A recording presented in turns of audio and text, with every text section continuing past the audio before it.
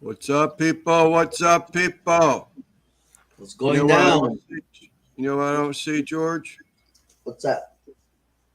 Unless The it's because chat? it's on my end.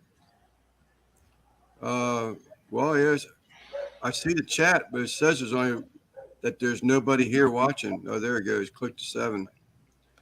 We have Mr. Elvis. Shane, I'm assuming you're still here. You're the first one here, by outside of George. We got Mr. So, Chuck. hello, we got Chuck. I saw Chuck just pop in. Judge. Good evening, Jeff. How are you, sir? The big NBL. NBL who? I don't know. We're already starting. NBL started it first. Yeah, that's right. You just counteracted. Oh, shoot. Yeah, I'm not seeing that like the dollars donate thing. Oh, So yeah, let me see. You're not going to see it on your end. I see it on my side. it is on your end. What do Yeah. I I'll, don't I'll, get it. throw, I'll throw you a bonus in a little bit. No, you don't have to do that. I'm just curious. I don't understand that about StreamYard. So it's like it's my stream and I have well, I do see the views, but you don't see the views. And I can leave a comment, but you can't leave a comment unless you do. I have two windows open. Every time we go live, I got our Right. window, then I got Right. another But if you window, don't which is like a few seconds behind. Right, but if you only did the one window, you wouldn't be able to leave a comment. I wouldn't be able to leave a comment, or I wouldn't be able to see the number of people watching. Uh-oh, goes one, Franco Farms. That's right. We're celebrating, guys. We're celebrating. Leverboy got monetized. Woo! What's up, Jeremy? I thank you very much, buddy. That's right, Franco. I wasn't expecting that already. That is sweet. So that button must work. Heavy Now, yes. good old YouTube gets, what's it, 45% of it now? That's so Oh, crazy. Man, that's a lot of money gone. But, hey, yay, yay, yay. I'm not complaining. Thank you, Jeremy. Thank you very much, buddy. The big Franco Farms. Snuggle up weather. Yes, indeed. Yes, indeed. Uh-oh, we got another one. What's up, CJ? Woo! I'm rolling now. Yay! God, Sucks. Okay. it's such a weird feeling. I just seen this video on how to clean an air fryer. I saw the alert for it. I was trying to get caught up on embroidery stuff, I got man. caught up a little bit, not much, but I did. Thank you, CJ, buddy. Thank you very much. I'll Atta catch up boy. with you on your video. I did see it, My but grandfather says that all I've the been time. Atta boy, embroidering. cowboy. I've been embroidering all day long, running to the post office back and forth. It's a Tommy sent me. milestone. That's for damn sure. Salud to your and salud to everybody. The big modelo. You know that's all I rock. Cheers to the Moledo. getting paid millions and millions. Troy V, what's cracking lacking? And Alvin. Hey, Troy. Say earlier. Troy's a winner. Always a winner, huh? I hope that got settled with the thermometer. I haven't heard anything back yet. Oh, I still haven't heard anything back. I don't know if she was on vacation this week or I don't know. I haven't heard anything back from her. Like, which is good news because the last time she said no, it was like within minutes of me responding. So maybe this is a good sign. We'll see. I'm already 3 deep, guys. Is that right? No, not Getting me. started early.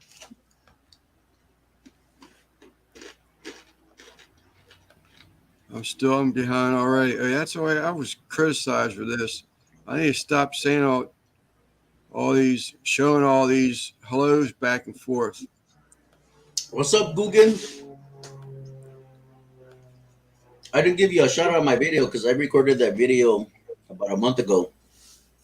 Hopefully, I don't wake up with the hangover tomorrow. I got another video or another cook tomorrow. Saludos, NBL. You're saying you hope you wake up with one? I hope I don't wake up with the hangover. I only got 18 beers. No, wait, 20 beers. I hope I don't wake up with the hangover. I gotta Take cook a go tomorrow. again. So now Lance can get some of that porn money back. Yeah, back. I should say. Ooh, I added porn back. money. Hey, nowadays porn's free.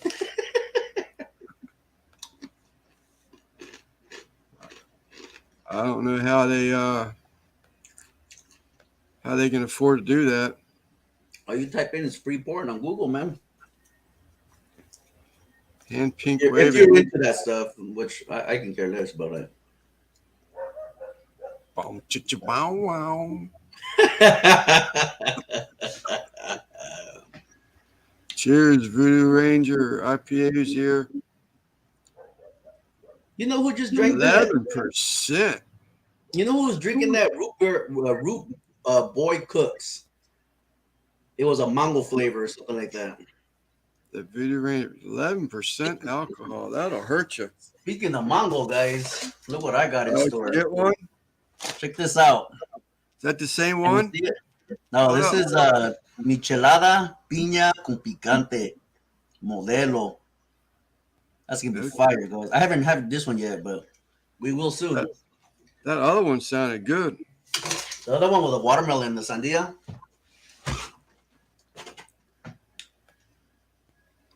Not a gentleman's club. I hope not.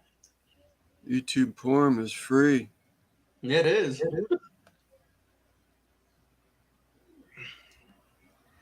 Lance, can you get a fans only page? You sure can. I don't know. Join my channel for $1.99. What's up, Russ? What's up, Russ? I'm busy because of you. Me and my wife watched that video. And she's like, oh, man, you got to make some calzones there. Oh, yeah. I want one of them damn things so bad, man. Lance, is this a marathon to midnight? Maybe. You know what? I'll We'll go try. as long as I can go, yeah. Yeah, we'll try. I got plenty of beers. I got probably about 30 beers in there, so I don't know how long I can last, but I am going to try. More than I need. Coming to a browser near you. Sleepers Only fans.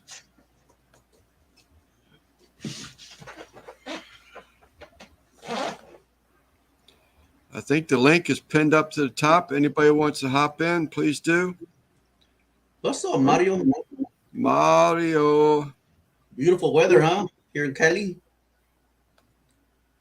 I was in Oxford this morning. Beautiful weather, man. California too. You see, CJ made himself a Popeye, oxtail Popeye. Oxtail Popeye, I sure did. I seen it a little while ago. Thank you, buddy. I said, Excellent. I'll pass on the oxtail. I just can't get past that title, Ox's Tail. None for me. You know, I've tried oxtail. I grew up on oxtail. I can't eat it any longer. No candy. Mario, how do you know, Mario? Just because the chat, or is there something saying that someplace? Congrats on. He probably sees the dollar signs, if you will. Okay. Let me see if they're still up. Oh no, they're not up on my end. Maybe he sees a dollar sign. Yeah, nice sunny day. It's freaking beautiful today. Drinking weather. You say you don't see them? Oxtail is so damn good, Lance. You need to try it. You know, I'm not opposed to trying it.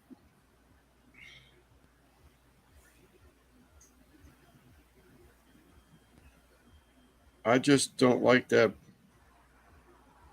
That almost has like a gamey taste for me. I do see a dollar sign on my cell phone. I just don't like that. That almost has like a gamey taste. See, Mario says he sees a money sign. Yeah, I see it on my cell phone, but I don't see it on my end. You said you didn't see it on your end. Okay, thank you, Mario. Yeah, it is Great very meat. Great soup. You know, it looks like a roast beef to me. You know, I would definitely try it. That's how I used to eat it Troy in the soup. My grandma used to make it on a daily basis.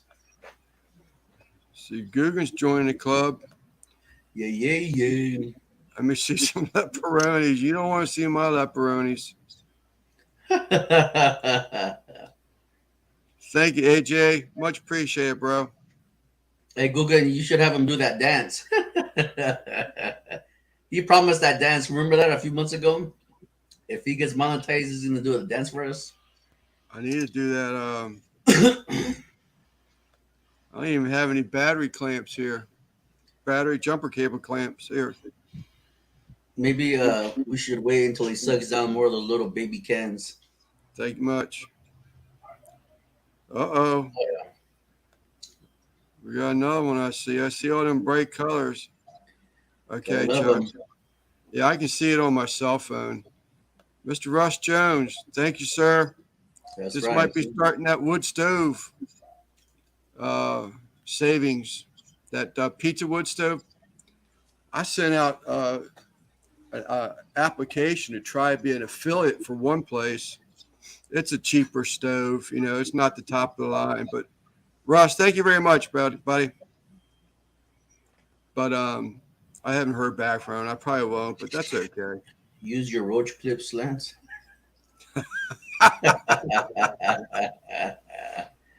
That makes sense, Judge. Boy, it's been a long time since I heard that.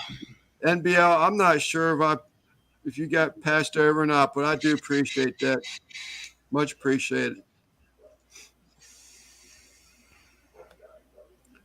What's up, Rob? What's up, Rob? I see Rob got a What's up, shout dude? out on Russ's video. Mm-hmm. I think that Root Boy Cooks was talking about Rob as well earlier. Who? Root Boy Cooks. Root Boy? Root Boy. You know that guy says Root Boy approved. Yeah, he always says fire in the hole when he first starts his videos. Okay, yeah, no, I Here's some haven't. salmon and some rice. And he always drinks a beer when he's doing his meals.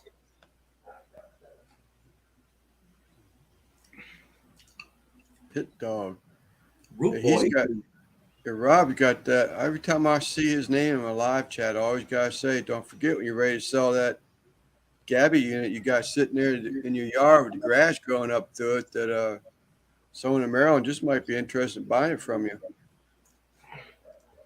There you go. Russ has it. Sal. Yeah, his name's Sal.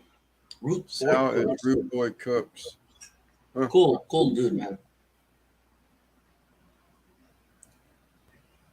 Yeah, I have to write that one down. I'm not familiar with that one. Yeah, he's a good cook, man. Boy, Tommy's been moving some hats. I shipped out 4 hats today for him. Tell me who? Gallery? Yeah. All right, on. Sal, is it called Sal? Is No, Root Boy Cooks. Cooks.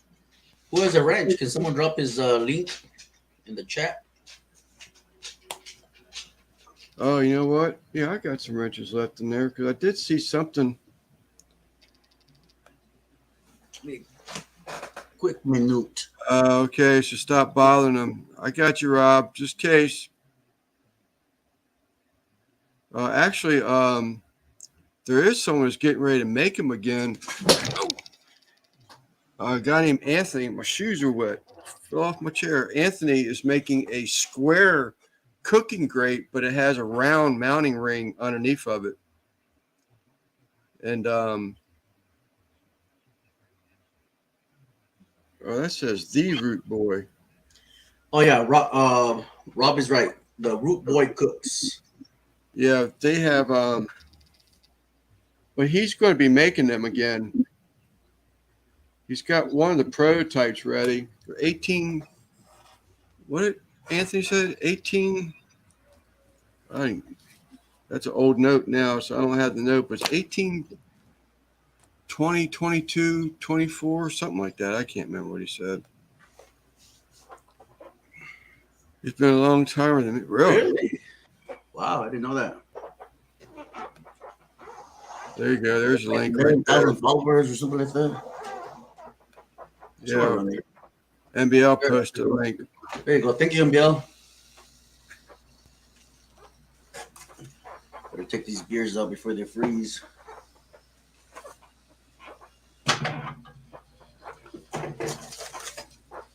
Oh, I know who this is. Gabby doesn't make them anymore. Yeah, this is Anthony with fire cups. Anthony McCool fire cups. He's going to be making them. I saw the prototype. It's a round ring that mounts it. It's going to have the rotisserie attachment, but the cooking grate is square. So you get a little bit more cooking surface than you would with the round one, than the round cooking grate. But I'm just waiting for him to come up. Well, I said something to him a couple weeks ago, and he doesn't have them ready. He's got one ready as a prototype, but he has to round the edges off or something like that. Nicole Chafee, I know who this is. So she said, hi, humans. Hola. Ever had Sure, have nopales de sope? Absolutely. I haven't had that dish in a long time, but I've been meaning to make it. So delicious. Lance. Yeah. Gotta roll the beer. You got to roll the beer. That's it. Does it actually say that on the label? Yeah, I was looking for it. It didn't have it. Well, maybe I didn't look far enough. It used to when it first came out. You gotta roll the beer. But I was looking for it earlier, and it doesn't. It used to have like a little sign, like to roll it, like a little emoji. Yeah. I don't have it anymore. Yeah, it's a new one. Nicole Chafe. Is it Chafe? Chafee. I always say Chafee. I think it's actually pronounced Chafe.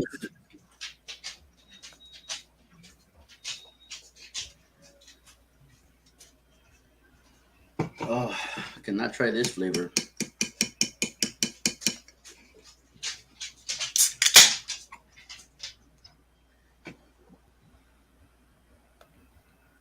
NBLs.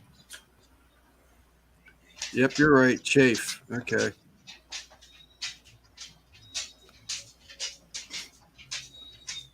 I think Al's monetized now too. I think he's made it.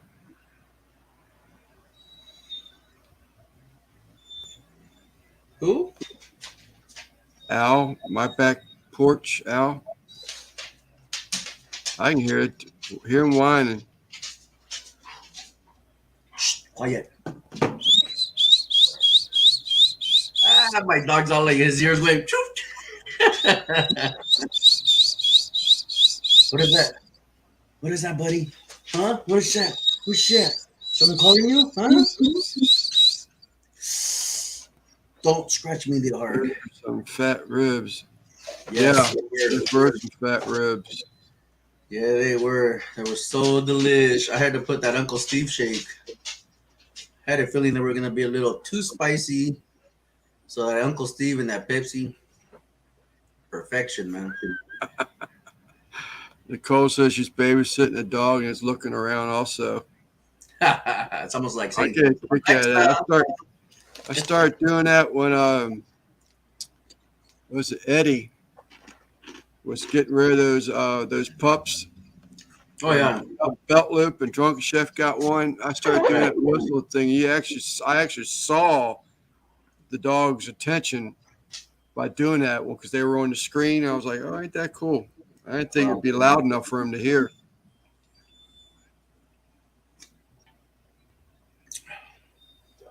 wow.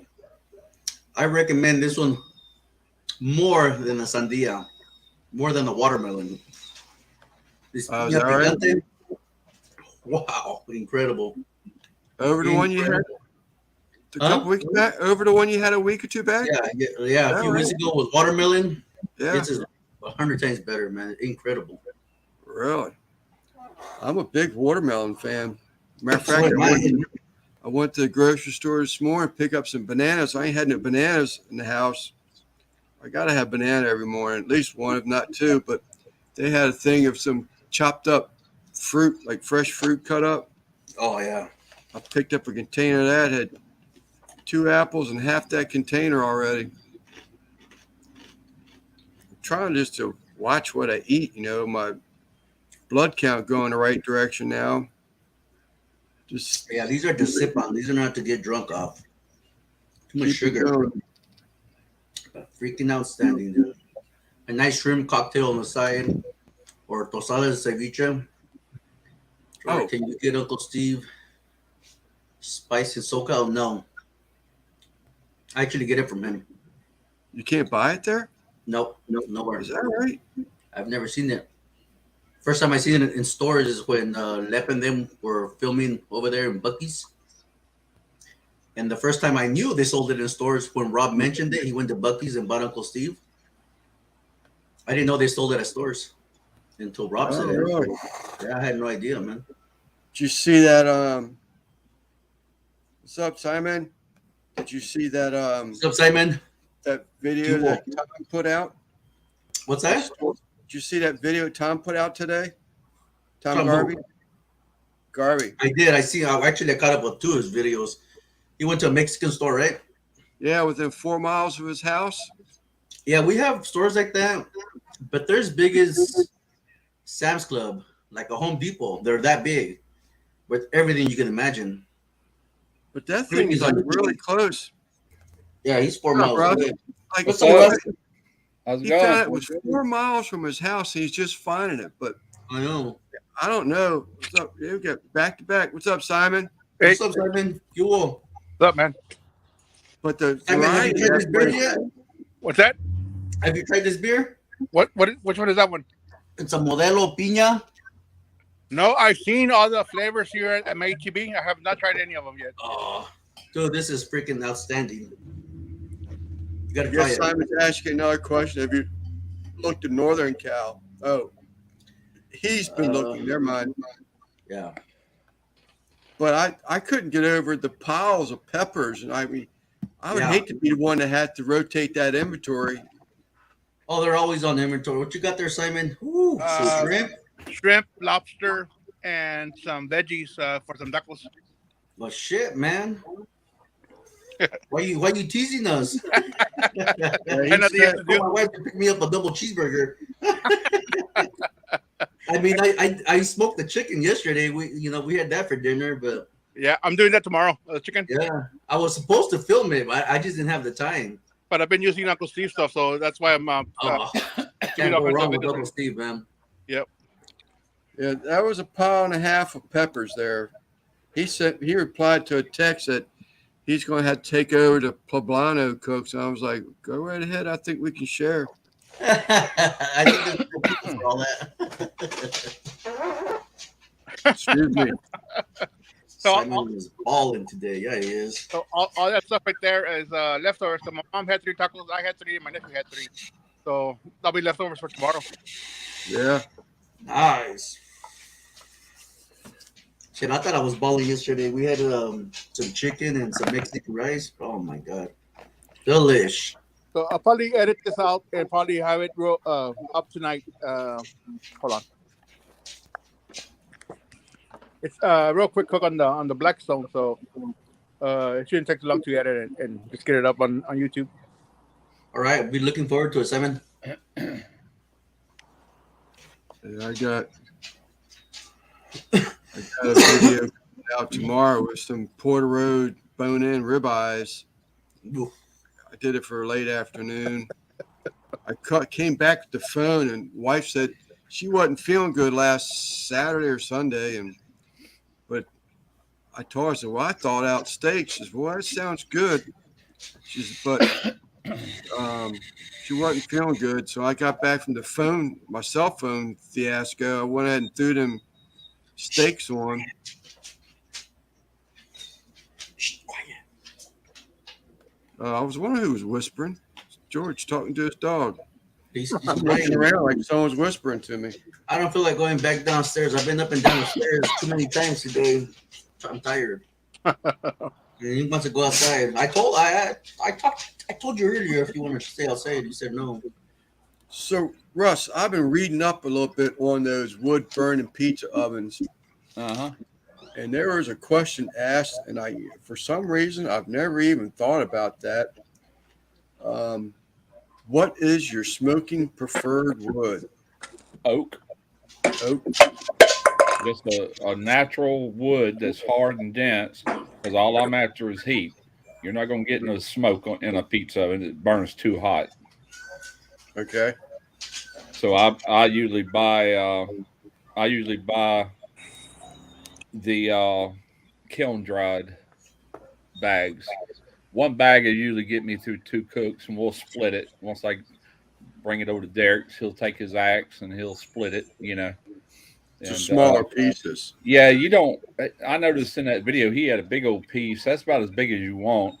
They recommend about 2 inches, to really get that. If you got a big old log on it, it takes a little while to get it going. So Right. smaller logs can catch quicker. And you don't have to wait as long to heat up your oven. It takes me usually 30 to 45 minutes to get it. Really depending on what I'm doing. If I'm doing like a Neapolitan style pizza, I'm looking for 750 degrees inside of that oven, and on the deck. That calzone I did was 550, which I overshot it. I was sitting there doing everything else. I looked, I said, "Oh crap, we're at 600." So I took the door off, and it dropped 50 degrees over 5 minutes or whatever, and it just kind of held right there to get through that cook. So that's not a gas assist. It's all firewood. I could have got all gas, and I told him no. I'm a woods guy. I want wood. Yeah, I wouldn't want a gas one on there. I mean, unless it was like a gas assist, but Yeah. No, this is you either get gas or you get wood. It would be nice if you could do both, but if you put wood and everything on top of your burners, you might can get away with it, but you're going to plug up the orifices eventually, unless there's a way to roll them down or towards the back or something. But I thought about it and thought about it, so I'm probably going to live to regret this. But give me the wood. I ain't had no issues, man. I've got it figured out. We've got some. I was going to say we got some high speed internet. They just buried the fiber optics last week, and is your address showing? Yeah, it's not up and running yet, and yeah, I did have my address on there. It's not up and going. They're installing it, but just as soon as they do, I know what I'm swapping over to. Yep.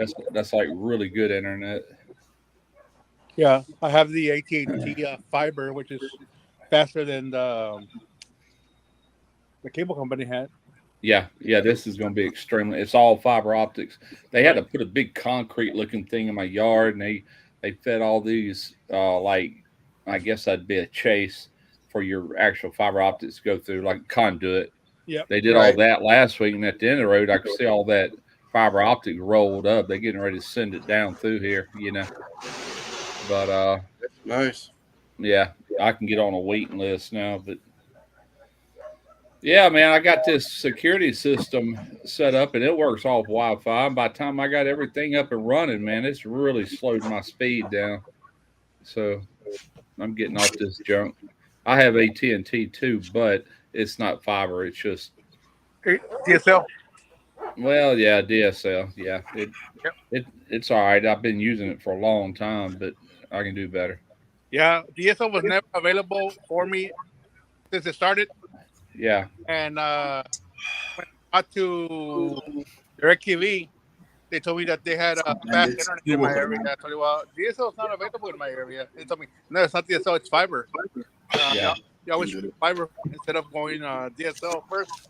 Yeah. Yeah, they'll have to bring that fiber into my house. I mean, you can't have it there and then tie in old phone lines. It's got to be fiber all the way through to where I plug in my router, Yeah. Thank you, Daniel. Thank you, brother. Much appreciated. That's right, Daniel. We can just smoke. I just seen Daniel sent me a friend request on Facebook earlier. Him and somebody else I know. I accepted both of them. What's up, Joe? Yeah, I just shared your Lance post. I mean, I just shared it on my channel, so everybody get more people in. Thank you, George. Oh no, of course, man. Not that anybody cares, but Hopefully they do. Shit.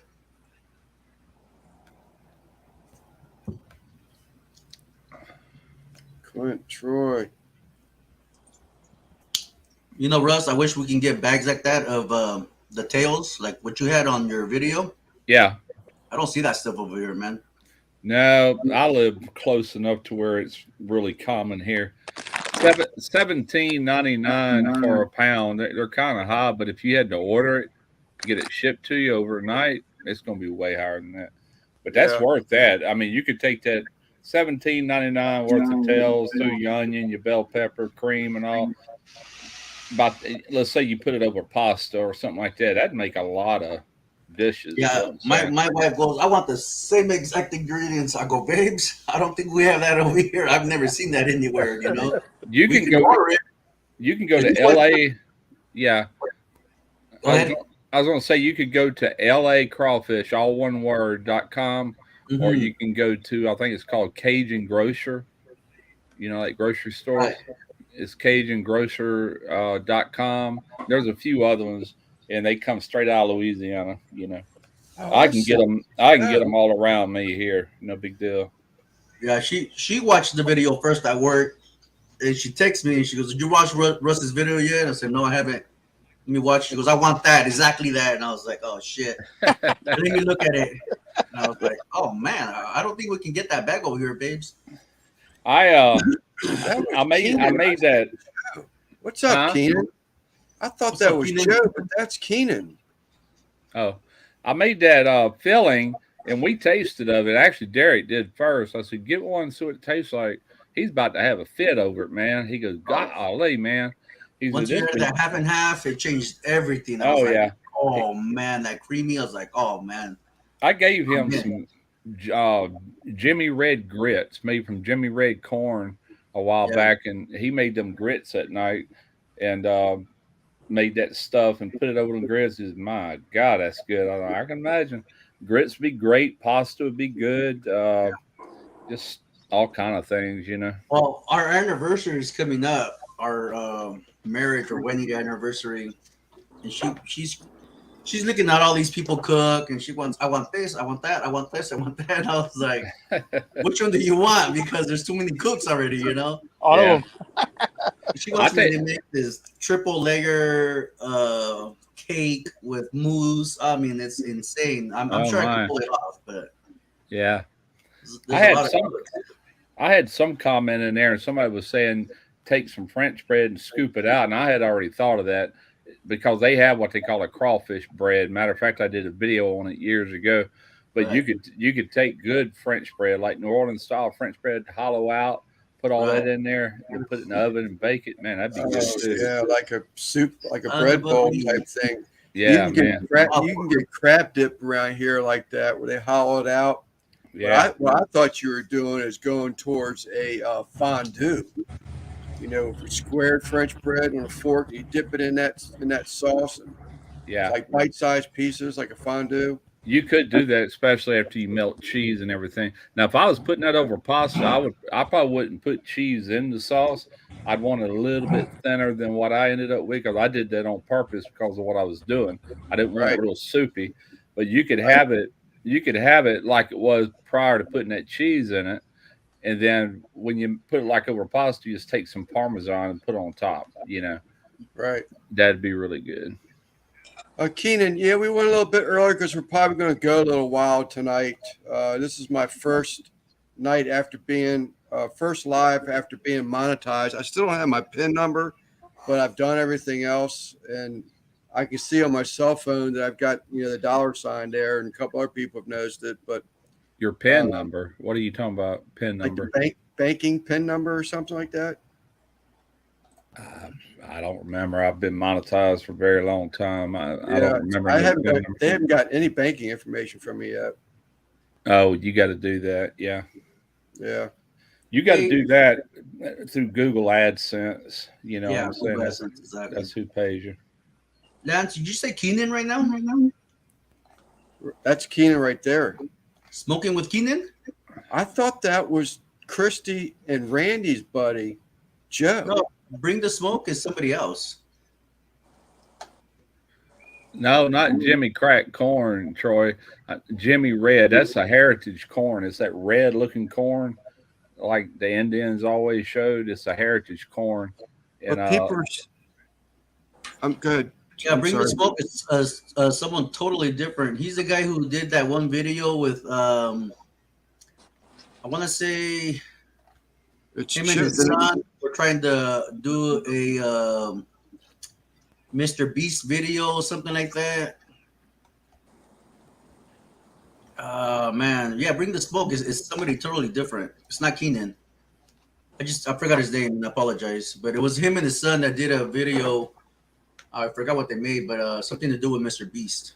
he says it's Joe. I don't know if that's. Oh, it is Joe then. It's Randy and Christy's friend. So I was Oh, right okay. first I didn't time. know that was her I friend. saw everybody else saying Keenan, and I thought, well, shit, I thought that was Joe. Yeah, BNC, I held on your comment here. You need to check out Mama and Papa Joe's video for last night, Thursday night.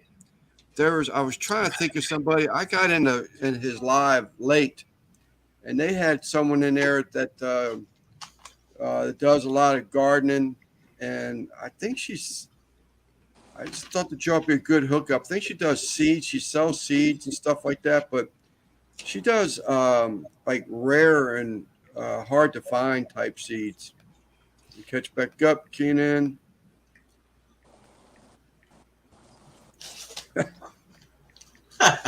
Google hilarious. I got another. And Bandits, that was a good comeback too. These are funny. What's up, Tom? We were just talking What's up, about Tom? that story you found. Yeah, great story, man. Yeah, that's pretty cool.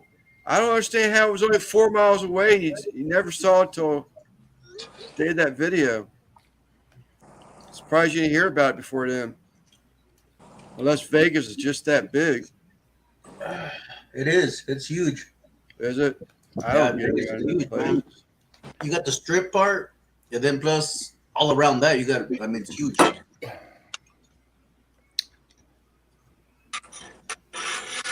Strong winds. It was blowing strong this morning, but all the bad weather was way north, like upper state. But man, it was sucking some air off this Gulf. Yeah, I thought it was Joe. Okay. That's his name, Joe? Him. What's up, my brother? Randy's friend is Joe. Okay, I didn't know his name was Joe, but I remember him doing the video. I heard. I said Joe, and then someone started saying Keenan. I said, "Oh wait, was that Keenan?" I got another car tag come in today from a guy in Virginia. I've got two. Right. I've got two more on the way. One from New Mexico, and I forget the other one. What did he tell me? I can't remember. But yeah, every time I post a video showing a new tag, then I got 2 or 3 people wanting to send me one. Like, there we go. We'll have this wall filled up in no time. Yeah, you can be the next Rick. That's what Rick does. Start sending him stuff. Well, Derek kind of started that, with just Alabama, Mississippi tags, old tags we had, and then I had that long time subscriber send me that Texas tag, and that kind of got it going, Yeah. Like, That's hey, exactly right, Alvin. It was Cherie, BNC. It was Cherie. It was her name. Do you still have the strong one? No. And we had thunder. You wouldn't believe. Mr. Tom Garvey, I appreciate you, buddy. I seen John over there at Barbecue Rockstar yesterday. He went live, and he had his phone turned vertical. And he was outside, man. There was tornado sirens going off and everything, and wind, rain, hail. Right. I'll be right back. Okay, Simon. But anyway, he cut it kind of short, so I never did hear nothing else. Matter of fact, it didn't even save to YouTube. I was going to rewatch it, and YouTube might have took it down because it's like disasters and how they Germany. are. Wow. From Germany. The storm that we got, it's going all the way over there. You got to be careful nowadays what you put online. Judge Whip. So there's Damn. Virginia going to be your we got a couple little people, really streaming little people in Virginia. I'm trying to think of their name right now. Gary something maybe. From Virginia. Yeah, you do. Yeah. Yeah. Oh, that's the guy that sent it. I'm gonna let my dog out. Give me 1 minute. All right, George. Hang on. Let me. Gary, it's all right, Russ. You don't have to do that. I have Yeah, he's the one that sent it. Gary. Ratcliffe? Gary Tingler. Tingler. Yep, that's Yeah, him. that's the one He's that's. He's bought a hat, and then there Gary, not Gary, Mr. Matt Ratcliffe Senior. He's Okay. he's another big time Smoky Ribs Lowell fan. Yeah, he sent me that cutting board. It's cut out like the state of Mississippi with all the towns and all on it. I Is showed that here right? about a month ago. He sent me that, and just the other day he said, "Hey, I'm gonna send you something else. I got a tag I want you to have." I said, "All right, come in Yeah, today." he had a Masterbuilt gravity feed truck grill that he was trying to get rid of, but he said I told him I keep my ears open. He wanted to sell it. Yeah, But I don't know of anybody that needs. Everybody I know has got grills. Is not addicted to them. You know, like I am, got to have one of everything. It seems like until I'm happy. But yeah, I've calmed down on that a little bit. I want to get one of those where you lower the grate, like a pit to spit, but I don't know if I'll be able to afford it. And I want to get a wood burning pizza oven. I'll be happy at that point. yeah. There's only one thing left that I want, and it's on its way. It shipped today, and you know what that is? That's that new Yeah. that old hickory smoker. Yeah. Matter of fact, my youngest son is coming down here. We already took the LSG pellet grill off the back. We got it on the front porch with a cover over it. That's going to him. I told him it would be his one day anyway, and I've used it a year and a half, and I'm letting him take it. So Take what now? my LSG pellet grill. Who, Derek? No, my other son. Is that right?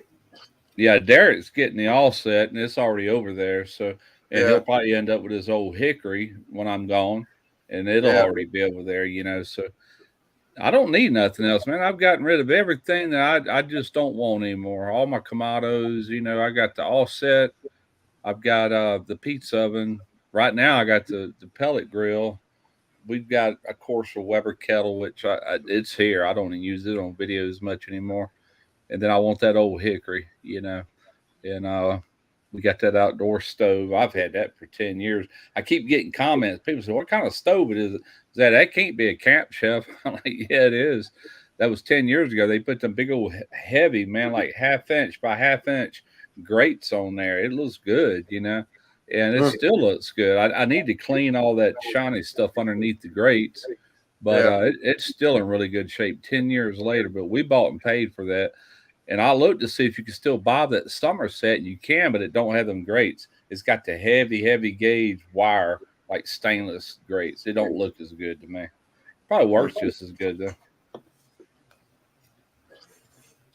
Dog don't think this machine will handle sombreros. Yeah, when Keith Jenkins and Josh come down here to shoot that gumbo video, man, it got their attention. Like, man, where'd you get that stove at? I said, Keith, you have cooked on the stove in the past at my house. I have. I said, yeah, you have. And they're googling. They're getting ready to pull the trigger on that thing. I said, I don't think you can get it with them grates. Then they're wanting to buy mine and take it back. I'm like, no. I said, we just got it over here. That's staying there. I got 4 burners outside. I ain't got to go in the kitchen unless in the summer months we'll be going back indoors because flies get so bad, you know. And I'll just go outside long enough to show putting it on the smoker or something like that. But all the food prep would be done indoors, and it won't be long because some flies are already starting to come in. Yeah, I killed one in here the other day. Yeah, we had temps up in the high 50s all this week up to right now. I don't even know what it is, but it ain't because my hands are cold. There ain't no way it's 50. we always look forward to fall, winter, and spring because our fly population is pretty much gone, but or whatever they do. I don't know if they bury up or what, but they come out in full force around April, you know, once Yeah, it's it's short 40 enough gets hot. 41 here right now. 41 and raining its butt off again. Really? We missed all that rain and bad weather. I'm glad too. Like I said, it was way north of us. Wednesday morning, it was thundering so loud that I'm telling you, shit was shaking on the walls. That's no exaggeration. Wow. It was that bad with the thunder. Hey, One guy I was gonna say Pit Dog's got a question for you, Lance. about the hats, Yeah, sun yeah, hats, the hat. yeah. Y'all know who Brad what's his last name? Orson down there at the shed. Brad Orson got that big hat, says shed on the front of it. Yeah. Y'all know who I'm talking about? He gets them done somewhere. Oh, that was a question. I thought he was saying you could make them. Yeah, I can. I haven't had anything like straw on the hooped yet on a machine, but I don't know. Maybe a synthetic type thing. So I'd have to be able to put that band clamp on there and be able to pull it down, because that hat shifts at all during the stitching. It throws the stitching off, so it has to be held pretty rigid. I want to find a cheap hat to practice on. But that's a possibility. Make something good for me, the dog. Yeah, I don't see the shed logo on this, but he's always wearing those hats. See him right there with the hat? Yeah. Okay. That's Yeah. Brad Orson with Shed Barbecue. That's Leanne Whippen, and that guy on the far left, that's the guy that runs Big Bob Gibson's. Oh, really? But Yeah, this guy right there with the hat on, the big hat, that's 5 minutes from my house. That's Shed Barbecue over here in Ocean Springs. Maybe 10 minutes. Does he have a sister or something too? Yeah, Brooke. Yeah. Blonde, yeah. Russ, you and Keith you hooked to Uncle Larry's stuff. I tell you what, that seasoning I used on that, man. Yeah. I got to come up with some more stuff. That's got a really true deal Cajun flavor. That's good stuff. I didn't. That's nice. He gave me the sweet rub of his. Yeah, I got a box full of them. I'll use them eventually if they don't go bad.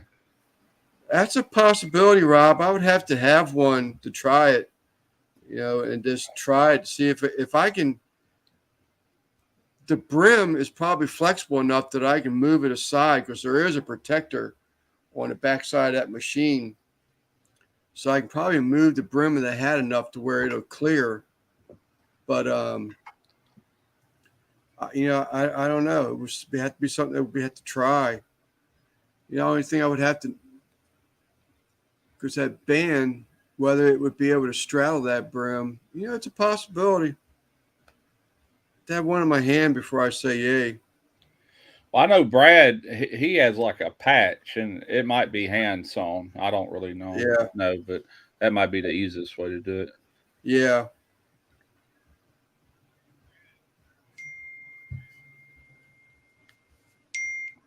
All right, ease off the text messages. Did you I guess Justin just released a new video. Oh, Baby really? back. Baby back? I guess he just posted in a text message. It's still part of his trip. He took all kind of footage when they went down to okay. the Bahamas or whatever. Yeah, with his family. Yeah, let me do it on my phone because I got the other computer internet cut off. I should have ate and take it back. Yeah, there it is. Royal Caribbean Liberty of the Seas cruise review. I'll be glad when he gets back to doing some barbecue. You think that you know him better than I do? So is that still a possibility, huh? Oh yeah, he ain't done. He's just aggravated with YouTube like the rest of us, But right. One thing for sure, if you don't post, you ain't gonna do nothing, So it's kind of like you can't win the lottery unless you play. You know what I'm saying? Yeah. Well, I'm assuming that someone makes some good money with the home that they have. Oh, his wife is in the medical field. I forget what she does, but she makes really good money. And I think Justin's already got money too. I mean, I don't mean to talk about his business, but I think he does. You know. Yeah. No, that'd be nice. How long was you on that cruise for? A long time or no? I don't know. This is like the fourth video he's done with it. Yeah. They were probably gone a week, maybe two, but Okay. I know a week, but he was probably recording the whole time, you know. Yeah.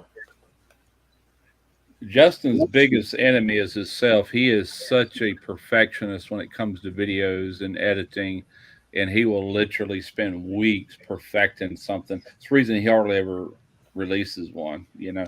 It's almost to his detriment, though, you know.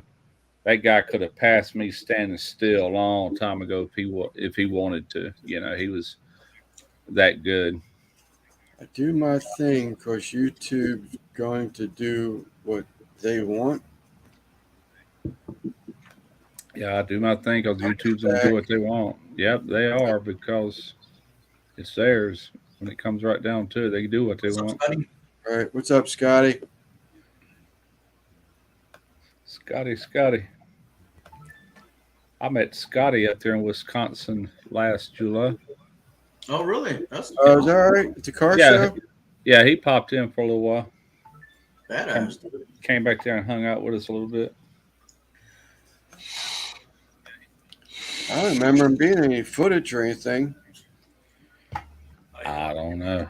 I want to say he had a camera, but it could have just been a phone, maybe just photos. I don't Don't remember. lie, Judge.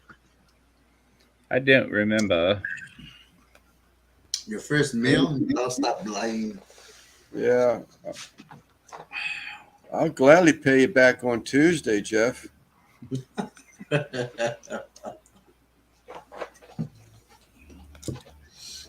Iola.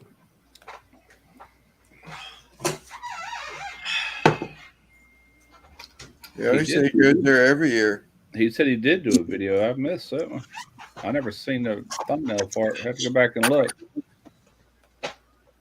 Those kind of videos don't do well for me. I knew it wouldn't, but it didn't matter. I was wanting to document my time there, and I think that video is a pretty good representation of everything I did that week, you know, including getting stuck at Atlanta airport for 14 hours. But yeah, We'll be waiting for it, Simon. Some videos I just do for myself, you know. Yeah. Same thing with Memphis in May. It did better than Memphis in May. It actually did decent compared to that one.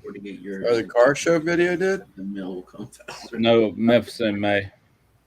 Did better than the car show. Oh yeah, definitely. Okay. As well, it's more related to my channel for one thing, you know.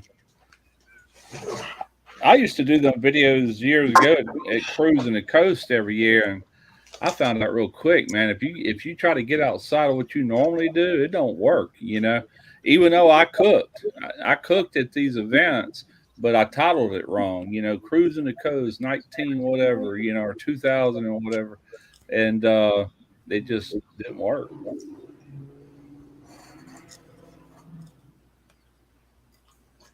But we had Rob. Thanks for hopping in, Rob. Appreciate you. Later, Rob. Golly, who's doing all this texting? It's piña picante michelada. The best. Piña picante, spicy, pineapple spicy michelada. It's better than the watermelon from last week or 2 weeks ago. Picante. What's that one they came out with? It's been years ago, but it was a chelada, I think, but it had like clam. Had like too much tomato or something. I don't like it. When it first came out, yeah. it was okay, but it just Hey, clam juice, tomato juice. I don't remember what all, but I've had them before. Yeah, I didn't care for it. I mean, when they first came out, you know, everything's popular and stuff. But see, I love a Bloody Mary when you talk about tomato and stuff. I love them things, but Chasing the Q likes some things. Used to call I seen the chili with lime. Wait. I thought he was talking about the beer. They also had a chili lime beer. No, that's his ribs he's I marinating. know, I've seen that, but Oh yeah, they do. My they wife have got drink something. flavors. She got something the other day, Modelo with lime. I'm like, I couldn't drink it. Like, ugh. I didn't care for that one either. I'm like, I can take a Corona and put a slice of fresh Yeah, lime in it and love it, but I yeah, did not care for that thing out of a yeah. can. You know. I've had that one before. These are some those. The watermelon was good. The pineapple's way better. I mean, just to Yeah. drink one or two, not to get drunk. I'd rather just get drunk off straight Modelo Yeah. or a buzz. Scotty said he's doing a frog leg Saturday. That's something Derek's wanting to do. He's One of wanting to them right do now. Really good. No way. Wow. Well, salud, Kanka brother. Yeah, Derek's I wanting to saw, do a video using squirrel meat, And I said, we can try it, man. But I can tell you right now, nobody's gonna click on it. Yeah. It's just out of the mainstream. yeah, I Yeah. saw him post something uh, about that. It did. I've had them before, but man, you just don't get some decent frog legs. It's just like, Oh, frog legs? Yeah. yeah, Oh, I they're love worth it. frog Yeah. legs. I love frog legs. I just fry them just like fried chicken, but I do them with Fry frog them. legs. There'll be some- To me, they taste better than chicken. I could eat them over Oh, chicken. me too. Yeah. Hey, Russ, your son has his own channel or no? No, he's talking about doing a video for my channel, our Okay. channel. Right on. He's done some in the past, but he's wanting to do that. He's already killed the squirrels right there in his backyard. Y'all see that rifle that was laying up on that table in that video? That's yeah, a 22 caliber pellet rifle, Wow. and it's got some feet pounds behind it. Man, that thing it'll do about as much damage as a real 22. What's up, Jeff? But I said, you gonna leave that there? He goes, yeah, I'm gonna leave it there. I said, God, boy, you gonna get me demonetized? Okay, whatever. It looks good propped up What's there, up, Racer? thank you, Racer. Thank you. I said, as long as he sits in the background, I guess we'll be all right. Yeah, get demonetized. Come I on told in here, Loverboy Jeff. when I go live this Sunday, you guys can play music. Hey, quiet. You guys can shoot guns. You guys can do whatever the hell you guys want because I'm not gonna monetize it, so Yeah, I can care less. yeah. Well, what you got to worry about, guns are allowed, but there's Yeah. certain things. What was somebody saying? You can't show putting the clip in and doing this and Hey, doing that. yeah. Oh, Yeah, really? yeah. And what you got to worry about is not whether you monetize or not. It's getting a copyright strike for an actual strike Oh, yeah. for policy. Even if I put it unlisted, Unlisted, probably not, but no, because I plan to put them all my lives are gonna be unlisted. I'm gonna play some Bob, whatever. Whoever wants to play some music, Tom can jump on and play some drums, whatever. It's yeah. Well, it's kind of like Facebook. Derek did this reel. I really liked it, and it was taken from a video I did on YouTube where I used that little smoke thing to smoke a drink. I used them big ice cubes. Anyway, you don't see a booze bottle. It don't say anything. But I'm like, man, I don't know. I said, Facebook, they're different. You know what I'm saying? Yeah. I said, the last thing I want to do is get a copyright, or not a copyright strike, but a policy strike. Those are the worst. And copyright strikes ain't shit. You can usually solve that. But that's an easy one. when you get a strike on policy, that's a different story. So I'm like, nah, I'd rather you do something else and just I don't play around when it comes down to that. Yeah, I said I ain't doing nothing to risk it, anything on that platform. I thought about it. I talked to my wife about it. I said, man, everything goes. Yeah. Whatever. Thank you very much. Just doing our best. Much appreciated. This person, she has not stopped giving yet. She helped me get monetized, and now she helped me after I got monetized. She was playing some music. I didn't understand the music, but I was on there. Yeah. Yeah. Lives, actually. Devil Dog came on our live and was telling us about it. Yeah, I was on her channel. It sounded like beautiful music. I just didn't understand it. Yeah. Hey, Jeff, Jeff, that link is at the very top of the chat. It's pinned up there. Come on in here. You watch. He's going to have another excuse. Yeah, no, he ain't going to come in. Just wanted to say congratulate. He might surprise me. Well, thank you so much. Who was that, Ricer? Yeah. I'm messing with it.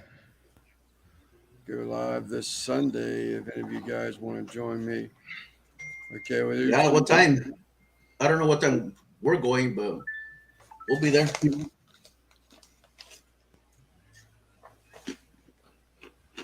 If I go back. Hang on, Jeff. I got- Here's San Diego just in the queue. I gotta look in my email. Tangi Silva. I'm not too far away from you, 4 hours away, but Ding. Rice said he will, and a bit just got home. that's right. Bring your beers, man. Bring your beers. It's gonna be a long night. Where's Eric? That's his name, right? Eric, the guy who runs his Facebook channel. BBQ, yeah. He's a cool dude, no, WBBQ, Wisconsin barbecue. Yeah, he's a cool dude, man. Dang, that's some rust buckets. Ooh, look at that. Yeah. Jeff just texted that. Go over there and pick one up. Must be up there in his area. Like he took the picture. Got snow all over the ground.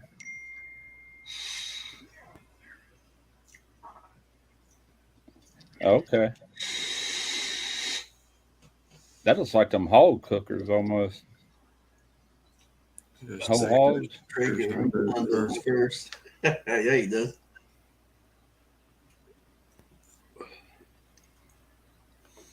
Friday. Today's Friday, right? Yeah. Yeah, it's Friday. I done cut 2 trees down this morning. Joe, I'm not real sure. I'm going to be here for a while. I'd probably say, I don't even know where he's at. 4 more hours at least. Yeah, I don't remember where Joe's at, what state he's in. Is he Texas also? Joe? I'm not sure. Which Joe? This one here. It's Randy and Christy's friend, but for some reason I was thinking he did not live in Texas, but I'm not positive. But I'd be here from Michigan. Okay. Yeah, we'll be here for a bit. Does Randy work with him on the construction job, or? I don't know. I know they're buddies. I don't know how they know each other. He just had a baby maybe 3 months ago. He's got some editing skills, cooking skills. This stuff looks good. There's Randy right there. Yeah. What's up, Randy? By the way, Monday, March 6 p.m. is my live giveaway. Giveaway 90% silver. Hope all y'all, George, visiting saw it live stream. You're welcome. It's my Chamorro, my native language. Okay. Oh, Chamorro. Yeah, I didn't understand it, but it sounded beautiful, to be honest with you. Yeah, like island music. Yeah, it was. I almost wanted to say it was Christian music, but like I said, I didn't understand it, but I did. I was on there. For myself, I love the Lord, but I'm going to have more beer than Lance, laughing out loud. Anybody can have more beer than Lance. He drinks those little baby cups. Matter of fact, let me send you something here. Speaking of that, I need to. I'm in the middle of a winter storm right now. Okay. Oh yeah, that's where all that bad weather is heading. Yeah, he ain't gonna be cooking any. There's some strong stuff mixed in with all that. I'm glad it didn't dip down this low.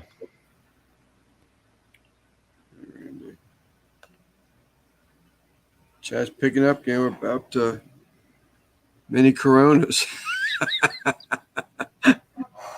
I ain't never seen none of them. Now I'm caught up again. I said I was going to open up the beer at 6 o'clock. It's 10 after, 9 after. I guess I better do that.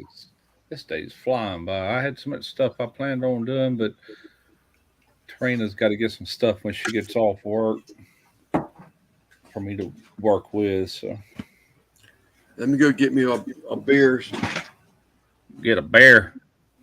I'll send you a little something so you can. Anybody want a slice of Pizza Hut? I ordered one because I was about to starve. I ate one piece and it cured me. I'm like, okay, that's all I want. Man, it does not let me. This is the second time I've tried to send a little money to Loverboy, and it's telling me I have no internet, which is baloney. You already own this item. Meaning what? It went through? Yeah, he's making his first dollars today, ain't he? It says I already own the item, but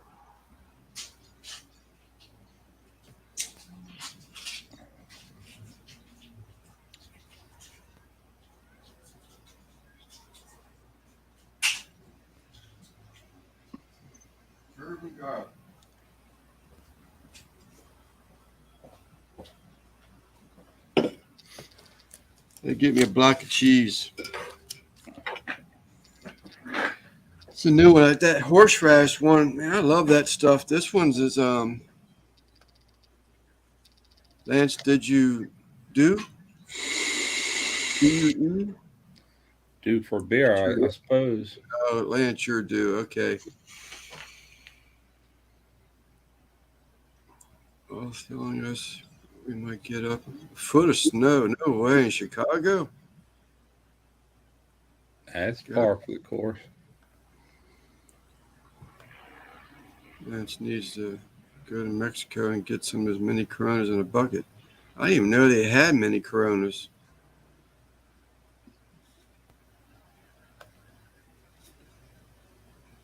Get hard and cold by the time it gets to Russ. Oh, is that right? They do have them. So they're 7 ounce. Really? I've never seen one.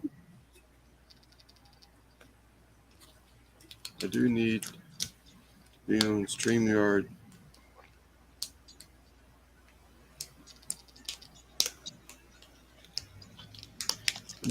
I do need to be on StreamYard to join. You click on the link, it'll automatically take you to StreamYard. yeah, Right. link. At the top of the chat, I pinned the link. Man, this one even smells weird. What is it, Loverboy? Garlic and herb. Garlic and herb. What? Cheddar. Oh, Mm. cheese. Cheese is fire, man.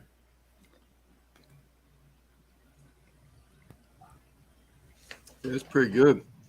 Nothing much, Randy. Celebrating Loverboy's $1 million.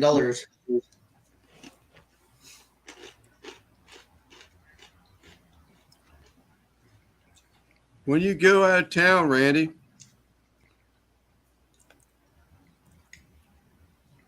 Just follow the link. Yes, sir.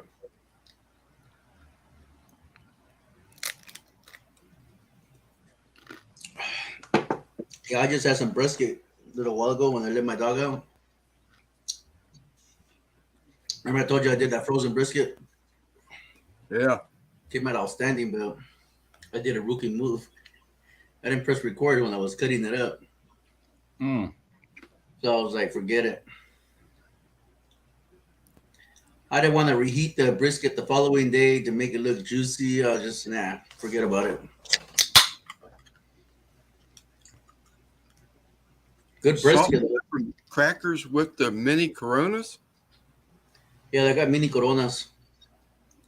What he's saying, they make salt and pepper crackers. Oh, shakers with the bottles. They do. I believe restaurants, I've seen restaurants where they add rice and they add salt to it. Ask me why, I have no idea. But they literally put rice in the Corona, the little mini Coronas, and they add salt or pepper, and then put a little cap with little holes. Right. I don't know what the hell's the rice for, but Keeps the salt and keeps the moisture out of salt or something, I think. is that what it is? I have no. I always shook my head on that one. Yeah, you and me both. Yeah, we used to put rice in our salt shakers all the time. Stop it Really? from clumping up. Yeah. What does it prevent? Water or what? It absorbs moisture.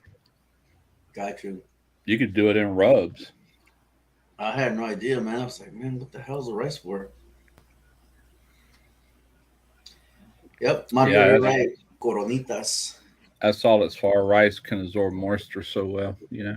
Got you. Good. Damn. I think I like this one better than I do the horseradish.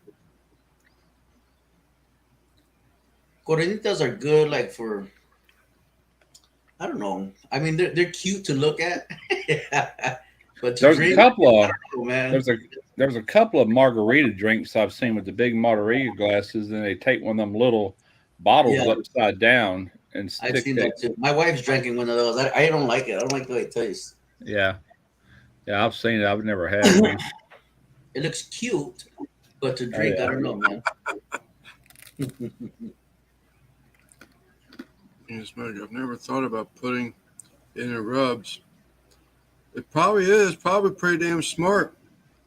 Yeah, it keeps out the Yes, it what? works. Aren't they supposed to have something in there? Simon, you're at it again, buddy. You already hit me up. Oh, that's Mario. I'm sorry.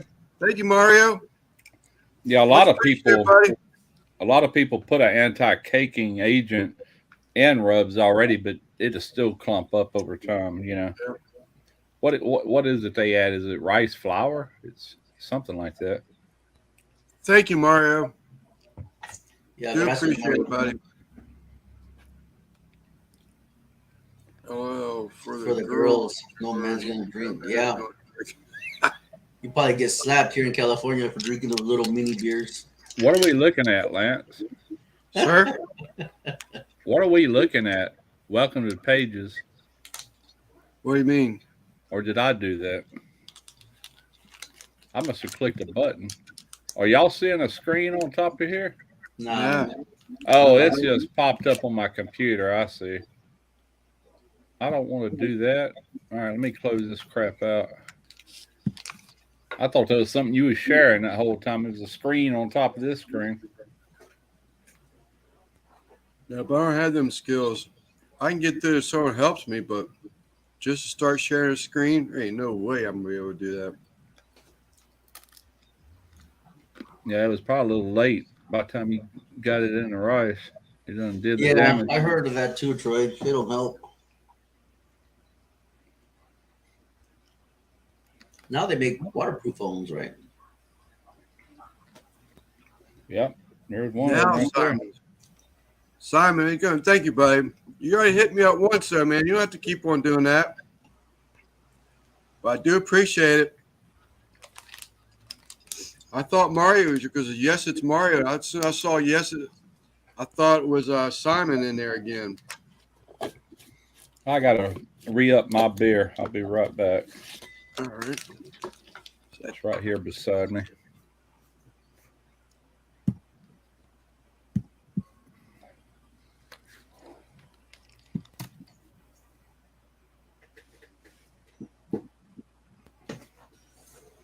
Dave Collier.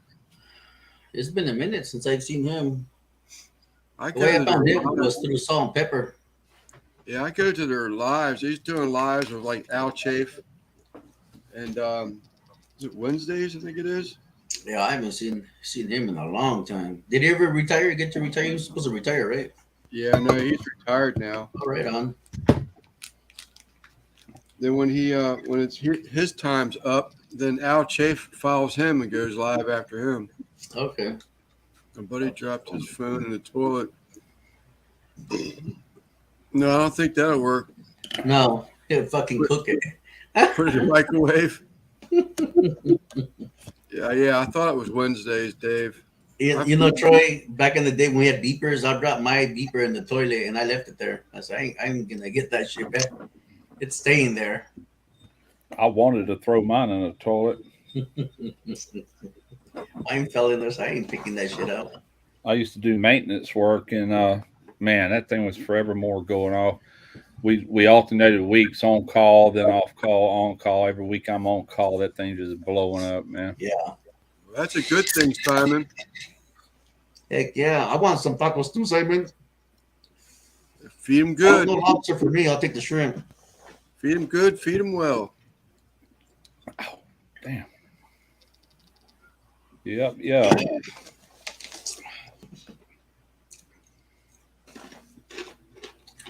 Wednesday. Dave, I'll stop by, Dave. Dave, type Goodfellas in the chat all together.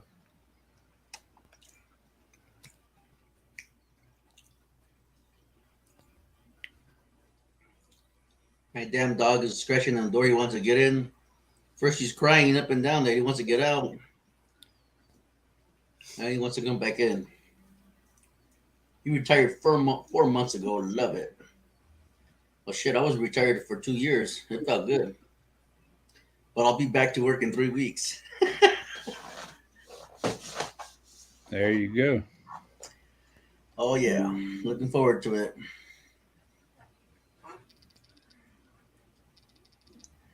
Oh, yeah. Blackberries, they were popular back in the day, Judge. Wasn't that like a little song playing thing or something?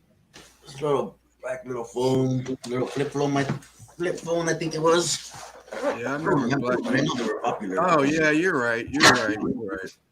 I was thinking it was like one of those music playing things, but The it was an Kardashians. actual phone too, wasn't it? Boy, that's a crappy job right there, but somebody's got to do it. My favorite knife in a port. Oh no way, man! Not in a porta potty. Got my fishing pole to fish it out. That I will get. I think I just have to buy me another knife. It had been a pretty nice knife. Now, if my wallet fell in there, that might be a different story, but I can Mm, replace that knife. God, that would be nasty. Yes, it would. I mean, it's one thing being your own toilet, but Not even my own toilet. Leave it in there. Flush it down the toilet. being a community toilet, oh God. Bring back when I was locked up, dude. If there's any carbon still in there, I guess you could get one of them strong magnets on them telescopic with that strong magnet and just go fishing for it. Oh, there it is. Just go and hose all of it off. Don't touch anything. You ever watch any of them shows that do that? Guys do that magnet fishing? Oh yeah, watch them all the time. I watched one this week where divers went in there and they pull out a holstered gun, and they found out later that it was actual murder weapon that they pulled out. Did you see that one where they pulled out live bombs out of the water? It was awesome. Live bombs, like ready to detonate. They have a whole fucking team over there. Just not too far up the road from me, they found a military burial area, and there was all kinds of bombs, leakage, and undetonated bombs that were buried up there and is next to this farmland. Wow. Hey Russ, every time I have a back scratcher downstairs, and every time I use it, it reminds me of you. I went to Derek's to shoot a video a week, not this last video, but the one before that, and I stayed the night there, and man, I was having an itch, and I didn't have my back scratcher. I had to get up and get to a corner of a wall just so I could scratch my back. Drives me nuts, man. Yeah, my grandfather has two of them. I said, man, can I have this wooden one, man? This will do for me, man. Yeah. Oh yeah, take it. And I was like, man, I leave it downstairs because I'm downstairs most of the time. Yeah, I got two bamboo scratch. There's two of them hanging right here. The bamboo. Yeah. I like this metal one, man. This metal one, you can dig in with that, you know. Yeah. My grandfather has one with claws, like metal claws on it. I've seen that. He goes, this is the one I like, you know, because it digs into the skin. Yeah. So I picked that wooden one. Old lady said, "Who scratched you on your back?" I did.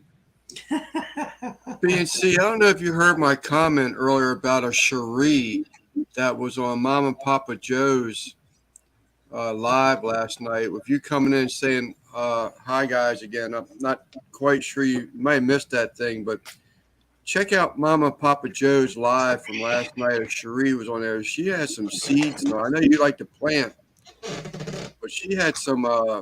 I think she said like she likes to specialize in hard to find rare vegetable seeds that you might have an interest in. I just caught the tail end of his live, and she was shipping out plants and everything, but you have plenty of plants. But I know you might have some use for some of them rare seeds that she's assuming she's selling. It sounds like she did.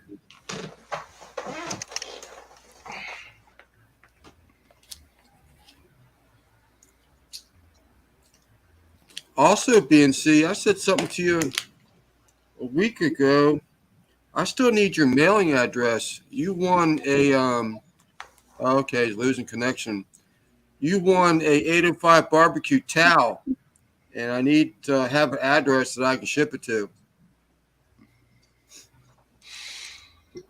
I need to get some towels made. I've got one somewhere that's very old. I don't even know what I've done with it. I used to use it in videos. I got a bunch of I need to 15 get like by 18s coming in.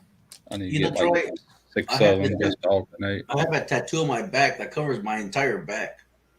And that effing tattoo itches all damn day. It's not gonna have a dry back because the tattoo itself Yeah, that makes me itch like a mother, man. Only that tattoo, nothing. I mean, it's a whole entire back, you know, but yeah.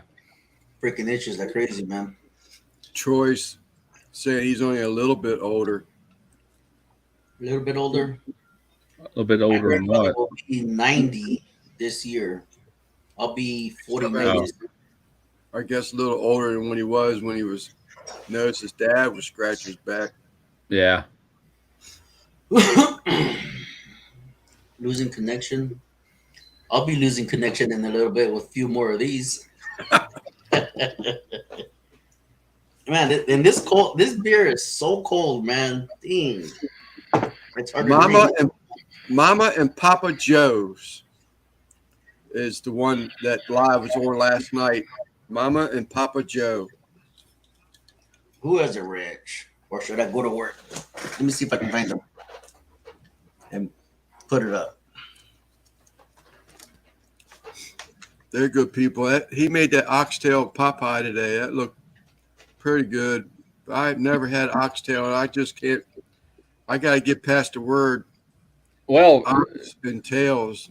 it's not an ox. It's cow, just for the record, and it's the tail of a cow. But man, that's some of the best flavored beef there is. It takes a while to break it down. I did a oxtail stew about 3 years ago, and Derek still talks about that stew, man. He's like, my God, that stuff, it's really good. It's a real rich, beefy flavor.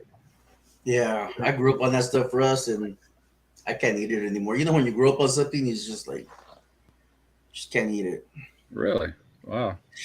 Just I'm can't. getting that way. I hate to say it, but I've had so much barbecue that I don't know, man. I'll eat it and everything, but I just don't care for it as much as I used to. I just eat it too much. I'm tired of it, you know? Yeah. I like when I mix different types of rubs or different sauces. Yeah. Now that's pretty damn good, you know? That's the reason I've been doing these other things, just kind of mixing things up, just a break from it, you know? I know what I need to be doing, but I can't do it just yet. Waiting on something. But I've got to get a crawfish video out this season. I'm talking about fresh boiled. You ain't right, Troy. You ain't right, man. You just got to stick the dagger in, don't you, there, Troy? Just got to stick the dagger in. What do you say? I'm still in my 50s. It's a little bit older, but nowhere near Russ and Lance. Oh, yeah, it's near. I promise you it's near. It's coming real quick. A decade ain't nothing. Nothing. Yep, I'm like a man. Yeah, you keep saying that. Thank you, NBL. Yeah, my wife brought it up to my attention. She said, can you believe we've been married 27 years? I was like, damn, that's a long time, babes. Yeah, I mean, I've known her since she was 12 when I was 14, and we stuck with each other ever since. And then we got married, later on in life. That's like my brother, not my oldest, but the next to oldest brother. He dated his wife in high school, and they also went to the same church together. Yeah. And they dated from like 15 And they're both same age. So at Yeah. 15, they were just dating. At 18, they got married. As soon as they graduated, they're still married. They're Yeah. 74 years old now. Oh So. wow, yeah, yeah. That's me, and my wife, man. I'm sorry, 72 because I'm 64. He's 8 years older than me. Yeah, I'm older, 2 years older than my wife. But yeah, it's the same thing here, man. Yeah. Yeah. Yeah, if it wasn't for her, dude, I think I'd be 6 feet under or doing life. And I give her the biggest props ever. May 25th. Setting me straight. That's May right. 25th. It'd be 40 years for my wife and I being married. Woo! 40 years. We dated 5 years before we got married. Yeah, me and my wife did it. I got married at 21, so We've been. 14 What's up, years. Randy? When I was Randy? fifth grade, I met See my little wife. mama in the background. God, look how small she looks. That's how What's big up, that damn Randy? kitchen is. Look how short she looks. That's a huge ass kitchen. Beautiful. No, What's up, that's not a Jason? Kent joke. He's back there cleaning up, man. Crazy old. Shoot. Hey, you're not even- Randy, what do you have on your chest? Is that ATDO? That's right. That's right, big dog. That's right. Jason, you're still. Man, I was losing y'all on the way here, man. I see Jason, Judge, and I seen everybody. I seen Bring the Smoke was in here. Joe was in here. He's talking about maybe coming on later on. Where He's the got a rest real of bad them? winter storm coming his way. Yeah. What's up, Quint? TDO, baby? Jason, you're probably still in your 40s, aren't you? What's up, Tom? What's up, Tom? It's OJ. What is, How you doing, OJ? Okay. How long has my camera been stopped? So, For a minute? I just thought- know I thought you got to get a beer in your boxers again or something. I must have bumped that button. Didn't even realize it until I looked. I'm like, oh crap. That's so funny. Trumpet master. I'm 25 plus 15. Plus- you know, What's up, that was one of the funniest things that Johnny Mag said when we were at the rodeo. He said his shirt size was a barbecue medium. That's a great term. I'm gonna use that with my wife. He was like, my shirt size Barbecue barbecue extra medium. large. They're all the old people jokes now. Let's get them out. Get them out of your system. Compared to all you old guys. What's up, Tom? Took me 10 years to get my wife to agree to marry me. I tell you what, I learned a long time ago, be careful what you say to other people. I used to tell my brother, my oldest brother, he was bald headed and his ears kind of stuck out, and I used to make fun of him. I said, you look like a Volkswagen with the doors open and all kind of stuff like that. And I had a head full of hair, and then a few years later, I'm like, uh-oh. That's like my brother-in-law. My brother-in-law used to always give me a hard time. Now he's got that big old shining patch on top of his head. BNC Gardening. This is the channel. Thank you, Quint. She was on Mama Papa Joe's live last night. I see Joe's back in there again. So you're monetized now, huh, Lance? Yes, sir. Yes, sir. Hell yeah, man. It's about time we get another TDO monetized. AJ's not far from you, so if everybody can drop Guggen in the chat, man, let's get him. He's like the 900, I believe. Yeah, he's up very close. He's at 900 Very now. close. Yep. We need What's to up, get Steven? Guggen. What's up, my brother? Guggen, you need to post your link. Say Goodfellas. We need to get him up to 1,000. He's already got his hours. He's just missing his subs. That's what I'm saying, man. Hell yeah. That's good. That's good, Lance. I'm proud of you, man. I know you put in the work, bro. Thank you, Randy. It just kept on pushing, and I probably pushed hard towards the end. And I never lost focus, but that's not the truth. Probably about 3 months, 4 months in, I did lose focus, and I was like, why am I doing this? This is just never going to happen. And Ricer actually talked me off the wall. It says, you got to keep pushing, keep putting content out, keep putting content out. That, and you got to see yourself where you want to be. You can't say you'll never get there because you're gonna do what you believe. You know what I'm saying? Yep. If you don't think you'll ever get there, you certainly won't. Yeah. Yeah, man. I'm proud of you, man. There you go. There's a little something super. There's a little something super for you, Lance. I much appreciate it. It must be way down there. I must be running my mouth too much. Everybody say you just stop doing all this hello between the people, but we're married 42 years. You got me. We've been married for 40, but we've been together for 45. OJ and Deb, did you see they did a live or a video out the other day where there's this game that you push a button. It has this spot where you put your fingers into these holes in this game, and it'll what's up, Jason? It'll sit there and it goes around, and it sends a little electrical shock through some of the holes. And if your fingers are in those holes, well, you get a little shock. It was watching Deb, his wife, holler and jump. I didn't even get shocked, and I still jumped when she got shocked because the way she reacted to it. Uh-oh. Got the real stuff out. Yeah, you did.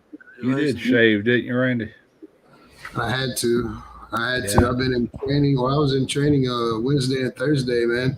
You know what they're gonna do to me, Russ? They're gonna send me into a 85-foot vessel with 100% nitrogen purge. Yeah, Wow. so Andy, what the hell are you training for? well, I guess I'm trying not to die. No, You gonna be breathing oxygen or fresh air? They had to train me on to wear this special hood. Yeah, it's a special hood that you put on to go in there. So, you got a primary and a secondary and an egress and then an emergency line, and they had to. It's been hectic, man. I don't know how I'm gonna deal with it, but Yeah. I did all right. I like putting the hood on and everything was all right, but so in the simulator there's 4 levels. And I did everything. They starved me. They cut my oxygen off. I went to my egress. I grabbed my line. Everything was good while I was in the bottom of the vessel. And they were like, "You're doing good. Come on back out." When I got to that 4th ladder, bro, like I was losing my breath. I mean, shit, I'm a smoker. You know what I mean? I'm not used to, having. And it felt like that hood wasn't giving me the oxygen that I would normally breathe, man. I can see where people panic, but they locked that fucking hood on you. You got locks on it, and only one guy has ability to get it off. So I started seeing stars. My ears started ringing. I was like, man, Dang. had to slowly count to 10, like, because when you're in that nitrogen, man, if you panic and take that hood off, you're dead. So they Hey, locked that Randy, hood. you know what this reminds me of? Yep. You remember that show Armageddon? Yeah. All them crazy son of bitches trying to go save the world from asteroids. Oh yeah, Bruce Willis. Yeah. Yeah, What's up, Jason? I love that movie. Yeah, What's up, guys? That's what this reminds me of about you talking about this. Thank you, Randy. Much appreciated, brother. Yeah, no problem, bro. Yeah, that's, like I said, it's scary. I know Chrissy's not happy about it, but Yeah, that's why I was asking all the question about. I mean, when I was younger, I get wrapped up in chasing that dollar, and I heard what you're talking about doing. I was getting ready to say something. And I said, you know what? And Daniel kept saying, there's a lot of security. They know what they're doing and all this stuff. I said, you know what, Lance, just keep your opinion to yourself. You know what you're doing. You're a grown man. yeah, I mean, like I said, the safety's there. There's Eric. It's up to you. Judge, no, it's not in Reno. It's in Utah. I think in Salt Lake City. So I'll probably be either, if all the logistics are taken care of, I'll probably be heading out on the 9th. Yeah, I don't know. Supposedly I'm not supposed to be inside the vessel for more than just a couple hours, but like I said, I mean, with nitrogen, it's different than suffocating out of, lack of oxygen. If you breathe in nitrogen, it's case closed. You don't They can't revive you, you know. Yes, and that inert gas, just like It's argon or inert, anything yeah. else. So I'll Yeah. be in a 100% inert gas environment, you know. Well, let me ask you this: why can't they push all that purge out of there and just have regular air and ventilation? Because of the the flame back catalyst, oxygen from the welding. no, the catalyst that's in there, if it's exposed to oxygen, it'll start to ignite. Say Yeah, it so again. it's No, the catalyst that's inside Wow. the catalyst that's inside the unit. If it's exposed to oxygen, it'll start to ignite. Oh, okay. Well, that Yeah, answers so they it. have to purge it. They have to purge it with nitrogen to get it. You know. Okay. Well, I mean, we purge as a welder. We purge just for the welding application, you know. But I would, and you're just inspecting. I couldn't understand why they couldn't just pump fresh air in there and be done with it, you know. But now yeah, I know. no, yeah, there's catalyst trays in there. So I'll climb down 4 levels of catalyst trays, but the catalyst is like I forget the compound of it, but if it'll react to CO2 and it'll react to oxygen. So, you know, they have to purge it constantly with nitrogen. They have big nitrogen trucks sitting outside of it purging it because if oxygen hits it, it starts to heat up and it'll actually ignite. If anything's over 4% oxygen in there, it'll ignite. Damn. Yeah, Chevron's got some stuff like that, and if it hits the atmosphere, it ignites. You know. Yeah, I'll be in there. I'll be I think it's the 85 foot. I'll be in the bottom. So Oh Yeah. shit. They better pay top dollar, Randy. Randy, seriously, man. Be careful it's with not that gonna shit. be cheap. It's not gonna be cheap to send me in there. I promise you that. I better not. Shit. It's going to be at Seriously, man. least. Be careful with It's that going. shit. It's going to cost. It's going to cost them at least 50 cents in a Snickers bar. You know. yeah, yeah. I tell you what, something I learned a long time ago, Randy. It's sometimes better to say no. Yeah, well, that's why I was getting ready to say the other night. I said, man, when I was younger, it was all about chasing that dollar. But I asked a bunch of questions in the chat the other night, and he seemed pretty confident about it. So I just said, you know what? I'm just going to keep my 2 cents to myself. Christy was in there, and she said she's been asking a bunch of questions. I mean, it's all out of concern, but, you know, you're a grown man. You know what's right and wrong. You've been more in that oil field than I ever have, so.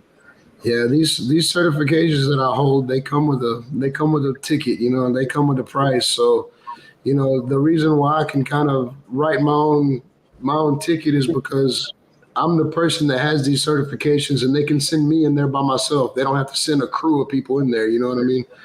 Yeah. I can take care of everything me by myself. So, you know. So Out there at the shipyard, one of our policies that we had, safety policies, was never does one person go into a confined space, and had to be at least 2. But, yeah, there's a lot of safety involved in this shit, Russ. Put it that way. or as Eric says, a confident space. yeah. Yeah. Eric changed his logo. I haven't seen that logo before. Did y'all see Google's comment about his dad flew over that Armageddon? Yeah. Oh yeah. Pretty damn cool. Look, I'm not supposed to show y'all this, but I'm gonna show y'all anyway. Don't get in trouble over it, Randy. Nah, I'm not gonna get in trouble. You can't see that good on this, but look, that's me wearing my $30,000 helmet. Dude, Wow. man, Armageddon, seriously. This is like the script. That's badass, bro. yeah. We Yeah, had all Trey- them painters. So the tank is feeding that What's up, helmet? Daddy Dutch? What's up, Kent? He's probably got a hose that he's So dragging. I actually have 4 systems. I have a primary and secondary oxygen line. Then I have an egress bottle that's got 5 minutes of oxygen in it. And then no more than an arm reach away from me, I have a bright yellow line with a light on it. They call it an EEL line, an EEL line. That's an emergency evacuation line. So if anything happens, I can switch to my egress line, grab my EEL line and plug that in, and I got constant supply of oxygen. You know, but the reason why they lock that helmet on is for if you panic. I mean, if you panic and take that hood off, you're dead. There's no way to get out of there. Right. So, you know, in the grand scheme of things, is they would rather you suffocate and pull you out, because for lack of oxygen, they can bring you back in 10 minutes. You can go Right. 10 minutes without oxygen. They can bring you back. Whenever you breathe in nitrogen, 45 seconds, you're dead. Randy, are they training you in a panic situation, or are they Yeah, training you just in a test situation? They starved me. As soon as I got in there, they were like, you know, they promised me they were going to suffocate me at one point. And as soon as they cut my line, man, I breathed in. And I could feel that hood suck onto my face. I knew I was without oxygen. It was scary as shit, man. But you know, like I said, we went through the training so much. We went through 8 hours of training before we ever got to put the hood on. Oh, yeah. All right, so one thing he's talking about here is pretty much is equivalent to diving training. It's You start exactly what diving I'm training. Yeah. I was So just you start thinking that. diving training, you start going down there. So if you're certified to go to 25 feet, that's one level of training. If you start Right. certified to go to the 50 foot, you're another level of training. You start going to 100 feet, another level of training. So what he's talking about doing is certified welding underneath diving situations. So when you start getting certified for that level, that is stupid insane, because your oxygen pressures increase and the oxygen level makes welds changes. And so you start getting certified for that level of depthness. It's just a lot more technical situation to it. Yeah, So, it's man, hats off to you, man. My Well, I ass ain't took- getting that shit. When I took my open water diving certification way back in the 70s, that instructor, he would sneak up behind you and turn your air valve off to where you couldn't suck any air. So we were trained. You never go diving without a partner. So you got to look Right. at your partner and like, I'm out of air, and then you have to use the buddy system till you ascend up. And other times he would come up and pull your mask off your face and then hand it to you. Well, it's full of water. You put it on, then you got to clear the air out or clear the water out, you know, by kicking your head back and blowing out of your nose. It was all kind of situation. It kind of freak you out when you wasn't expecting it, you know. Well, see, I have two independent systems in this hood. So I have a primary and a secondary. So if the primary fails, I can switch to the secondary. You know, like it'll automatically switch. And don't get me wrong, you got heart monitors on and everything. I mean, they're testing your everything. Yeah. So you know, it's like, you know, moonshine. That's for Lance. Randy, you're doing some fun shit You there, better brother. ship it over there. Stop playing games, Jason. Lance, Like down I by the said, We need river, some man. too. We I just mean- want to hear the stories of down by the river. That's what I do Lance. similar stuff that Randy does, but not the welding end of it. So What's up, Eric? I know exactly what he's going through. Well, he's Nick got it. or Randy. He's doing an inspector, and he don't weld. He is an inspector. Yeah. I do the cleaning end of what Randy does. I clean the tanks before he goes and inspects them. I used to, at least. Well, I Yeah. used to be the one to make all the welds, and then somebody like Randy would have to come in there and check it out. That's Yeah, why Randy gets paid the big bucks. They'll dangle a camera by me, and then I'll just, after I do my inspection, I'll just shine a camera on everything and be like, y'all guys see this? Because everything's 100% recorded, you know? Yeah. Thank you, brother George. Much appreciated, bro. I've been trying to send them since we started, but there's no Wi-Fi. Let me grab a beer. It went through, man. Cheers, George. I had to hop in. I was coming down here to do some editing, and I was listening to Randy on my phone. Like, I've got to pop in here. Did you get a new logo, Eric? I've had that logo for a long time. Hang Oh, on a really? minute. Yeah. It rotates sometimes. It might pop Okay. between my old original one and then this one. Yeah, that's the one I remember, I guess, It mostly. was like the other one you probably saw was more blue. Bryce yeah, I is had a supposed to be in here later on. On the rocks, too. That tastes good. I'll be popping back in. I got a meeting at 6:30 to jump in on, but Appreciate I it. guess I my wife's gotta in Florida. I got to Everybody finish up my see- manholes logo tonight. Everybody see her? Everybody make sure y'all tomorrow tell her happy birthday. Oh, happy birthday, Christy. Happy birthday.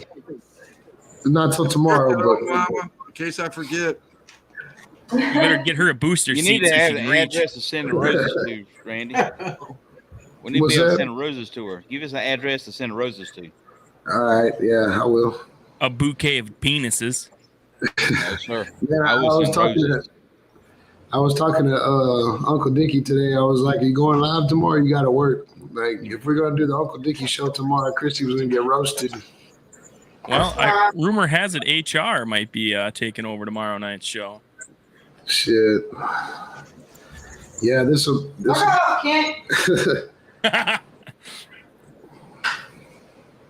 He was on here earlier, wasn't he? Yeah, he's in the background. I see him. He's still right there. He must still have the Houston Livestock Rodeo sober stakes. What they call it? Hangover? Yes, sir. I did quit. That was a pain in the ass.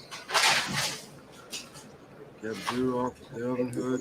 Yeah. That blue film, that shit was on that oven hood vent, dude. I sat over there with a razor blade and a toothpick today trying to pick all that shit off, man. It was a pain in the ass. That stuff is a pain in the butt.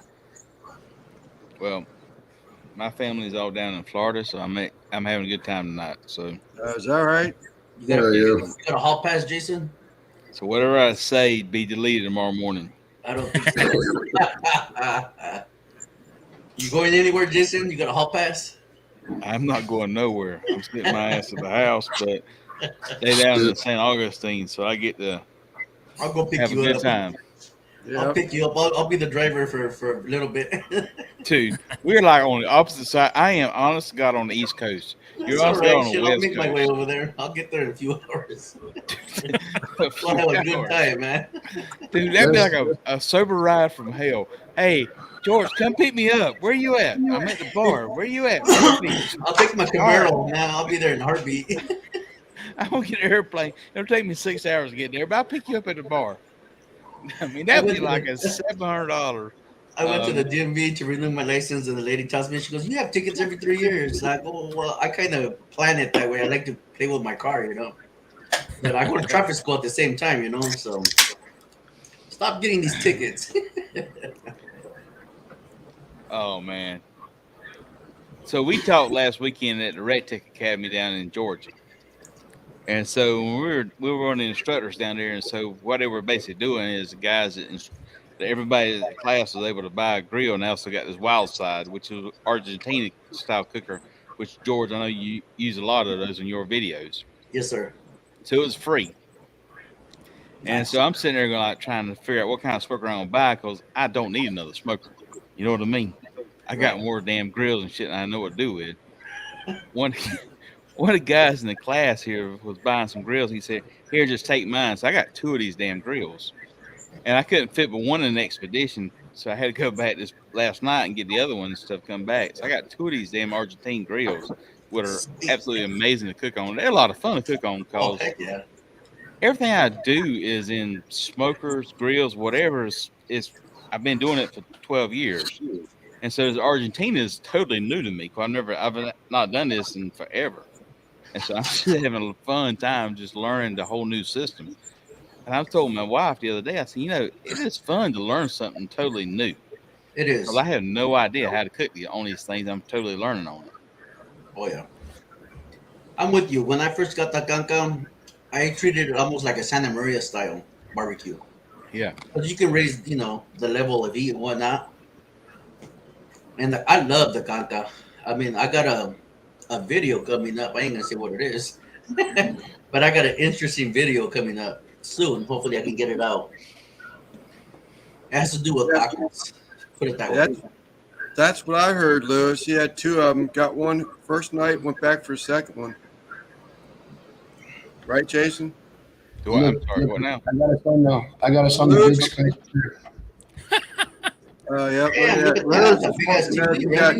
Got 2 of them Wild grills. Yeah, I got 2 of them. So I picked up one the first night I was there. And so I got that one. And then I went last night down back to Georgia with my dad, and we picked up another one last night. And trying to work on a 3rd one. But Trump he already said he's gonna give me one. I mean, those some bitches are amazing, man. Yeah. What is it now? It's just like a Santa Maria, isn't it? Just like a Santa Maria? So it's an all stainless steel built Santa Maria. It's everything stainless steel. It's got the rack in it that raises up and down for the elevation. It's got rotisserie on it, and all the racks and everything in it is stainless steel. It's completely stainless steel grill. Sweet. So, I mean, it is seriously a badass grill. Okay, I have a question. With the stainless steel, can you season it like if it was a Blackstone or no? Or Yeah. cast iron? No, it has to be clean all the time, right? It's got the stainless steel grates like a grill, like a Weber kettle grill. It doesn't have the flat stone like you would for Blackstone or Weber kettle. I mean, the new Rectech, the new Traeger flat top. So you can't season like you would a black steel. It's all stainless steel. Yeah, I have a plancha for my taco cart or my taco business, and I always wondered if I can season it, you know. But I gotta every time I cook on it, it turns dark, it turns black, but not. But I gotta clean it because that's just residue. Is it stainless steel? It's stainless steel. It turns flat black. top, anyways. What's that? All right, so Like in the restaurants, Waffle House and Huddle House and all those restaurants, all of their flat stones are stainless steel. Yeah, let me show you So a by picture. DHEC code, every night they have to clean those completely. And I gotta do the Because they are same every stainless time steel. I do my taco Does a business. magnet stick to it, George? I will give it a try. I'm not 100% sure, but this is a quick picture. It's a flat top. You see the flat top right there? Yeah. And I gotta clean that sucker every time I do a party back to a mirror finish. Yeah, it's So stainless. my question was, can I season that? Therefore, I don't have to clean it all the time. Yeah, What stick a Randy's magnet. saying is, excuse me, Randy, go ahead. Go ahead. No, I was just saying, stick a magnet to it. If it is a high chrome stainless, not like a 316 stainless, like a 304 or 308. Right. Randy, it weighs about. What's up, Joe? What's up, Joe? It weighs a good 200-300 pounds, man. That what's shit's up? heavy to play it itself. So what Randy's saying is, if you do all the commercial flat top stove you got is all Right. stainless steel.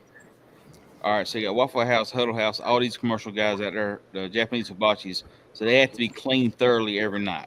Every The night, Blackstone is not a commercial grade stainless steel. It's actually a black iron steel. Yeah. For those Carbon. you can season. That's kind of it's like cast iron. So all those can be seasoned and stuff. You can basically leave the residue on going forward, but you cannot do that on a commercial grade system. Okay. And that's what they're saying when you start doing those. Jackie is there this weekend.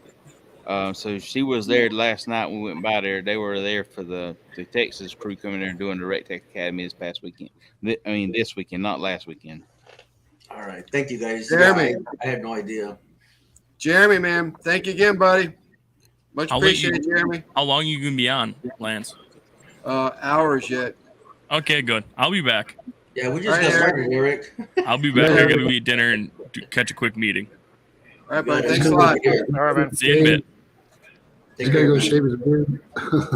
Yeah. I had a comment when I used that Pits and Spits stainless steel griddle they sent me. And somebody said, you're not going to season that first? I'm like, it's stainless steel. I don't need to season it. Right. Yeah. Yeah. Yeah. When I cook on my taco parties or whatever, all I do is put oil and then just clean the surface. Get the surface, nice and oily before. Because if I drop meat or whatever, it'll stick to it. My pizza oven, that whole front end is like 304 stainless. Yeah. The stainless up inside there that gets hot, that is what is it? I don't forgot, 641, or it really is like it resists heat. I reckon, for lack of better words, Right. Almost like Inconel or something. But at any rate, just the heat from where all that heat comes up out of that flue on the front of it will start discoloring a little bit. Oh yeah. Same here. It does. So what I've done is I bought some of that Barkeeper's Friend, but I bought the soft scrub, the liquid stuff, and you sit there and just work that in and come back over with a wet rag. It'll get it off there. It'll look like brushed stainless all over again. Yeah, I have this method that I use. First I scrape all the gunk off. Yeah. Then I go in there and do a degreaser. Then I go over there with a vinegar, and then I do oil just to keep it nice and fresh. Because if not, Yeah. there's rust that builds up real quick. Yeah. Yeah, you Oh, see all the stainless steel prep tables that I have behind me. They're all 3/16 flat top, and then like the vent hood behind me, it's like I don't know, like 308 or something. It's magnetic, but I thought that this was going to be a good idea to make an all stainless steel kitchen until I realized that every fucking thing you touch leaves fingerprints. So Yeah. Yeah, and stainless scratches bad. Stainless scratch bad too. Just sliding I stuff. haven't had a problem. I haven't had a problem with scratching yet, man. But I know that every time I touch it, man, it leaves a fingerprint. And we got Yeah, kids over here, so they're like, "Hey, we were hungry. We're hungry. Stop touching my countertops." I can wipe all that stuff down right before a video, and a lot of times before I can even get back to it, it's already got dust on it, and just just whatever. It's like, God, stainless is a pain in the butt, but it's good stuff. What's up, Joe? Not much. How are you guys doing? All right. Joe, where you at, bro? You in your car or what? What? No, I just got home and I hid in the basement because there's just utter chaos going on upstairs with all the kids and all that stuff. You're lucky you got a basement. Joe, Yeah. you need this. That's what you need, Joe. What you got there? Some peach That smoothie. shine? Joe, me, I'm you, drinking Joe, we're whiskey gonna go right pick now. up Jason and Randy and all of us. Are you We're gonna doing go whiskey? party. Yeah. What, George? So That's it. Me and Joe, Randy and Russ and Lance are gonna go pick you up to go party. We got a hall pass today. Dude, this is Myrtle Beach. I guarantee you we can find something to get into. Oh, I bet. I've been to Myrtle Beach. It's been a long time, but I've been there. Yeah, I've been to Myrtle Beach too. Here's a deal. everybody's got to have better weather than I am having right now. That's for damn sure. I was working in Georgetown, South Carolina, but we was staying in Myrtle Beach. What the hell are you doing, Georgetown? Steel mill? No, we worked at a international paper mill there one time with Daniels back before it was Flora Daniels. It was just Daniels Construction, and it was a construction job. It was a dangerous one too, man. They had chlorine gas leaks daily, and I think they estimated 20 people would die on it. This is back in the 80s, years ago. But yeah, I wasn't there long. I was there Daniels about a out month. of Greenville, South Carolina, Spartanburg, South Carolina. That's who I was working for now. Like down here, like Chevron has who they call Flora Daniels. It's two companies merged into one or whatever. But Yeah, it's all Flora Corporation. yeah, They got more than just two. but when I worked for them, it was just Daniels. I was a PF/PW. I had to fit and weld. So when I was in college, I was an intern for Flora Daniels. yeah, Which was 97. okay. I was an intern for them as an engineer for Flora Daniels, doing all their scientific situations for welding and all that crap. Yeah. Yeah, I worked before they made that merge or whatever. This is probably, God, what year was this? It was in like the mid 80s, I reckon, something like that. Prior to Hugo? Huh? If you were in Georgetown, were you prior to Hugo or after Hugo hurricane? Probably prior to. Because Hugo come through there, they messed up IP, which International Paper was down there. They messed the whole factory up. And they go and change everything to bring up new code because of the damage that happened because of the hurricane. I was out here at Chevron with Brown and Root. They had that big expansion going on and eventually got finished and it was winding down. I eventually got laid off, and that was the next job I took, was that one out in the South. And what was funny, there was people all over the hood of their car just kind of loitering around waiting to get their name Looking called like or whatever. Steam train over there. And we drove all night to get there. We found the place we needed to be the next morning, and we walked in, and them guys laying on their hoods, they're like, you're wasting your time. You ain't getting no job here. We walked in, and the guy behind the office, he's like, you must be the boys from Mississippi. They would hire us, but they wouldn't hire the guys right there local. It's kind of funny. That's that golden arm. That's that golden arm, Russ. They knew what they were getting into. So we went and tested, and I went to work out there for a little while. I didn't stay long. I didn't like it. Just didn't care. I got approached by Brown and Root when I just finished this Exxon turnaround. They were like, "Hey, send us a resume." I was like, man, I don't Yeah. know. I mean, turnarounds are something that I do, but I don't know if I want to work turnarounds forever. You know what I mean? Yeah. Oh well, So that's all Hell on Joe, yeah. my what pad. whiskey you drinking?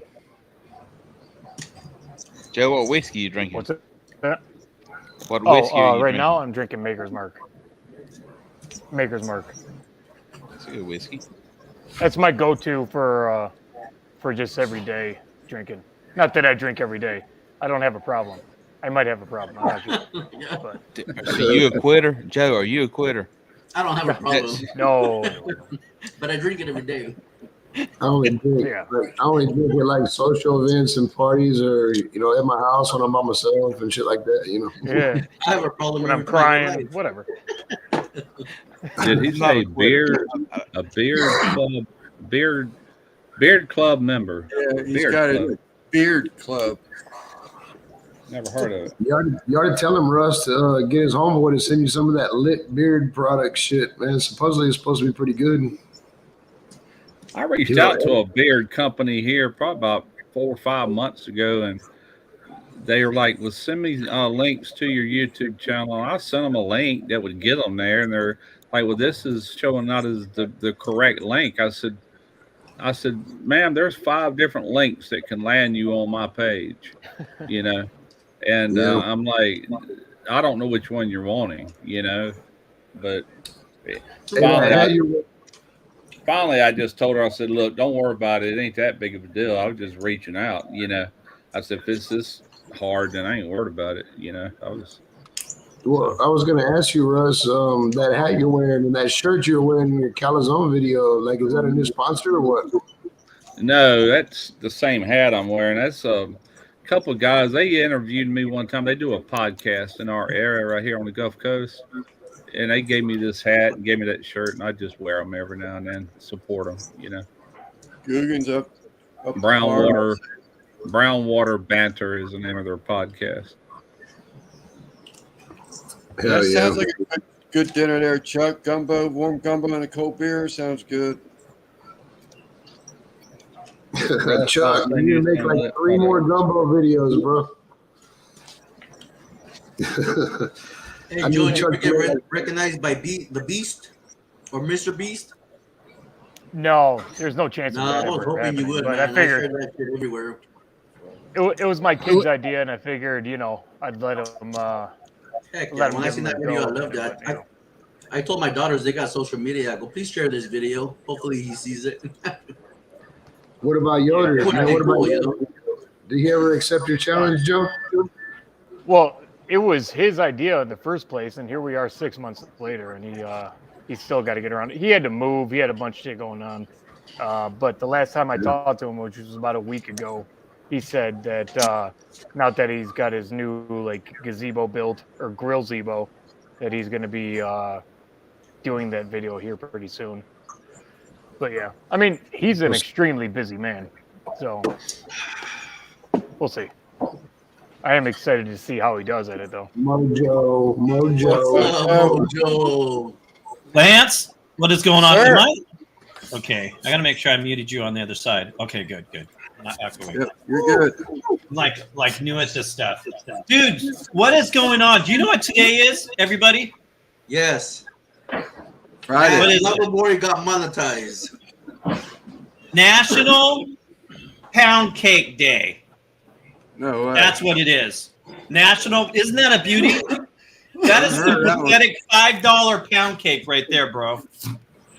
Y'all look at my. I'd rather have it be I'll pound the beer National today. Pound Day, but Yeah, don't fuck with pound I'll cake. some beer with you. It's So- National Moonshine Day. Pound sauce day. I was going to do something before I popped up here because it's pretty awesome. And I know what you were going to say. And I'll do this, and I'm going to click here. Gotta go to my. Hey, Lance, tell us some more moonshine stories. There we go. Tell us some more Ooh, that's moonshine right, stories, big Lance. dog. Moonshine stories. Yeah, I mean, last one I heard he has was one about down by the him and river. his band or his truck. Yeah, I know. Down by the river with his friend's girlfriend or something like that. Is that what it was? Yeah, those are good old days. They might be listening. We'll hear about it in a bit. I didn't hear the story, Lance. Come on. I didn't hear the story. Thank you, Mojo. Thank you, You're the buddy. man, Mojo. You're the man. I'm waiting for the story, the moonshine story. I am Let's too. hear it, Loverboy. That's a great story, Come on, man. Lance. Tell us the story. It was a You're the bad man, night. Lover. It was a bad night. All I know is I remember Like a waking damn up good in a night to camper. me. All I remember is waking up with a camper with my pants around my ankles. I couldn't tell you how it happened. Oh, no, what? TMI. Moonshine. So I have a story on moonshine. I went up to I don't know if you want to hear it or not. It's not. Yes, we do. We always talking about moonshine stories. It's up in Alabama. I was at my brother's house, and I'm West Coast, right? We don't have moonshine, the real stuff. And so they had moonshine. They had some cherry and some other kind. And I'm drinking, and then I'm like, this moonshine is like Kool-Aid. This stuff tastes really good. Oh no! All night long, hugging the porcelain god. I grabbed my contacts out of my eyeballs, threw them, crawled out front on the porch, pretty much passed out, sick all night. But I woke up and made breakfast still. That was anticlimactic, Mojo. I need you to wake up with your pants off and your contacts back in your eyes. That would be awesome. Yeah, I mean, there's so much information left out of that story. You got to retell the story with more information behind it. Because this is like, I got You're holding drunk back, and then I woke Mojo. up in the morning. Loud. Yeah. You're holding back, bro. Say the truth. I mean, dude, seriously, how did you get drunk? Daddy Dad. What's up, Hold on. gentlemen? Can't, I know you're going to talk a lot, so hold on a minute. We got to hear Mojo's story about how he actually got drunk. A lot of alcohol, man. It was I know, bad. but seriously, come on, man. You got to tell us the whole story behind how you got drunk and actually woke up next morning and made breakfast. I mean, was there a lot of hot girls with you or just a bunch of guys or what? You know, yeah, it's like I said, it's not like Lance's, man. Okay, so we flew in from I don't know, Vegas, I guess. I don't know. After seeing a lot of hot chicks. All right, And- so let me time out, man. So the story goes like this. Dude, We you started got the me party in stumbling over a Vegas. story. That's not normal for me. So, Go Mojo's ahead. story is this. We started drinking in Las Vegas. We got bored of the story in Las Vegas, so we decided to fly to Alabama.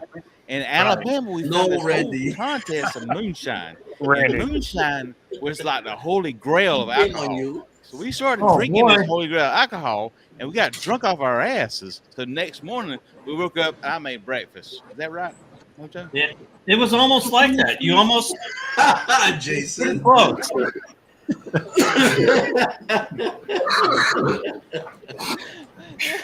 Way better than the contact story I thought of. That was good, man. Where'd he can't go? Kent, I'm sorry, man. Come back, please. He By the way, probably- everybody, I'm Yeah. drinking right now tonight. So Kim, I am he not. picked And the trophy before he came on. He was like, "Fuck, the trophy wasn't polished enough. I'll be right back." He went to go polish that motherfucker before he came back. I know. What happened to Daddy Dutch, man? He came out real quick and he jumped off. Oh, man. Yeah, there he is. Oh, great story. Great story. Sorry. I didn't mean to cut you off totally, So- which I did. What is everybody else drinking? Yeah, already some more. Oh, that monkey Howard looks crazy right there, bro. All right. I never heard that Am I one. drinking? I'm already rocking the Modelo all day long. Got too many people in here. I can't man the rows. Yeah. You got yourself a party. Oh, we got a big party here.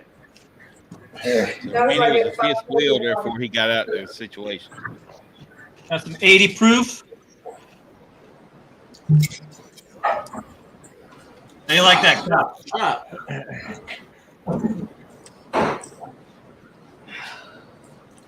Everybody getting an early start to their Friday night. A little bit more. Perfect. Mojo. Hey, in just a little bit here, I'll tell you my story again. We will. We can hear the truth now. I'll shut up this time so you can tell the whole story, so I don't interfere with this situation. Oh, happy Friday, you guys! Cheers, man. Cheers, man. Happy Friday. Cheers. Cheers. Oh, Cheers. excuse Lance with his baby beers. Is that Coca-Cola, Lance? Get a little gummy action going on. Soon he'll buy some big ones. Pretty All right, soon. so Lance, next question. They sell those little things you put over top of drinks, make it like a fake drink. Is this actually a fake Budweiser or a true Budweiser? But that's true Budweiser. They make Southern Maryland consume 10-ounce All right. Budweisers. Stop. Think about what you're saying and say it correctly.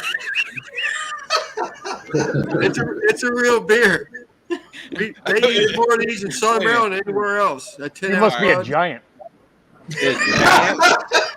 It's a real beer. You're saying You must be a giant. It's a Isn't real that beer. cute? It's not a fake beer. It's a That's real beer. hilarious. That's kind of set on the airplane. Number one, you must be a giant. I agree with Russ here.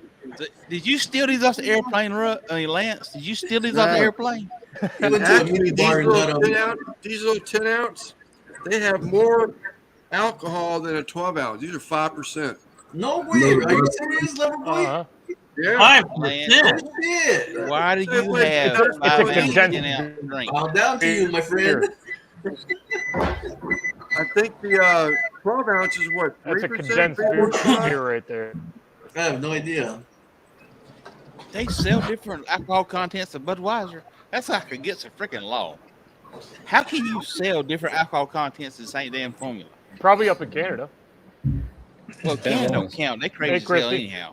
Depends on the state. When I was in Virginia, I used to buy them. What do they call them? Moco Loco something. Okay, you're other. absolutely Oh, right. the Mocha Locos? Yeah. Yeah, I used to buy them. Man, they were like, man, they were way up there compared to here. Come back down here, they're like 4.5% alcohol. I quit drinking. Isn't it like malt alcohol, Russ?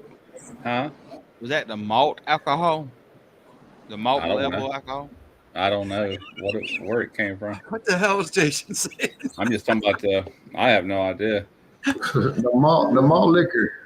The malt liquor. No, it ain't malt liquor. It's somebody said the name of it. What is it called? Loco. something. Local. I know what you're talking about. They're like Yeah, 24 ounces, and Drunken chef one of them just will be get you right on. halfway there. This Thank is you, a Jeff. conversation he needs to be involved in. I want to say they were like 8.5, 9% alcohol until I got back down here. And Hey, let me tell you the best beer I ever had in my life, as far as just the total beer, is Ice House and Draft.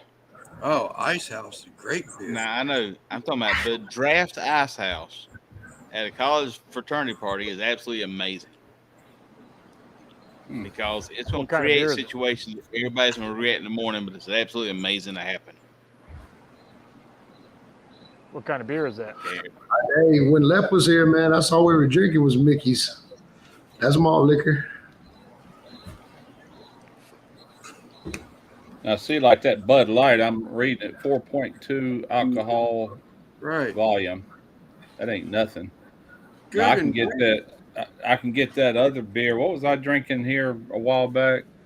They got a extra. This 6.5 APV. Ice House is higher than it's up there.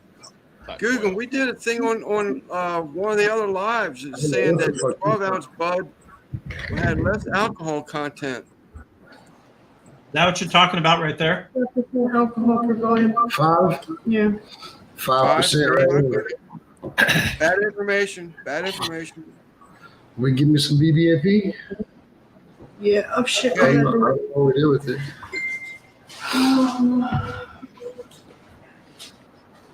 I'll catch up Yeah. to it, Simon. Dutch. I keep looking for you, Dutch, but I don't see you coming back up on the live. Oh, is he trying to come back up here? He was up there for a split brief second, and then he's gone again. Look, I I'll got raise your this. hand and join. You gotta If you ain't- really look for him. 10. If you ain't putting this in your beard, then 10. you're missing out, bro. You're missing out big time. Hi, Bubba. This is my boy You're putting- Daniel's. That's the That is- paid You're version, putting Joe. spice rub in your Yeah. beer? That's it, Yeah. man. That's the ticket right there. Yeah. Ooh, beer with gator shake. We Yeah, have a shit. few. That- We have a few breweries right here in Mississippi, and they had that law change a few years ago. I remember it. Now the most alcohol content you can have in Mississippi is 8%. That's the top. Now Alabama, right next door, you can have up to 13.9%. But at one time, our alcohol was very low, and so even though it might be the same brand, if they had to can it from Mississippi with the Mississippi information on the can, it had to be a certain alcohol, but it's probably 5 now here too, because we can have up to 8%. Yeah. Hey, let me ask y'all, Joe, Jason, Mojo, do y'all fuck with Uncle Steve at all? Yeah, Uncle we Steve. I haven't got any of it yet. This stuff? There it is. Yeah. I got lots of it down I here. haven't got any yet. He What sent about, me a box full of that stuff one time, but I was under contract with PSCs. Hey, look at this. Look at when this. he did it, and I told him I was. I said I ain't gonna be able to do videos with it because I'm under contract, so I never did. But it was good stuff. What about fire cups? Do y'all rock fire cups? I've never seen a fire cup other than videos. Hey, you guys got some of this? Man, we I get know you you. probably don't have any of this left. Yeah, we I do. Yeah. Yeah? Nice. We do. I don't Good really guy need right any there. though. Randy, I'm in contract with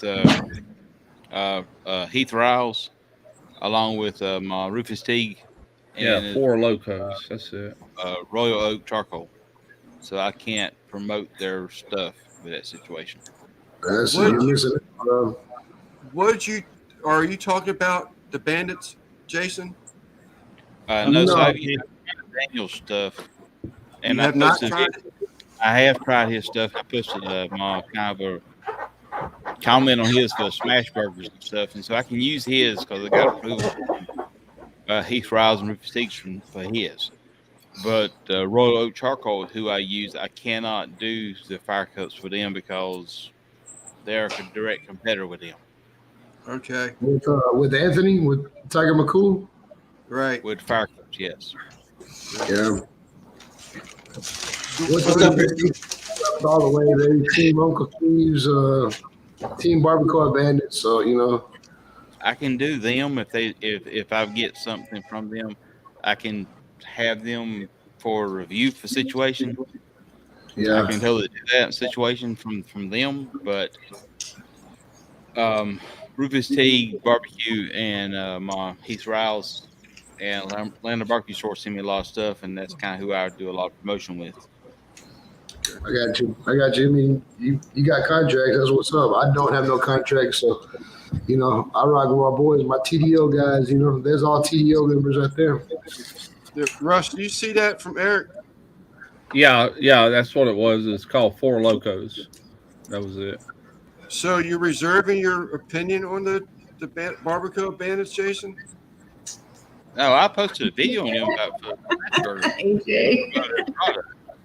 I mean, I posted up stuff on that for Daniel's products, and it got, God, I don't know, 15,000 views on stuff on Instagram. Okay. I mean, I put the damn good, and Royal Oak Charcoal promoted his video with his product on it. Really? So What about you, Joe? Hey, Joe, are you familiar with these products? Daniel at? What's up? You familiar with the shakes? No, No, I the fire haven't cup. got any of those Steves yet. I'm gonna make sure you get a sample pack at least, man. Yeah. No, Yeah, that's we our haven't got it. Sure, we Anthony. can. No. Yeah, I can send you some of mine. As a matter of fact, if Anthony don't, but you never go back to tumbleweeds All right. or wax cubes or anything ever again, man. I know you like your torches, but I generally, Andy, I'm on. yeah, Yeah, I was gonna say my pits generally, and make spits my own. is fired by gas. The new smoker I got coming is gonna be fired by gas. The offset's the only thing that we start with charcoal, you know. But man, what I do most of the time, I'll take some spray oil, I'll spray a paper towel with it, fold it, and roll it up like a tight cigarette. You know what I'm saying? I'll light that, throw it in there. It works just as good as any Over there rolling a tumbleweed out joint. there. Yeah. Or AJ you can buy a whole bag of cotton balls and dip them in Vaseline, light them puppies up. They burn a long time That's too. what Exceptionary Johnny told me the other day. Joe, you see this? Christy asking about the newborn. Oh, doing good. Getting really fat, and yeah, Aw. everything's going along smoothly. I'll Sleeping through the I'll send you a picture on Facebook. deal. All right. I guess we you plan scared. on doing any more live cooks? Joe? Those are the What's best. that? I love his last work. Are you planning on doing any more live cooks? I want to go because I haven't edited a video this week, so I was thinking actually just doing a live stream this Sunday. I don't know what time I'm gonna do it, maybe around 6 or so. But yeah, I need to get something on YouTube, so I might Yeah, do man, one me on too. Sunday, just kick it for a little bit. And Out of I don't know if any of you guys want to join. I don't know. I've never done a live stream where I invited other people, so I got to figure all that out. What's up, Dutch? But yeah, We'll be there. Oh, he's in a tank top. It must be like Just a sleeveless shirt I put on when I got home from work. It's no big deal. That's so sexy. Hey, Joe, question for you What's real up? quick here. So here's what I got a question for you is kind of you talking about doing these live cooks and stuff here. How about all of us agree to let's come over at a certain time and let's plan this out a month in advance and let's do a live cook off together. Let's do a live I can do that. cook. Let's all of us do a pork chop. Just go everybody can do a damn pork chop. And let's all do a pork chop together for a live cook, everybody together on a pork chop cook off and see who wins. Who's interested? How do you win? Yeah, who's judging? Who get votes, man? You promote the video. So the one with the most The, social media accounts wins. Not necessarily, Lance. I'm game. I'll do it. Hey, you already know. I'll I'm do gonna it. be rocking. The only issue I have is the weather's pretty shit over here right now, so I would have to if we're gonna do an outside cook, I guess we'd have to work around that. But a pork chop doesn't need to be outside. But yeah, since we're all barbecue channels, I kind of assume that we're gonna be. So you're talking like a collab or what? I'm just talking about just a freaking open crazy shit. And Just granted, I'm drinking moonshine. cook off. But I'm just talking about just have an open cook off. Yeah. Everybody can post a video on the same time doing a live stream here. We do a group cook off. Gotcha. And just saying, Pork okay, chop's kind of easy though, isn't it? Yeah. that's what I'm saying. I mean, who can screw up a damn pork chop? I mean, Shit, I know. wife. We already I know a ran lot this of back, people that so- screw up the pork chop. My wife Yeah, was we already one ran of this them. back, so I know what I want on my pork chop is I'm gonna use vodka rub. I'm gonna use Al Lunacy's vodka rub. Ooh, can I do a pork chop too? Yeah, I I'm gotta gonna do a pork chop too. So we're all The whole- going. We got a team of two here. So The whole but I'm key to going- that, I'm going vodka rub. whole key to pork chop is Can we get fancy with the pork chop? 140. Pull that dude off of there, man. You can do whatever you want with the pork chop, dude. I think that's pretty awesome. that's what I'm saying. Look, everybody out here, everybody says, okay, on this date, everybody logs in as far as doing the pork chop. We all do a pork chop live. We can talk as much trash talk we want to the whole process, but we're doing a live grilling pork chop. and turn-in time is at 2 p.m. Central Time. I'm East Coast, so I'm giving 3 p.m. So we're all due on a Sunday because most people off work on a Sunday. Turn-in time is at this time on Sunday, and we doing it, and we all got to find not us cooking, somebody else to taste it and give an honest review. Oh, I'm gonna have to finish somebody off. Wait. So I would cook it, and my wife would taste it, or someone else would taste it other than you. Yeah, somebody other than you would taste it. All Shit, I'll call the neighbor across the street. I'll call him over here to fucking taste it. Yeah, that's what I'm saying. Man. I think that would be sitting here. I'll call my neighbor. I can't read it, Kent. Oh, responding to Jeff, new tumblers from Uncle Steve that we got last week in Houston. Here's my girl. And by the way, if you've never been to the Houston rodeo, get your ass down there. What a party. Holy crap. Yeah. Hey, Lance, Jason, I got a question for you. We'll be here for hours, Joe. We'll be here for a while yet. I gotta go cook. I gotta go cook wife for my dinner. She might kill me.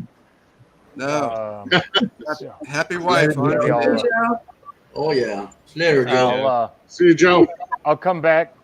I'll come back in a little bit. All right. Please do. Yeah, take it easy, See you man. guys in a little bit. We'll talk more about that pork chop cook, maybe. All right. Bye. Sounds good. All right. What's you got, Kent? All right. Bye. All right, Jason, I know you're with Royal Oak right now. Have you ever tried the Blues Hog lump? So I've taken 2 classes of Blues Hogs barbecue teaching class they had, and I've used that. So Royal Oak is made by the same guys that are selling the same charcoal for U.S. Foods. Yeah. They're selling the same lump charcoal, which is a commodity brand of that. I know Royal Oak charcoal, who they're getting their products from, and the products I'm getting from Royal Oak is different. I think Royal Oak's got the best charcoal out there, or briquettes and lump. They got a new one coming out as far as the ultra size, and then they got the charcoal pellets. Right. Second, I would say would be B&B charcoal, because I think B&B charcoal's got really good products out of Texas. That's what I predominantly run. B&B charcoal. B&B charcoal is my number 2 pick for that.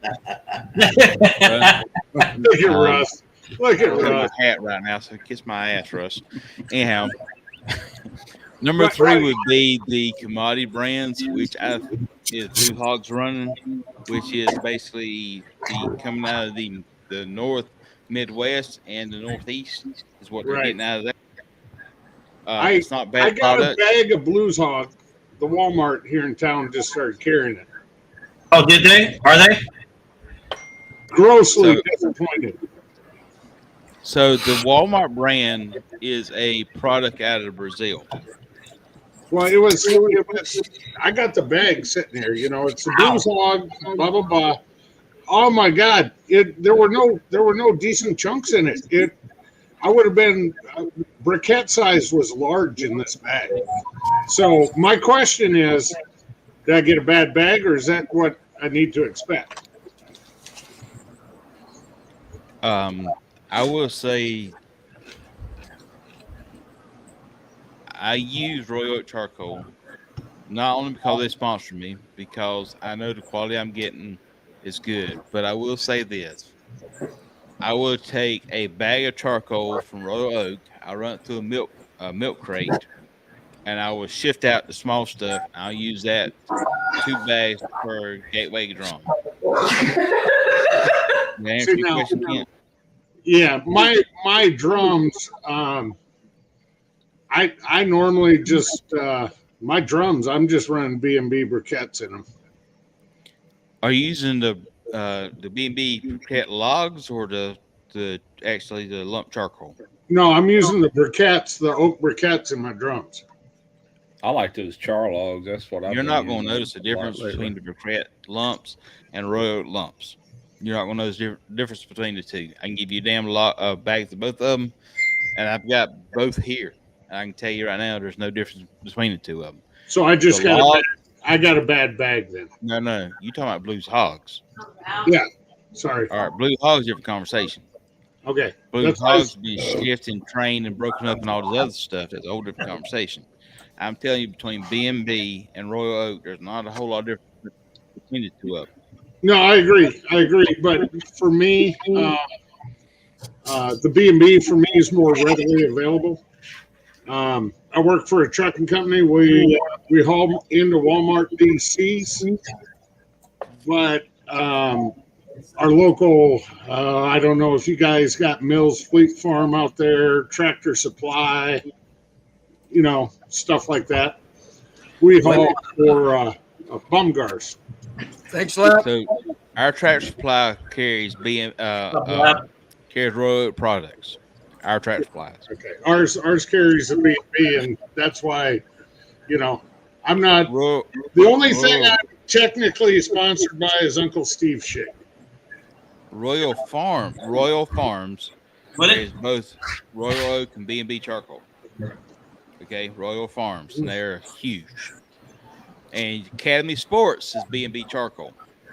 Correct. Okay, Walmart is Royal Oak charcoal, and it's also going to be Cowboy. B&B in certain parts of the country, but the majority of them in the Northeast is going to be Blues Hog now. But when you go in the store, it's going to have Blue Hogs and Royal Oak charcoal. Right. So my comment's going to be to anybody out there. Here's what I'm going to tell you. I'm going to tell you first, because I am sponsored by them, is number 1, go to Royal Oak charcoal. Number 2, go to B&B charcoal. Number 3, go to whatever commodity brands out there, and that may be the Walmart brand or maybe B&B charcoal. But the consistency you're going to get from Royal Oak charcoal and B&B charcoal will be so far superior to anybody else out there. It ain't even going to be a question about what you use. I don't know. Fogo, they were pretty doggone consistent with both types. 805. But Fogo's out in Mexico and South America. It don't matter. I mean, it still burns great. I gotta agree with Russ on that. A year and a half ago, when I came back from the Royal, Ryan Newland, he's like, I don't want to haul this Fogo back to Texas. Throw it in your truck. And I came, it was the yellow premium bags. I came home with 10 30-pound bags, I think, of Fogo lump. God, I burned through that shit like I was drinking water. Yeah. Talking about Royal Oak, I used to use it a lot way back in the day, like when I got my first Kamado. And I haven't used it in years, and we needed some probably about 2 months ago. So my wife runs up to Walmart, brings back a big bag of Royal Oak lump. And let me tell you, I don't know what they threw on top of that bag or whatever, but every piece in there wasn't no bigger than that. I mean, it was half the bag. I'm like, holy crap, it was junk, man. Russ, that's what I started off the conversation with Jason with, because that bag of Blues Hog I got. Yeah. I think that thing got used as a soccer ball. It must have been at the bottom of the stack or something to been that crushed because up. It wasn't. I like I said, I was disappointed in it, and I was just wondering if that's what to expect, or if I just got a bad bag, and I'm thinking I got a bad bag. Yeah, I don't use much lump anymore. And really the biggest reason I use even charcoal briquettes are just to get a smoker fired up. I cook on my Weber here a little bit, but it hadn't been in a video in a while. Any kind of kettle grill or any kind of charcoal wood type smoker, even. I'm going to say this. If I'm going to be using lump charcoal for anything, I'm not buying it from Walmart. I'm going to buy it from Home Depot or straight from manufacturer, because I know Walmart, Ace Hardware, all these guys, they ship it to a distribution center. It gets moved around, and then they ship it back to the hardware store, to the store, and then it gets sells out. So it's been moved so many times, it's going to be broken all to pieces. Yeah, that's about what I figured too. It looked like it just been overhandled. It was busted to pieces. But what was that charcoal we bought the other day at a hardware? Sometimes we get in a bind like, crap, we need charcoal. We got to run up there, closest place back. But there's a little hardware store right there by Derek. And what was it? I think it was briquettes. So I'm sorry. It's pellets. It was Bear Mountain. Never mind. It was pellets I needed, and I didn't know what they would have when we got there, but they had Bear Mountain, which I've used that before. So okay, I'm good. We have a lot of Bear Mountain and Lumberjack here. Yeah, which I've never Never used lumberjack. Lumberjack is pretty prominent up there by Ricer, Russ. Yeah, it is. Up It's by Wisconsin. Jeff and Eric up that way. Yeah, And we get it here in I think it's like $12 a bag. yeah. It's all getting expensive anymore, if you ask me. Well, Well, I will say this. Bear Too. Mountain, I think I can get $9.99 a bag, and the others, the Lumberjack's $11.99 a bag. Yeah, It's a lot cheaper than $21.99 a bag for Traeger pellets. yeah. Now, I would say this: if I'm gonna buy pellets tomorrow from anybody out there, and I've tried a lot of them, I will honestly God tell you this here, and I know I use a lot of products and stuff here, but I would honestly God check out and order from Rectex because it doesn't ship to no secondary market. It goes straight from them to you, and I use their products all the time. And I'll tell you right now, it's the best products I found out there. Really? Lance, will you please put Lep's comment about 3-up on the screen? Mario Lepa. For my Blackstone. There you go. What charcoal should Lep get for his Blackstone? Fucking Lep. I mean, if you're using a charcoal for Blackstone, then you're. I mean, you're using Blackstone, not way to design. Because Blackstone I've ever seen is propane. So you know what? He's using it as a big cast iron griddle. That's for sure. Then, so you're saying that there? Did I understand you to say that Walmart? You know what? I won't say that. Or are you saying there's something that ends with Mart? And I'm they hoping that's still. Go ahead. I'm sorry. They have a factory second charcoal. So all your main distributors out there. So you got Walmart, Amazon, and a lot of these guys. Ace Hardware does this. What they do is they ship everything to a distribution center. And so what distribution center says, okay, this hardware store is saying, or this location is saying they need this much of this product. So this product might be sitting in that warehouse for 6 months. Okay. Then they load it in truck and they send it to this hardware store, to Walmart or whatever. And so it's been handled 15 times from point A to point B. Right. So that's what I'm saying by that. When you start ordering from these locations, then it's been beat around and stuff. So a lot of times what you find in Walmart is this stuff been beat all to hell. Yeah, it's been over, not necessarily mishandled, but overhandled. Overhandled, right? It just depends. I bought it there before with no issues, and other times, like I said, that bag she bought it over there in Mobile at that little Walmart and come back with it. Thought it was all right until we started pouring it into the chimney. Man, half of it was falling out of the chimney. I said, "Good God, this is crap right here." Oh yeah. I've been trying to find that. I won a contest with that cowboy. Wait a minute. Time out. Go ahead. Back up a minute here. You won a contest. You got to explain the contest you won.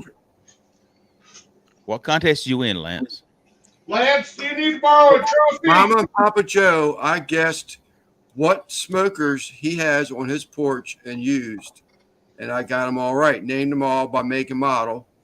And I won Cowboy. I won a bag of Cowboy Lump, a Cowboy briquettes that are natural onion garlic flavor. Them briquettes are the bomb. And that's because that's a Walmart item. You were saying something earlier about Walmart. And but I'm sort of kind of curious, or is Walmart getting away from that Cowboy stuff? So Walmart's not carrying Cowboy no more. Not in my area. They do it in mine. They do it in mine. It's the only place Walmart. Upper Midwest, they carry Cowboy Lump. So what's the other hardware store in your part of the country? Menards. Kent, is it Menards? I got Menards, I got Lowe's, I got Ace Hardware, I got All right, so what you're gonna find out in that area is you're gonna have 3 different companies, and all 3 of them carry different products. So if he's got Menards in there, Menards might carry Royal Oak, Lowe's will carry this product, and Home Depot carry this product, and Walmart's carry another product. Correct, Kent?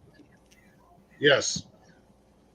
So it varies where the country you go and cook at, where part of the country you are. If you're in this part of the country, this is what's gonna happen. Like when Kent's part area of the country, he'd probably go to Walmart and get Prairie Fresh, Yep. pork and ribs. Yep. In my area, Walmart carries Smithfield products, which I absolutely suck and I hate with passion in my bones. But that's what them carry in pork. So that's kind of the situation it is. Every part of the country can be a little bit different with Walmart. Lowe's, Home Depot, Menards, a little bit different than that. They don't carry across the whole country whatever brand that is. They're not going to change brands because of region or whatever. And that's what I've found. Now, Kent may tell me I'm wrong, and if I don't live up in part of the country, so I may be wrong.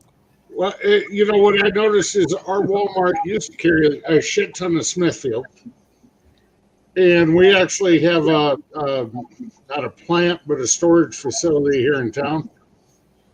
I can get my hands on all the Smithfield racks I want. As a, I'm just going to leave it at that. All right, but- where you at, and where do you live at? I'm in Iowa, Jason.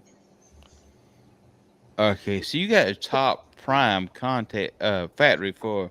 We have Seaboard Triumph Foods 25 miles down the road that There you go, Rep. processes. Lance, goddammit, you weren't supposed to show that. Processes Prairie Fresh pork. Okay, but wait a minute. You have the prime facility. Well, I'm not saying this as far as prime, as far as any whatever. You have the company in your facility in your area that makes the prime meat is in your area. Mm-hmm. It's Iowa. Can you ship me this shit? I can ship you anything you want, Jason. How many cases of Prairie Fresh prime racks you want? Okay, for everybody else watching this show, let me explain what me and Kent's talking about right now. So Prairie Fresh is competition pork right now, is probably the best pork out there. Straight up. I'm not saying that for any other reason than saying that it is really good pork. I want to disagree with Jason, but I cannot. All right, ignore him for a minute. I'm agreeing with you. Shut the fuck up. I love you too, man. The factory that is near him right now is creating the prime level of pork that the competition guys are wanting, and they're wanting that because it's got all the shit we're looking for competition barbecue. And so, what the hell's wrong with what is this? Your pinky now? What is this? Inch and a half, 2 inch thick ribs. Really? Oh shit! Yeah, it's insane right now. That's what I'm trying to tell this jackrabbit here that's giving me the finger and all this other stuff. So don't ignore him. He don't know what he's talking about. I love him to death, though. You really want to start pulling out trophies right now? Got this one yesterday, baby. What's up, Craig? What's up, my brother? You need me to pull out trophies. Oh, I can pull out trophies all day long. Oh, I got a trophy you will never forget. Yeah, fucking Jason gonna go get about a 6-footer from back there. Goddammit. Compart do-rock. What we're saying though is yeah, bring the smoke, Joe. I'll check it out, man. The Prairie Fresh brand, the prime brand, which is what KCBS competition guys want.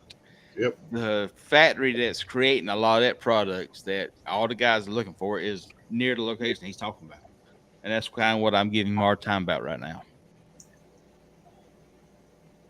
Sorry, Lance. I appreciate it because I have started going to Walmart with the wife on Saturdays or Sundays and start looking at their meats. It's sort of kind of surprising what you can get there anymore, but I had never seen any rib that thick, man.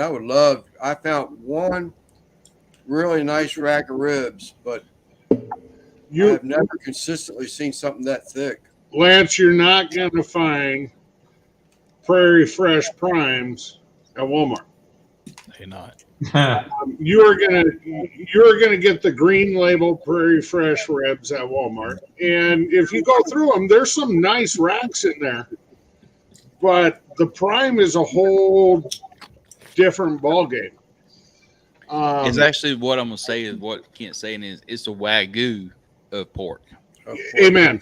Exactly.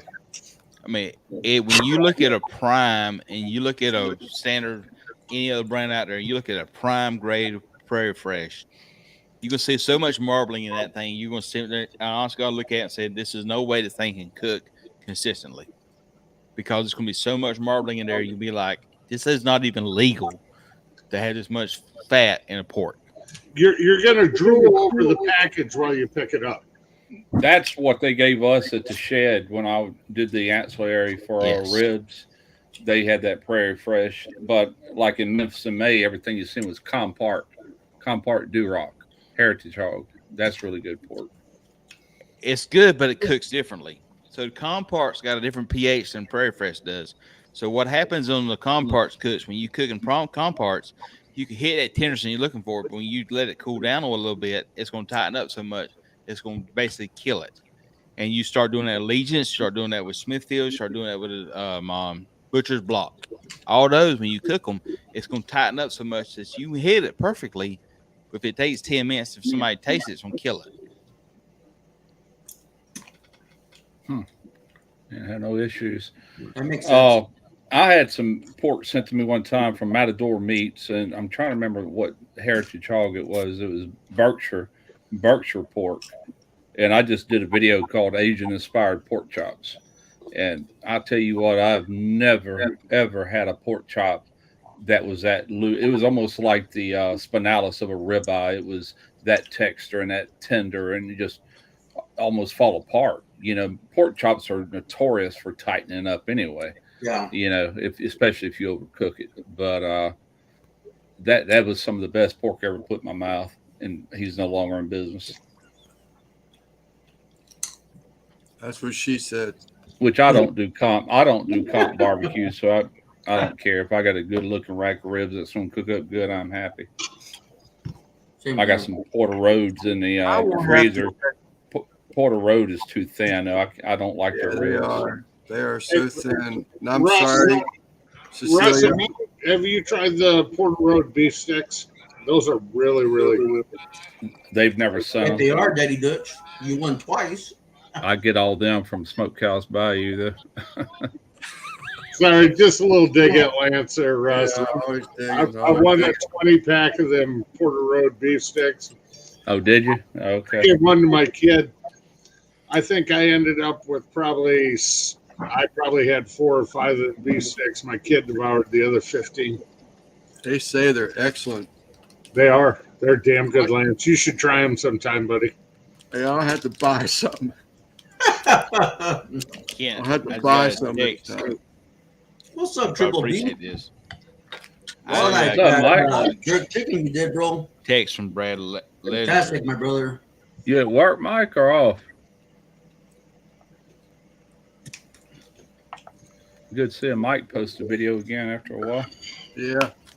Jason, what's your next comp? I am doing a contest in Georgia here in about 2 weeks down at Swamp Fest down in Georgia. Then I'm doing one in Pinehurst.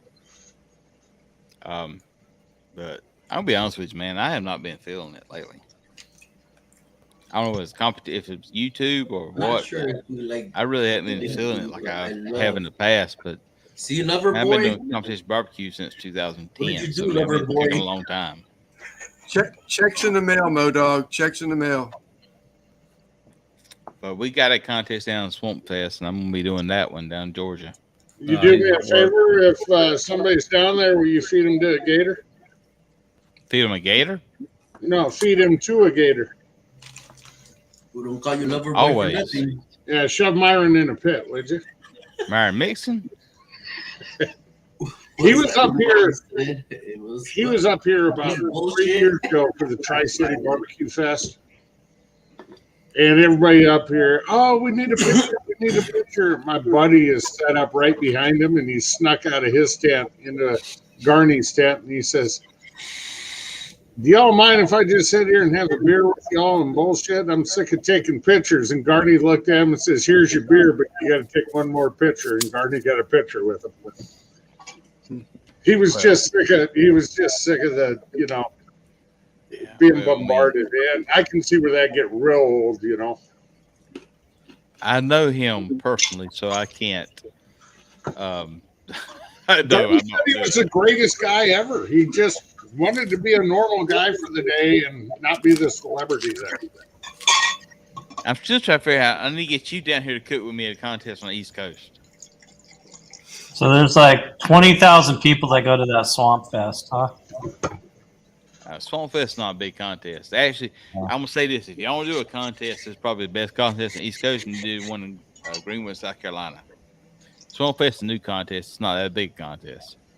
But we probably have Go 25, ahead. 27 people there. Okay, Jason, how far are you from Daytona?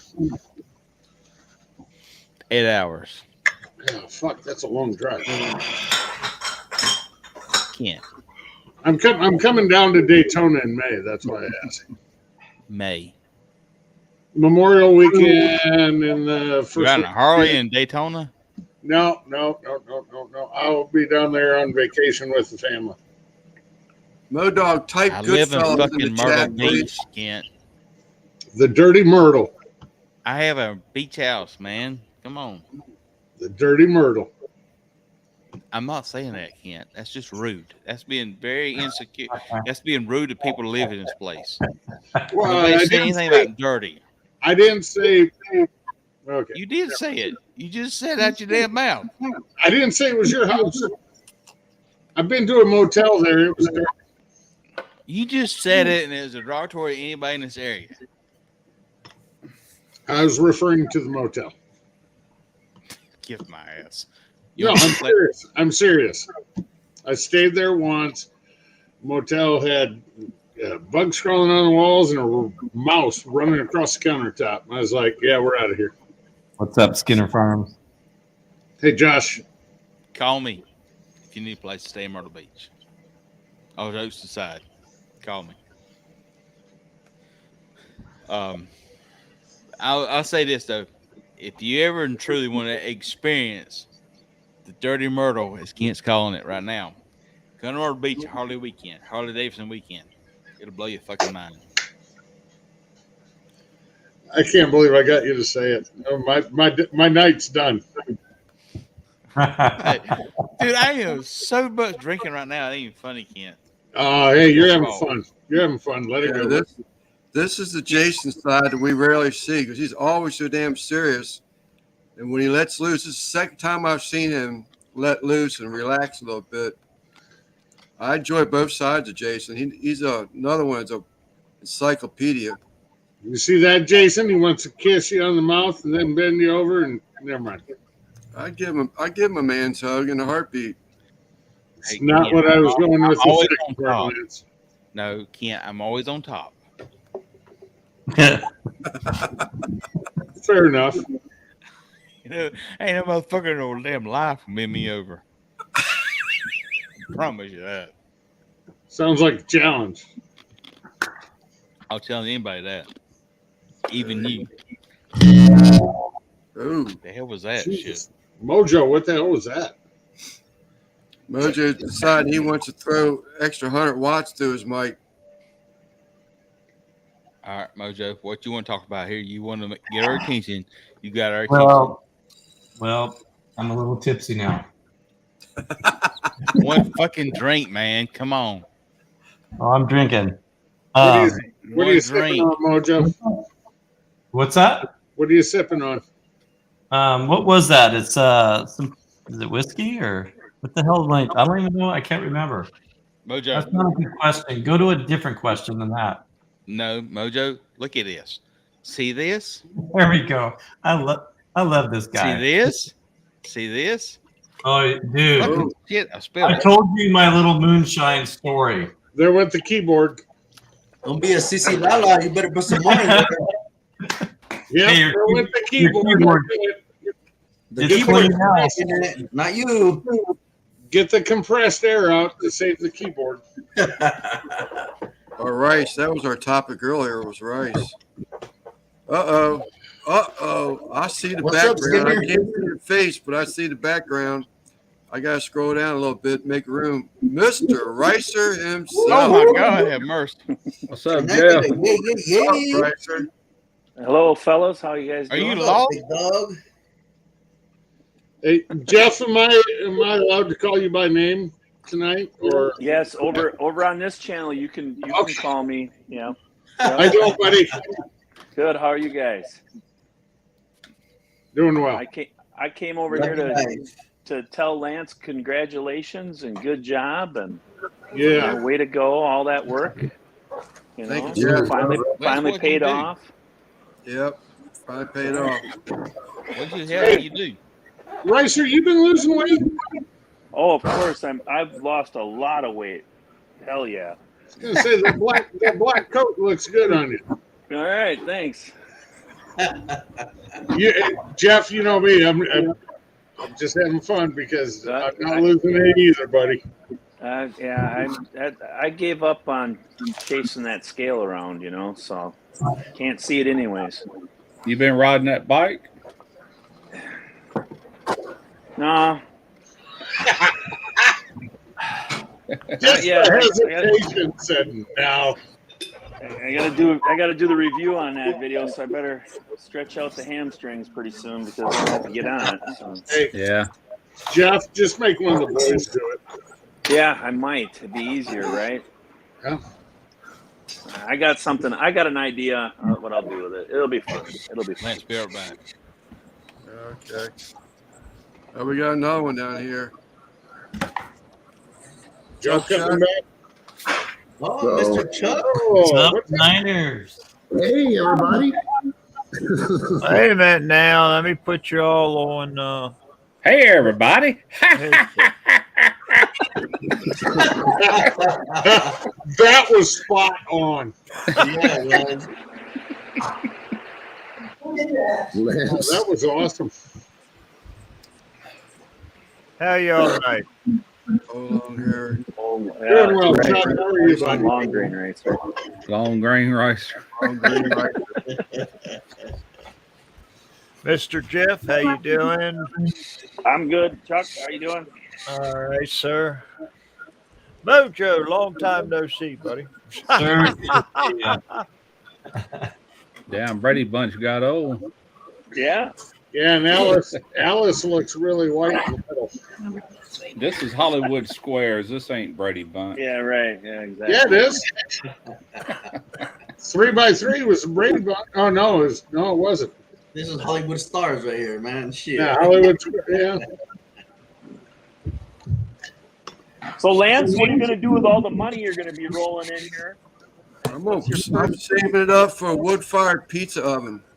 There you go. There you And in 18 years, he'll be able to afford it. Hopefully, I'll be able to light at least one fire before I go. Yeah, right. He's saving up for some big boy beers there. That was me, Lep. Especially with YouTube taking 45%. Is that what you said, though? Yeah, 45% now. Did it jump up to 5? Who's got a second tab open? I think it just went Yeah, off. it is. I'm I'm listening to a TV show or something. I closed mine.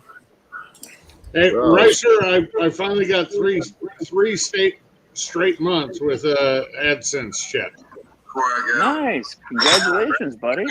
Probably won't be 4, but that's okay. That's, as long as you're getting paid, right? That's what I look at. As long as you're getting paid. Now that you're monetized, Lance, you'll be able to get the subscribers. We'll see. People be wanting some money. I'm not counting chickens before they hatch. I'm grateful for what I got. He made it, man. A lot of hard work lives, man. Yeah. You know, Randy had made a comment about 3 months ago. You know, he hasn't made it yet on YouTube because he never had a troll. And that's when he tried shooting that damn taco off that table in his backyard. Did he get a troll that day? Yeah, I got a troll. You got a troll that day, Randy? Oh yeah. I did get a I'm still rocking 111 subscribers. I didn't get any more subscribers. The troll is right there. Oh, yeah, I got you. You're still rocking how many? Yeah. The Trophy Barbecue, the one George timed out on a Goodfellas one night. Dude, you made a comment about Russ. You're out of here. Yeah, I don't know how many subscribers I haven't looked in a while. Hey, John made me do it. He's like, yeah, go in there and troll Lance. I make one little comment about Russ, and it's like, ding, I'm out. I'm like, son of a bitch.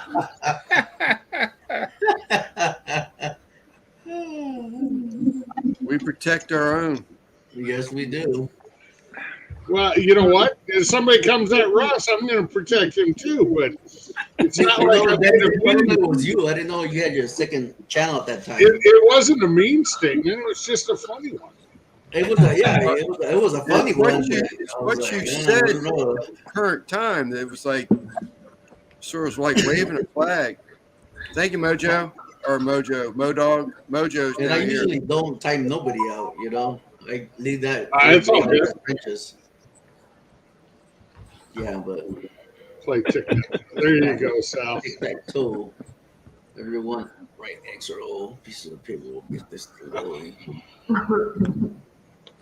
Yeah, man, I haven't put nothing on YouTube in over a month now, so I don't expect to have too many new subscribers.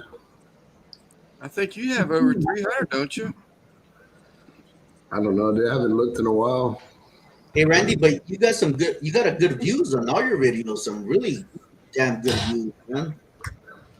Yeah, I mean, all y'all give me good views. People want to see. I want to see that shit. Whoa! Boom, boom! It's just like fucking awesome. Lance is going to get his first YouTube check. Look at that. Oh, yeah. God, Nelson. Wow. You just got $15. Holy cow! Congratulations. Well, guys, thank think you so much. Think about YouTube. I wish I had those kind of funds, man. I'd give them in a heartbeat. Yeah. Think about YouTube, how much they make every day, like all over the place, right? Every day. It's insane. I got to say that about Quit, man. He has the biggest heart ever. Well, Lance is competing with Chud today on Super Chats. Could you imagine how much YouTube makes off of him? 50%. Off of Chud? Clint, thank you so much, Clint. Is it 50%? Is that what it is? It's about 40, but you know. Yeah, 35 to 40. You know, I always say 50 because they still screw you somehow. Yeah, you're right, Jeff. Yeah. When I did that Toys for Tot cook-off in December, it's called the Hardcore Carnivore Cook-Off because, you know, it's December in Iowa, for Christ's sakes. You know, it on a good day, it might be 25 degrees outside. I did a live that night before, and I think that's when Mrs. Nelson confiscated Quint's credit card. Because I'd gotten, you know, some $20 super chats and everything from this and that and the other, and Quint started bombing 50s and 100s in there. And I wrote him. I went down to that cook-off, and you know, it was Toys for Tots, some Marine thing, and you know, there you go. Fucking Jack Anthony Nelson's grandpa came through. There you go. That guy's good for something. Yeah. And I had to approve that message so it'd show up, by the way. Yeah, you know, I wrote him a check for, I think the total for the live was $525. And I'm like, well, I know I'm getting screwed out of the third of this. What's up, Goose? So I gave him a $500 check. Hey, Kent, Hey, Kent, I know Dickie can't go live tomorrow. We can't do the Uncle Dickie show because he's got to work double the manholes, but are you going to take over or what? I believe there's a good possibility. All right. Well, tomorrow's Christy's birthday, so we got to put a roast on. Oh, I'll work. Hey, I got just the outfit for that too. Oh yeah. Mojo. Thank you, Mojo. You can dress up like a big dick? Christy said, "Why you asking for a rose? Cause that's what you do on your birthday." No, I cook ribs and make a cake and freaking coleslaw and shit like that. Now I gotta say this public. I have to say this publicly. When we were in Texas, there's a lot of people. I thought, I'm not sure how tall they are. Blah blah blah. I thought Lep would be taller than what Lep was. The only person I met in Houston that was taller than I thought they were going to be was Christy. She was taller than you, Kent? She's no longer a dwarf. She's still a midget, though. Well, I figure with a name. Kent, they shorter than you are? Hell, Jason, I took a picture with Paul Schindler from PS I Love Barbecue. Yeah. Paul's 6'10". What about you, Daddy? How tall are you? With or without a hat on. So what does that mean? It means I'm taller when I put on a ball cap. I'm 6'5". Paul made me feel short. Ken, how's the weather? No shit. Jason, if I was by the Dirty Myrtle, I'd spit on you and tell you it's raining up here. 6'5", you still ain't tall enough to live in Iola, Wisconsin. You're gonna have to step it up about 6 more inches if you want to go there. No. We got chicks from my alma mater up here that are just starting the state championship basketball, and starting lineup. The shortest one is 5'10" for girls in high school. Them women up there, they come out of that door and they walk by me. Their hips is up here at my chest. I'm like, good God. Well, Russ, you either need to be taller than Motorboat or a little shorter to go deep. I don't know, but all day long I just had that urge to sing, "She Got Legs." ZZ Top. Hey, Russ, man. Russ, I used to date them girls, all right? Yeah. I mean, listen, here's the deal. All these tall girls want to go out of fat guys are short. All right, that's all they want to do is go out these fat short guys. So they want to figure out what the whole circus situation is. I pay that bill. I suppose. Well, I always told Russ it's because we had such tall snowbanks, so everybody has to grow some longer legs so they can get over the snowbanks. You know. So. Well, y'all are Vikings and known to be big, tall guys. So I'm the midget in my family. I'm only 6 foot, so I'm the midget. So is Christy. Yeah. I'm with you, right? I'm 6'1", so. Well, Kent said he was expecting Lep to be taller than that, but I figured Lep was short with a name like Leprechaun. I mean, come on. Well, Russ, you're probably right. I still thought he'd be at least 2 inches taller than Christy, and that was. Boy, can you put up Randy's screen real quick? My favorite picture. Oh yeah. Look at this one. This is actual height right here. Damn. Yeah, you're not a midget. JB on the I thought. That's what I get out of that picture, Randy. There's Kent's everybody's actually favorite very uncle. short. What's up, Uncle Kent's Steve? actually very short. What's up, Uncle Steve? Hey, Uncle Steve.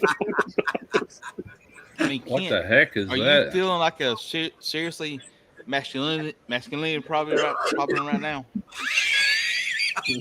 No, I got no problem. You just shut up and feed your face there, Chubby. Oh, Jason. I'm so drunk, I ain't funny. Hi, Steve. No, I tell you what, that picture with Christy though, I love both those pictures. So He actually agreed to let me get him in a headlock, and I was still up on my tiptoes to try to reach around. And he was down all the way over. Dang. did we have fun down there though? Yeah. Yeah, man, it was a It's blast. probably about as much as fun as the Iowa, Wisconsin July car show, I'm guessing. Yeah, I mean, Russ and I were drunk the whole time, so we had a lot of fun. That's for sure. Well, you fuckers were cooking outside of a bar. You're supposed to be drunk. Yeah, exactly. Bubbles, That's why we that were. sounds delicious. I think it was that last. I think it was the last day we was there. Jeff got a case of beer coming out on his shoulder like at 6 a.m. I'm like, okie dokie, then let's get started, boys. Russ, whatever you do, do not let Reister give you any of Irina's Ukrainian booze. Yeah. We have it on video. He showed it to me. I seen it. Yeah. I don't think I tried it. I don't remember trying it. 600 pounds of grub you restocked? Oh. Wow. Jeez. That's a lot of weight, you guys. That's a lot of stuff right there. That is. Yeah. Well, you know. What's up, Steve? Good to see you, man. Right on, man. You know, the thing with Steve was he put out a variety of his shakes every night on the tables for everybody to come in and gave away at least 3 of the gift packs every night, you know. Head chef Johnny makes some of the world's best damn sausage. So. Thank you, Joe. Hey, I got a bottle of Gator Shake on the stage with Kevin Fowler though. Oh, God, I kept calling him Kevin Flaherty. It was Fowler. That's right. Kevin Fowler.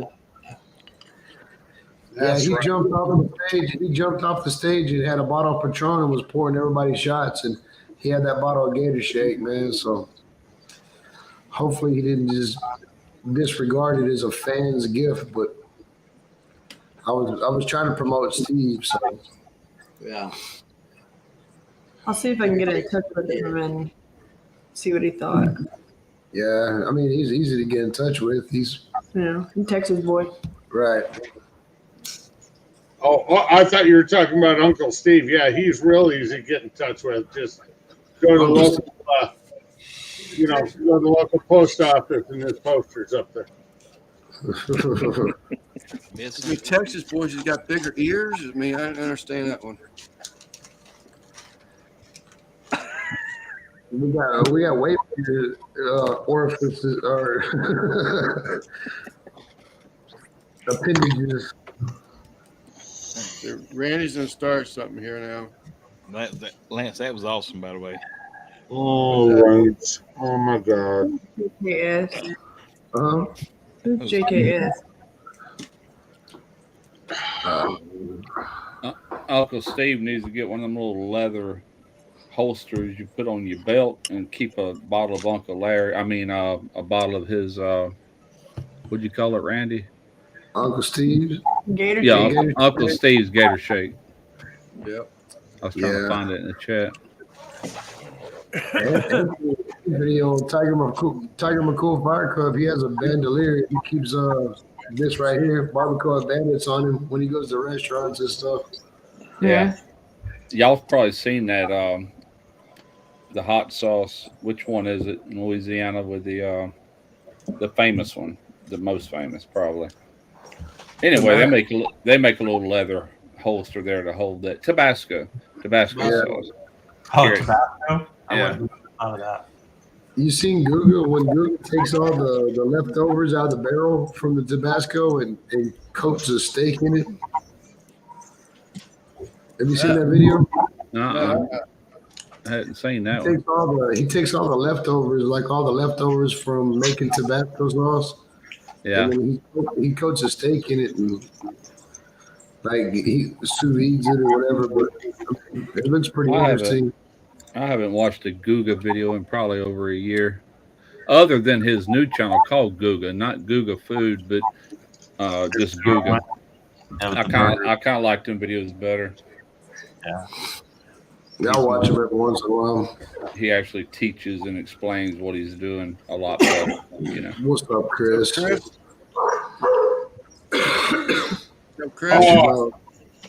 Hey, I got to send you all the picture. I found Eastwind Farms on the flight home. Yeah, I saw that. I thought it was saw a that. joke at first. Yeah, I found Chris on the flight home. Where's it at? Just a Wait to see good this boy. one. Just a good boy cleaning the seats in front of us when we left. Thanks, Chris. I appreciate you talking to me on the way. Just a good old boy.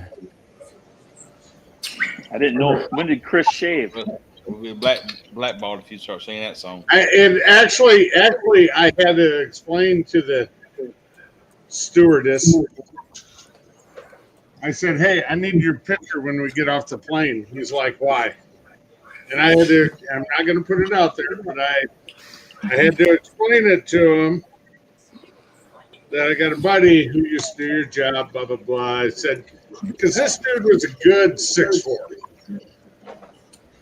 So I had to put it out there. He's like, "Yeah, I can pose like I'm working, just like Chris. That's fine." Y'all say mop sauce as soon as you look at the camera. I gotta find you. She looks just like her mother. Wow. If her ears went up and together in the middle of her head, she'd look just like her mother.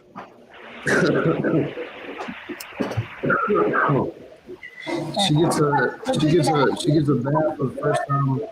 She got sick on Monday, so she didn't have a bath, and she stinks, man. Like I said, just like her mother. Fuck off, kid. Yeah, she's gonna get a bath now. Rodeo's over. We're back to hating each other. Remember that? Hey, to everybody cooking out there this weekend at Sipping Swine in Georgia, I miss y'all. Wish I was there. I'm not. So you're not going to be there. No, I'm not going to be there. Much I want to be there, I'm not.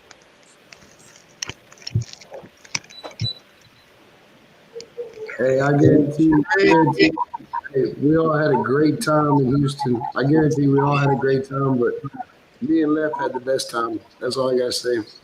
I don't know. Lep didn't have the best time. He got lost for a while. Besides that, though. Papa Texas Lep to the curb like an unwanted redheaded stepchild. Hey, me and Lep had a great time. We went to taco stands. We went to fucking flea markets. Yeah, I don't care. I don't care what you did. If you didn't have a good time at the rodeo, you were in the wrong place. You weren't there. If you didn't have a good time at the rodeo, you weren't there.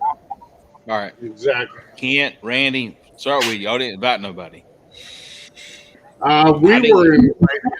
We were invited, so it's not our job to invite other people. Well, you can't brag about it then, man. I've been down there the last 3 years. Okay. Well, kiss my ass. You didn't invite me. Jason, I will invite you next year. Yeah, I got. Well, that's just cocky, you can't. You're going to assume you get invited next year. You might not be. Huh? You're assuming you get invited next year, but you might not be. Oh, I'll be there next year. He's part of the team. Sick of your ass. I have to be there next year. Why? Oh, there's a trophy coming out. They're naming a trophy after him. No, I'm thinking there's a. Is that a hat? I mean, He's an official member. Lonesome Dove. I mean, shit. That's a damn good show, by the way. These are guys that won the open category, surf and turf, and the head of the tent gave me this hat, and I walked over to Uncle Steve and I said, "What does this mean?" And Uncle Steve said, "Who gave you that?" And I said, "Mr. Gordon, who's the head of the tent." And Steve looked at me and he says, "Well, welcome to the cook team." So, really? Nelson. Oh, hold on. Does that mean we don't get no jalapeno sandwiches next year? You got a text message from Quint to catch your phone. Quint, you need to call me. Why are you wasting your time with him? This is what Quint sent me. Come Can't on, see it. focus, you You son of can't a see bitch. that, man. So Yeah. what it is, it's supposedly Quint sitting on a park bench reading that some guy was missing. There you go. Some guy on TV was missing at the Houston livestock cook-off. All right. Back up. Oh my God. Start this over again so I can actually understand what you're saying. What now? Holy Jesus crap. Christ. Hey, Yeah. Money. Those motherfuckers are worth it. They were Judge Dang. Jeff Wepner, thank you so much, man. Good Heck Lord. yeah, that's his year. Good job. Good on you, Jeff. You see what he did there, 2023. Yeah. Sure. Jeff, man, thank you so much. Good God. Love you guys for sure, man. Hey, Lance. That's His awesome. name in the whole ball game right here. Showcase his Sorry? logo. We're gonna change Put his George's comment in the name. middle of the stream right now. All Hey right. Jeff, let's me and you Yes, go sir. live. Let's me and you go live before Quint and Judge Webb runs out of money. Lance, back up a minute. Back up a minute. Okay. Go back to the other guy. Who? Kent? Judge. Forget Kent. He don't matter right now. All Hey, right. So Dirty Myrtle, number shut one. your mouth. All right. Judge, number one, let me tell you this right now. From all of us here that's in the barbecue community, we want to appreciate what you're doing right now. Yes, sir. You're showcasing appreciation right now to Lance and growing the channel and growing the barbecue community. And we're all very proud to be part of that. So we want to basically say thank you. So all of us right now on the live stream right now, let's say thank you for this to this guy. I appreciate what he's doing. Dude, Judges. Thank you, Jeff. Sure. Thank you, Jeff. Quint, thank you too, buddy. I thank everybody. I just overwhelmed. And if I keep talking about it, it's going to get dusty over here. So I'm going to shut up about it. Hey, Lance, Just let me know. help your allergies. I think what Lance is trying to say is it's never expected, but it is greatly appreciated. So thank you. Yeah. Amen. Thank you. Amen. All right. Move on, Lance. Thank you. All right. Really, you went to George? Come on, man. Sorry, George. I'm picking on you.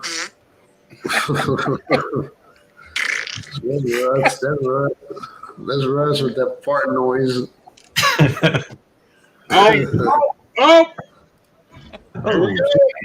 We got a competition going. This is like Lance, Ottawa move down chat right fast. now. Somebody's Fast. trying to buy the 1942 Paper Barbecue Limited Edition go. Corvette. All right, everybody, Hey, stop right now. Quint, you the man. We Yeah. followed up here as number 2. We appreciate that. We appreciate what you're doing for us. Hey, All right, that's- now, who's that's going to be number 3 in funny. this ball game? The thing I like about it is I remember when Lance first started coming on live chats and the way he was kind of quiet and stuff. Yeah. And now look at him. Oh, he caught on fast. So really, you know. Superstar. He can even roll his R's better than George can when he says rough. You know what? Brother Ward owes us a dance. He said when he got monetized, he was going to dance. Hey, wait a minute. Y'all remember y'all come on live with me to start with? Y'all remember Yeah. that? Yes, sir. You and George both? Yes, sir. Like a And year John. ago? Yep. Y'all come on Yep. to start with? Yeah. This when we all started this whole ball game? Yep. Crazy shit. And Justin, wasn't it? Justin, Yep, John, Justin. George, and myself. Yeah, there was a few of us that we started. And Chris out of New York. Yeah, Chris. Chris. Hansen. I keep reaching out to Chris, and he hadn't replied once yet. I hope he's all right. Who? Chris Hansen Barbecue? Yeah. He needs to quit with that right now. He What ain't was gonna that, talk to Gage? nobody right now. Okay. What? I'm pretty sure he commented on my last video, to be honest with you. Yeah, but he's got some stuff going on. He ain't gonna talk to nobody right now. Well, you know, and hey, that's real life shit. This is YouTube. You know what I mean? And let him get through his real life shit, and when he's back, then we'll welcome him back with open arms. That's just the way it is. Yeah, I've reached out for. I like Chris. Way for sure, man. Well, everybody, I got to run, Lance. Thank you very much. The rest of you fellas have a good night. I got some Mr. editing Jeff, that I gotta have get a good done. one, sir. Hey, Jeff, I want to thank you. I want to thank you a lot, Jeff. You Jeff, bet, no problem. all right, sir. You bet. Thank you, buddy. Guys. You Hey, bet. I'll have it on. Later, man. I'll have it on in the background. You bet. See you later. I'll have it on in the background, but I got to get on that old Apple Mac and start crushing. So. Okay, say hey to the wife and the boys for me, Jeff. I will. See you later, everybody. Hey, buddy. All right. Hey, Randy, why you run off all the super guys? Man, you know how it is. You know how it is. All right, we got a $20 bet right here going. Hey, man, Simon. I got to scroll down a little bit. Go down. You got Art right here, $20. Shit, look at that. We got Hey, Simon. three Back. videos on the screen right now. Hold up, Eric. Gotcha. I think Simon's like the prettiest guy in barbecue. Yeah, It's just always got a haircut. Like everybody wants an envy. That's why I always wear a ball cap. He's got all that hair, man. I wish I had his hair. Dude, I ain't got that damn hair. So far, we got 3 TDOs on the screen. Well, Eric, Jeff just bailed out of here, and here I you saw are. him. I've Oh, been you did? listening. I've been doing some editing and stuff. So Okay, I got you. getting some work done. Yeah, I need to be The going. show. I need to continue on with my Netflix series. It'll be there tomorrow. Yeah, I got work to do this weekend. Ross, I'll send you some Lit Beard Co. I heard you earlier. I just got done with my lit meetings. Oh, I've got beard stuff in there. Oh but no, not like this. You don't. I don't. How you know? want the best? I can send you the best on the market. Yeah, they make it right there in the basement. Well, There you go. sent- Wait a minute. I sent you Everybody my stop. address We got a while 20 back. on the board right now from Art. Sparkle, Sherry. Thank you, honey. Art, put $20 Thank on you the very board right much. now, ladies and gentlemen.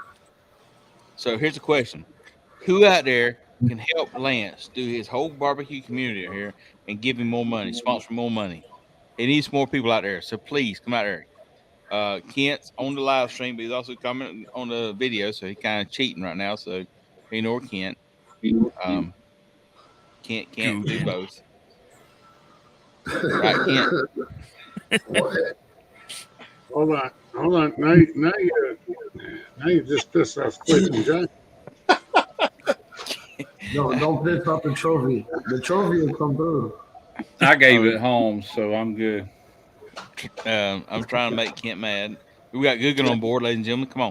We need some more somewhere. We got $20 on the board. Who's coming up Hey, next? Can everybody 25, pause for a 25? minute? And, Is there any way let's to see the total on that?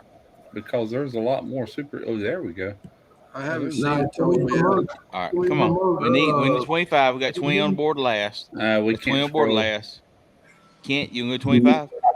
Kent, 25? You know what? 25? If I'm gonna give Lance $25, I'm gonna PayPal him and not let YouTube let them get their cut. Fuck it. All right. Listen, now you're trying to be like a little chauvinistic jackass here. If anybody wanting to kind of promote, help Lance right here, they'll be willing to absorb the extra cost and put $25 on the board right now. Hey, I just want everybody to. Everybody that has a blue wrench right now. Put Guggen's link in the chat. I asked Guggen to come up here. Man, he's less than 100. He's less than 100 away from being monetized. We could be. Hey, he's a TDO like us, Lance. So you already know. Any know it. TDO in the chat right now that has a blue wrench. George. All right. I'm looking for it right now, man. I'm on it.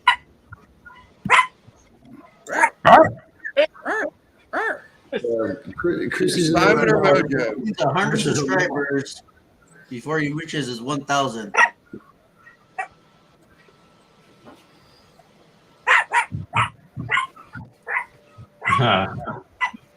Mojo got it. Mojo gotcha.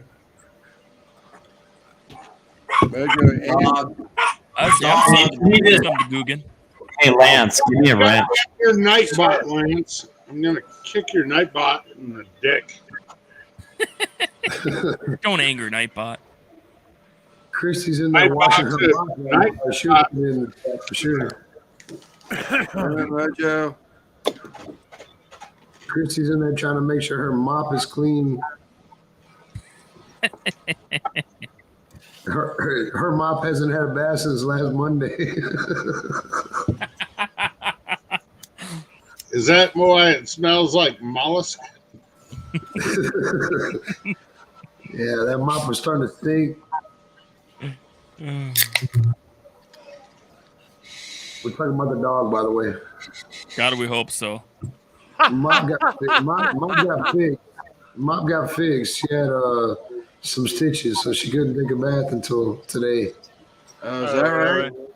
Yeah. What happened to Jason? I don't. Right there. He back. They might have something to do with looking on the cam keyboard. Okay. I was trying to make Mojo a moderator, and I come back and I saw you down in the basement. I said, "Wait a minute, what happened?" I'm trying to give you some damn money and keeps putting me in the basement because I can't work my keyboard here. Or is it the moonshine talking in the keyboard? I'm serious. It took really is 500 ruining hours. the world. It happens, man. 3,000 hours away. Yeah, but they took 500 away from him. That's like, what's that one? You can start doing some lives, Joe. Yeah, well, he's talking about going live. We all did. He wants to go live Sunday of this week. In case y'all don't know it, Bring the Smoke. I don't think he set a time yet. Joe with Bring the Smoke is talking about going live this Sunday to help him out with his hours. Nah, well, hey, when Joe goes live, y'all join in, dude, because he's fucking hilarious. Yeah. I will, definitely. Whatever, you know. Here's the funny thing is everybody says, you know, it's YouTube family, YouTube community, blah, blah, blah. You know, then, you know, like Lance for the last 6 weeks has dominated the live streams. Yeah. So at night, Raquel is getting close. I'll run her playlist. I'll run a different playlist, you know. So, Jason, somebody's talking shit about you in the chat. Who? Oh, somebody says you boil your ribs and sous vide your brisket. That's what it said. Can't you try and do like an incognito here page? No, I'm right here. How can I do that? I'm right here. Jesus, can we hold up a little bit? Lep. Hey, listen. Lep. This one got totally by me, Lep. I am so sorry, man. But I want to thank you very much for this. I just totally missed that one. I don't even know how I missed it. Pretty orange as it is. Got to get better at watching them super chats, Lance. Now you're monetized. Yep. That one's been I don't know. Lance, I know you're old, but you know they're highlighted in orange or red or whatever color in your chat. You should be able to see, boy. Yeah. I'm so sorry, man, but thank you so much. Put me on the big screen. Put me on the big screen, Lance. Hold up. Watch this. Wait a minute. I got to scroll. What?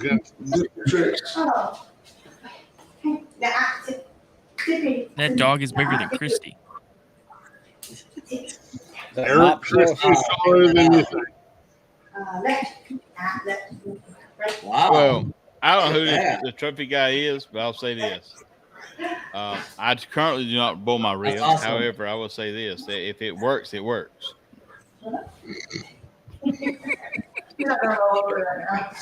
Very smart. I do not bowl my ribs. However, if it works, it works. Serious. I won't tell you. Little mama I work will with give, it. you know what? You know what? I'll give Jason credit points for being honest. What now? Now notice he did not. Dude, look at the super His, Wow. Judge put 200. What are you saying, Yeah. Kent? Sorry, I can't hear you. you did not dispute the fact that you don't sous vide your brisket. I do not, but I will be happy to say if it wins money. I will be happy to do it. I'm not gonna lie to you. All fair in Lovelorn barbecue. Whoever this is, though, I will say this: currently, none of my only thing I got sous vide is the damn eye round ribeye. Only thing on my channel is the sous vide is that, and if anybody complains with that, then do it fucking better than I do and show me how to do it better because I haven't figured out a way to do it better. But I mean, oh man, that's harsh. Jesus. Hey, Lance. Ken, did you just get what I sent You you? got anybody in the basement, buddy? Because I'll drop out so they can come in. I got an acknowledgement of someone else being. I don't see him, but a pop-up did come say someone was trying to get in, but I don't see him. Right. Yeah, if somebody goes down there, let me know. I'm about to jump off too. So Lance bro, kick me off here in a minute. So everybody have fun. I'm going to hop off so we have some room on here. Hey, Chuck, just say hey, everybody, before you leave. Hey, everybody. You sound just like Russ earlier. Can't look at me. You like it? See what that is? The second one. Which one you want? Whichever one makes you feel the best. Yeah. And of course, Jason, what the hell is that about? I have no idea. all right, Follow guys. text I'll message talk to right you now. all later. I'll be in the chat. Later, Chuck. Hey, take care, Chuck. Someone is definitely trying to get in. I keep getting these pop-ups, but I don't Hey, see all him. right, I'm gonna take off too, Lance. Hey, you guys take it easy. Have a fabulous weekend, huh? Mojo, thank you, buddy. Hey, Later, wait a Mojo. minute. Did you maybe Mojo, make the second drink or just the first drink? Well, there was a lot in there. I'm good. Okay. Mojo, It's only like 5:41 here where I'm at. Oh, look who it is. What do you say? TD fucking O. What's up? Cheers. What were you saying? Nothing? Are you doing breakfast in the morning? Yes, it's going to be some type of a pancake sandwich. I don't know. We'll figure it out in the morning.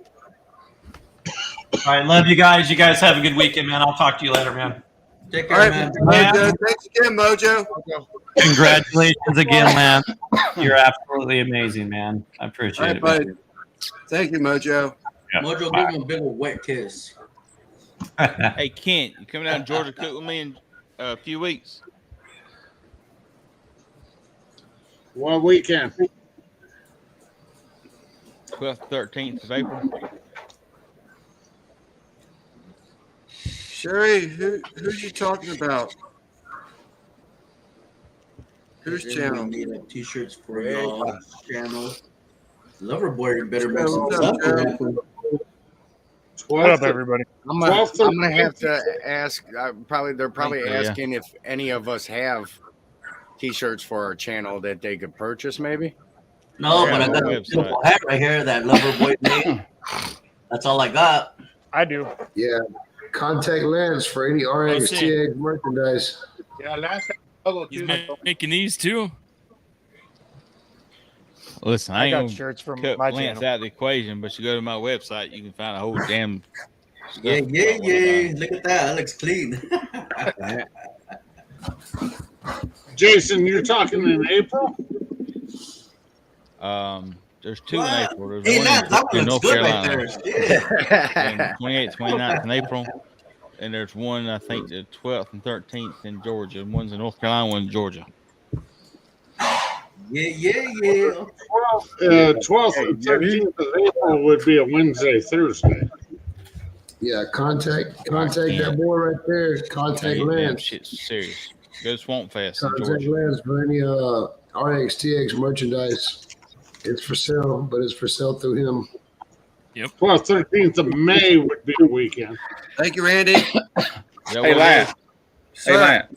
You Sir. got somebody wanting to come in, so I'm gonna go ahead and get out. Everybody who wanted to come on was in. Well, I'm reading that last comment. Bring the smoke. He said, "I'm ready to come back." He's right here. He's Joe. He's in there. right there. Where's he at? He's hiding in the Right, bottom. right. Oh, there he is. Okay, my bad. Joe's Okay. right there.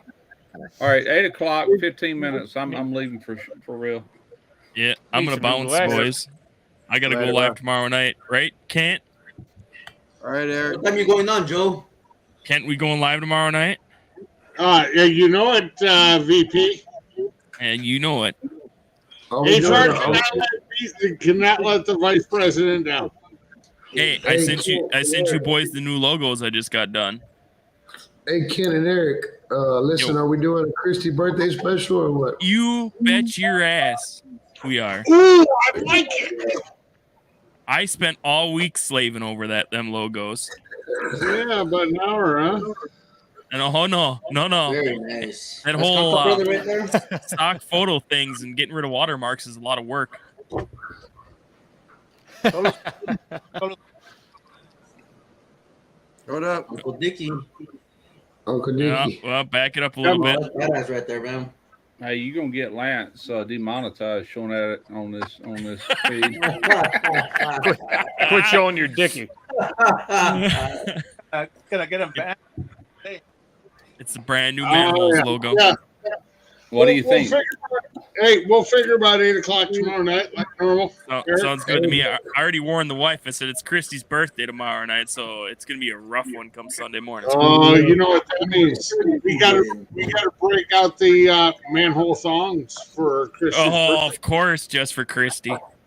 Hey, don't forget to mention that the Uncle Dickie show on Facebook. We went the Uncle Dickie page on Facebook. We went private, man. So yeah, y'all subscribe to that page. To see all of our shenanigans. We got some shenanigans on there, baby. Oh yeah. And by the way, the president of the company needs to quit tagging my government name in some of this shit.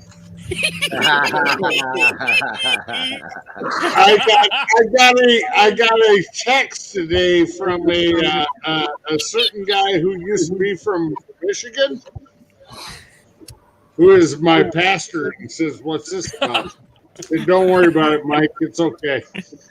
Lance, put AJ on the big screen. Let me see what that background is. What in some lip acting? Oh, I know what that is. I know what that is. That's the licking of the leprechaun. My fucking throat's been sore since then. You got the I'm gonna tell leperitis, you right man. now, you're lucky your fucking tongue didn't fall off.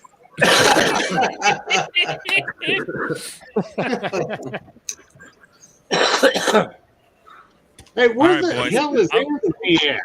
I'm bouncing, so you guys got more room on the screen. I'll talk to you all later. I'll be in chat bouncing it out. I gotta get up about 3 a.m. So Thanks, Eric. Thanks for coming up, buddy. Eric, Yo. you still headed my way or what? That's Hey, next hey. Friday. I'll be down in your neck of the Oh, hood. it's next Friday. Next Friday. So Gotcha. Who knows? I might be in your. I'll take the vac truck and park it in your yard.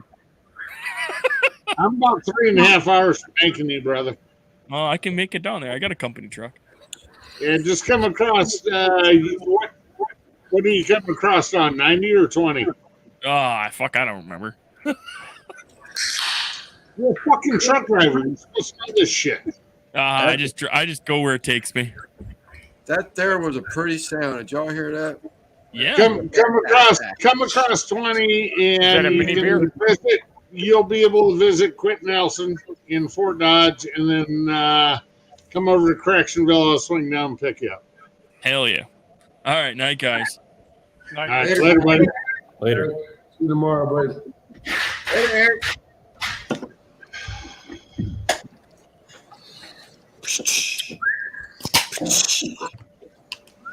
Where'd Chuck go?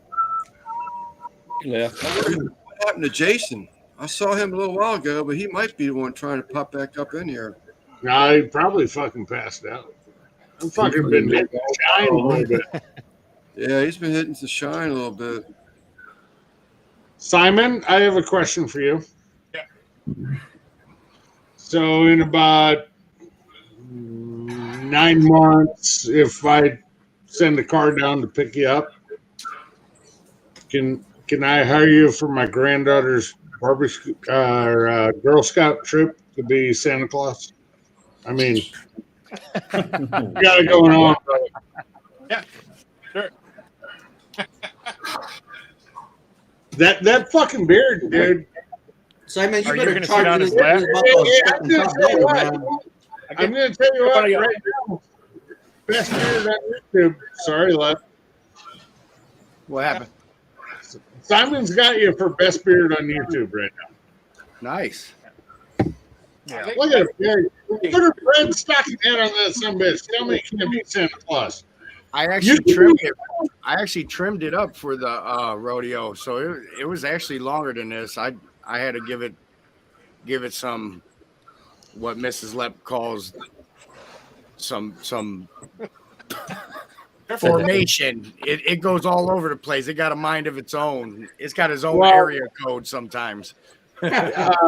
Hey, Chafe Balls, by the way. You weren't the only one. And my calves burned until Tuesday, just so you know. Never walk around the Houston Rodeo in Crocs for 4 to 5 days. Did you have a four-wheel drive? You're foreign. No, we were in two-wheel drive. There was no snow. There was no sand. We were in two-wheel drive. I live in Texas and I wear Nomex all the time. My balls, I'm telling you, my balls are so calloused. I could walk around for 95 days. It was. You got to get a pair of sheath underwear. Randy, it was so bad I had to make the old lady lotion them when I got home Sunday night. Dude, my balls are like the heel of your foot. Like they don't chafe. You start that's why Christy's upset. Yeah, she knows better. Like I walk around in this shit all day long, climb ladders and fucking. Oh yeah. I was telling him, like, come on, let's walk this way. And he was like, hold on a second. He was walking like a cowboy. It's like, yeah, that's where that Garth Brooks walk come from right there. Lep was walking like a cowboy wearing flip-flops. He was like side straddling because his nuts were rubbing on his leg. Oh, man. But, you know, in Lep, in our defense, being Midwesterners, you know, at Thursday in Houston set a record high. It was 86 with 118% humidity. Yeah. In your I'd pants. kill for 86 right now. Chafe. That's all I got. If I was to go up there where you are at, if I was to go up there and like my balls are all fucking high and tight, you know, like really strong, I'd probably get the reverse trap. Hey, hold on. Jason's saying he got kicked off somehow. That's what I saw. I never said Russ is deliver. I would never say that about Mr. Jones. Hey, everybody. Who's got watching Chuck? in the background? Oh, it's Russ. That's Russ doing the Chuck. I love it. Actually, Russ, that was a very, very well done. Do I? That was a great impersonation of Chuck. Yeah, Russ has been. I had just practicing watched in his one of his gumbo videos this morning, so I kind of it was fresh on my mind, you know. Hey, everybody! You know, no, somebody had like handheld seafood pocket type dish a guy could watch and eat, that'd be awesome. Oh yeah. Panchuco, what's up, buddy? What's up, Chuco? Chuco. Hey, Randy. Yeah. How pissed off are you going to be if I make some chili and it has some tomatoes and beans in there? I mean, I'm not gonna be mad at all. You ain't in Texas. If you come to Texas, Hey, well, Joe. Yeah. My I ran it by my wife and she's like, hey, if you don't put beans in rice. What's that? Sometimes you gotta put beans in chili to win. That's all I gotta say. All right. not in fucking Texas, but it works in Iowa, I'll tell you that. Yeah, my wife said if you don't put some tomatoes and beans in there, she ain't gonna eat it. Not gonna have a giant pot of it. So, yeah, that's what. Dude, I'm either way. You know, the video I made is for Texas chili. If you want to make chili with beans and shit in it, you know, do what you do. But I am from the north, so there is that. Joe, where are you at, Joe? Hey, outside of Detroit. Yeah. Oh, you're one of them haven't been in the playoffs in 27 years, guys. I'm one of them. Yeah. Oh, by the way, Joe. Yeah. Oh, I see what happened. Congrats on your last win of the year, but go Pack go, motherfucker. Lep. I think I just kicked Lep off. Is that real moonshine or stuff you get at the liquor store? What'd you do with Lep, man? Lep's a TDO, man. You can't kick him off. It's the liquor store. There was something about Chafe Balls. He had 2 channels going. I kicked the Chafe Balls one off, but it must have kicked him too. Oh. Bring him back. Yeah, Bring real him stuff back. outside. Lep, come on back. We're So, the liquor store shit. There it is. Joe, Sorry for about the that, Midwest, I was trying to share a screen. Joe, for the Midwest, where we're Oh, at. okay. It's Okay. I got Where- Jason was trying to where get you back at? in. I was trying to find room. Iowa? All right. So, yeah, up here. How is that beans considered are- Midwest? I mean, it is. It's just, it's the way I grew up. It's the way I was taught, blah, blah, blah. You know, I got asked one time on a podcast on an interview, chili, beans or no beans? They didn't like my answer. I said, regional. They said, what do you mean? I said, how did you grow up eating chili? How did your grandma make chili? How did your mom make chili? That's your region. That's the way it is. Yeah. Yeah. In Texas, yes, it's basically, you know, a meat sauce. What we would call in the Midwest hot dog chili. So you make your chili dogs. Chili up here has beans, in Texas down south it does not. It's regional. I grew up looking White Trash Tour. My chili came out of a can. It said Wolf's on it. We had a guy that actually called took dog 2 food. cans of Hormel, 2 cans of Wolf chili, dumped them together in a crock pot, and won a chili cook. Yeah. God. Yeah, That sounds absolutely terrible.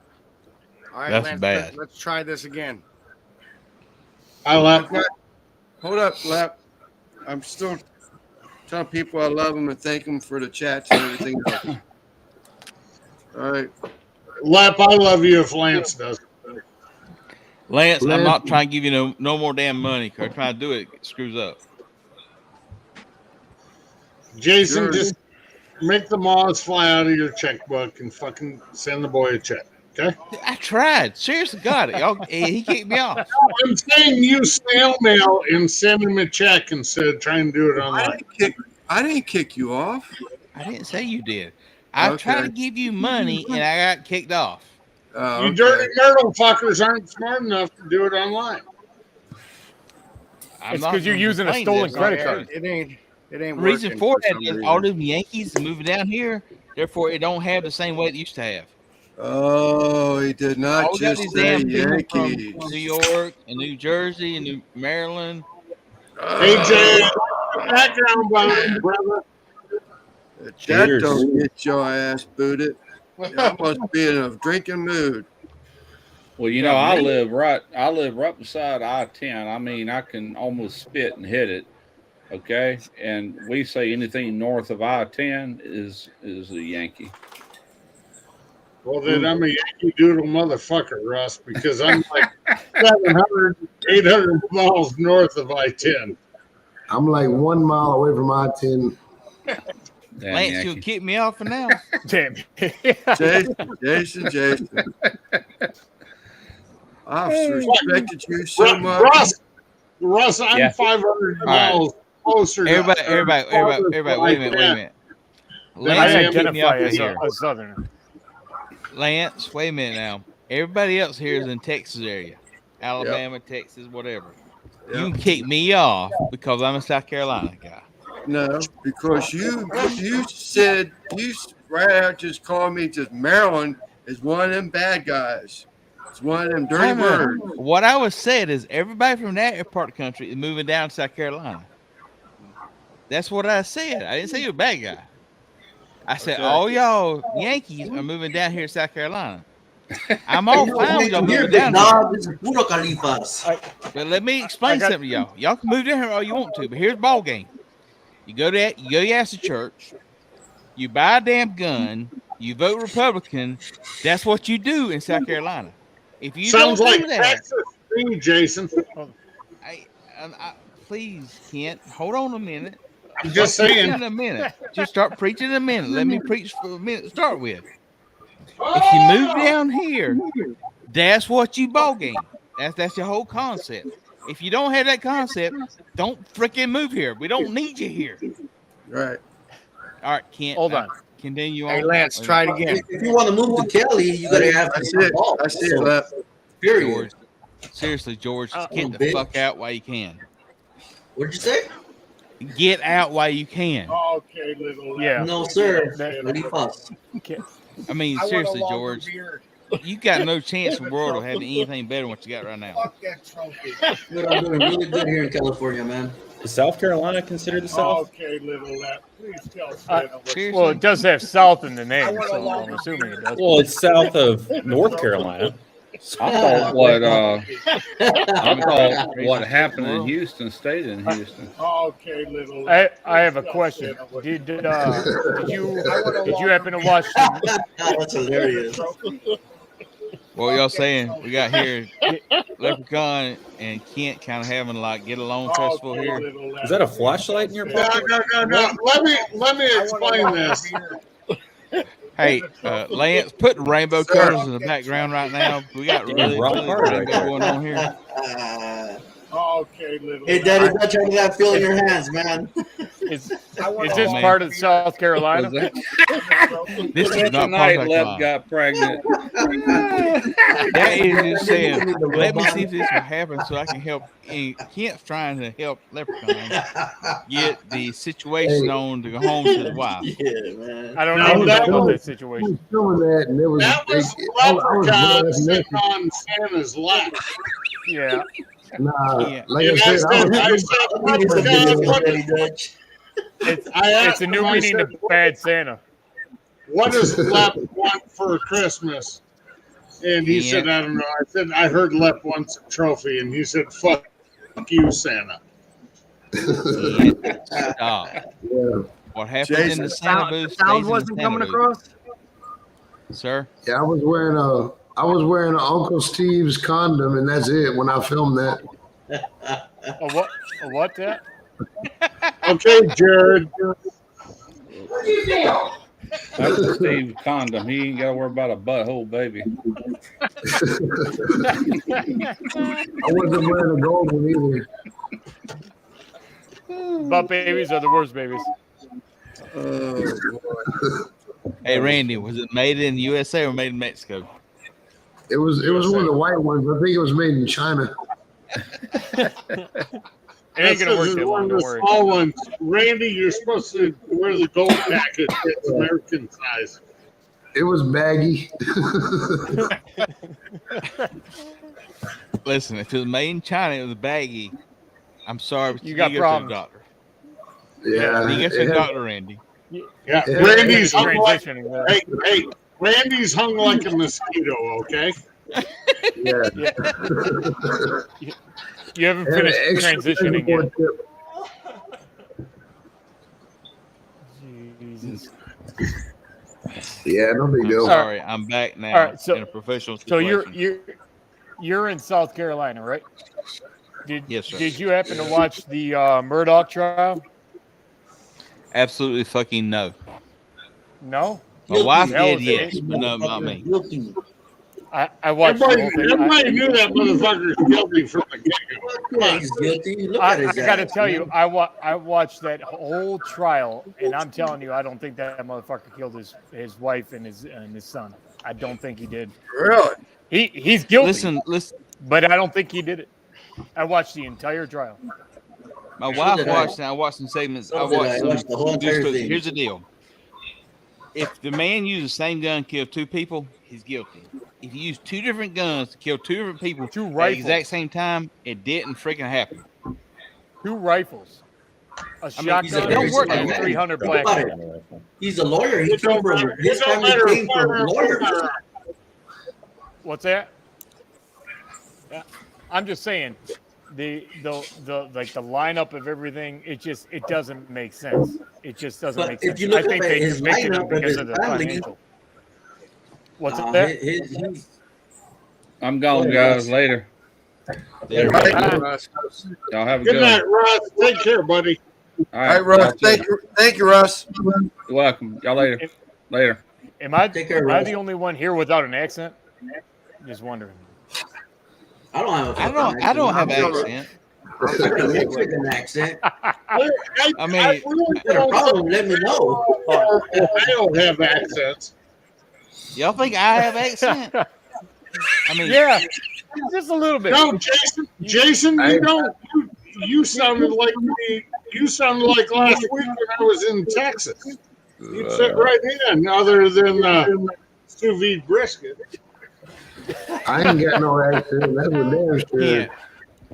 Let me explain this in terms All you right. So understand. am I the only one here with an Kiss accent? Then? Let's put it that way. my ass. Yes, I have an accent. Yes, I'm from the South. Yeah, I have an yes, accent I'm too. a South Carolina It's guy. called Mexican accent. Everybody envious of me, including Lance right now. Wish that he lived in South Carolina because we get no snow, beautiful weather, and You're Lance is freezing his balls off right now. You're only south of North Carolina. You're not south. South. Hey, Right.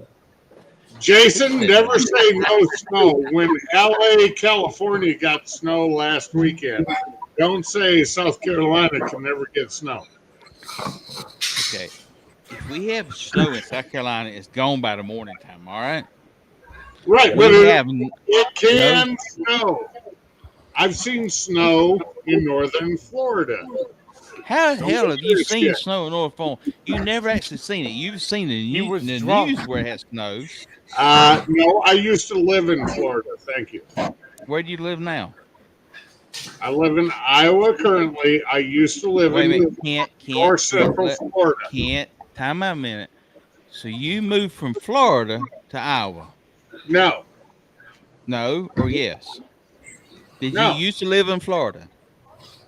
Yes. Do you live in Iowa now? Yes. So you moved from Florida to Iowa? No, I used to live in Iowa. No. Did you live in Florida? I'm originally from Iowa. I moved to Florida. No. Did you live in Florida? It's his laugh. My God. Yeah, did you live in Florida? Hey, everybody. Did you live in Florida? Yes, I did. Previously, I lived in Iowa. Stop right here. You currently live in Iowa. Yes. Yep. He lives in I Iowa. am going to drive down to the Dirty Myrtle and stop a mud hole in this motherfucker's ass. I'm telling you right now. Yeah, so you moved from Florida to Iowa. Oh, shit. Yes or no? No. No. Don't get all technical on me. Did you move from Florida, where you lived at, to Iowa, where you currently live at? Yes or no? No. Yes or no? No. Well, where the hell you live in between the two?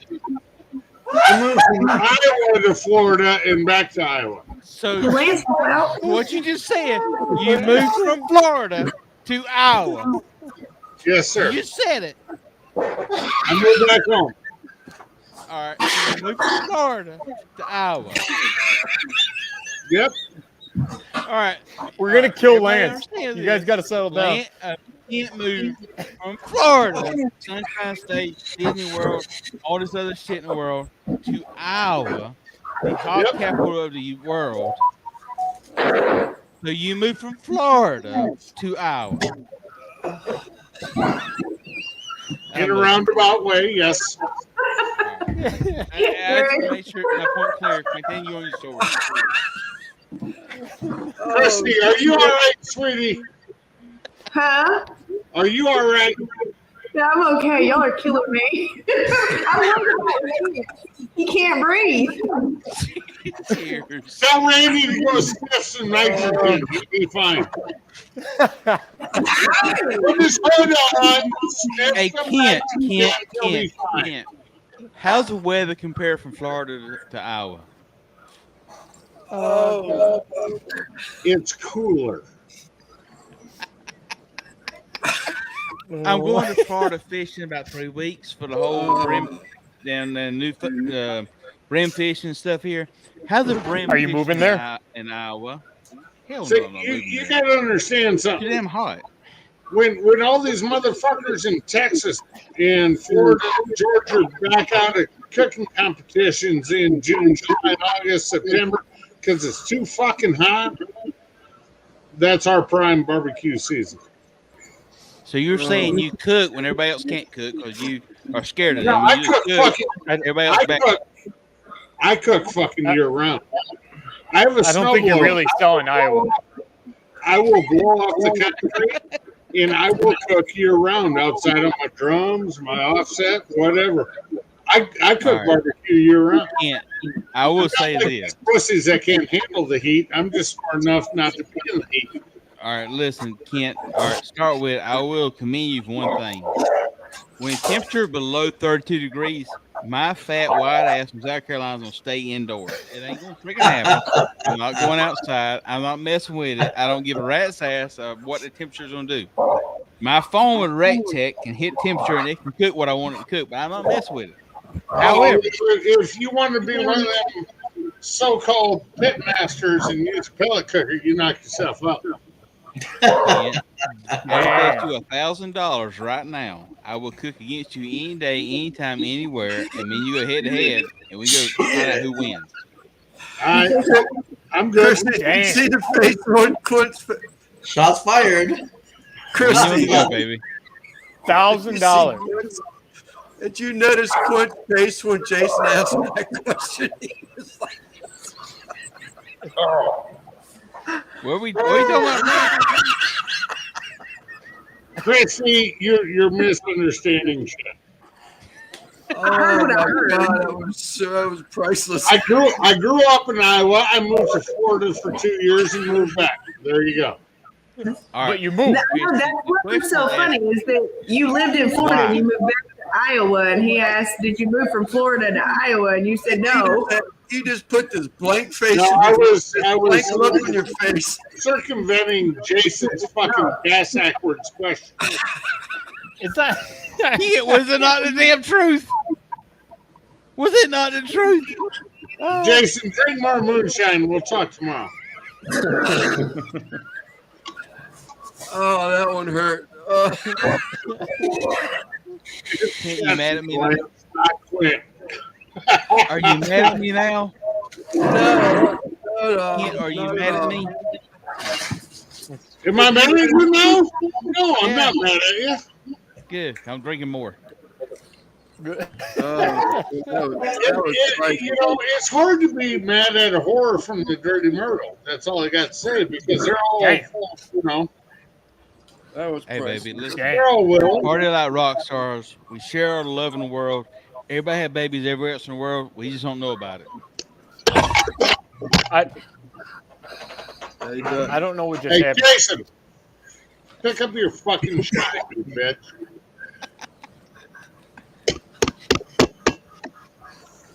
I love you, Jason.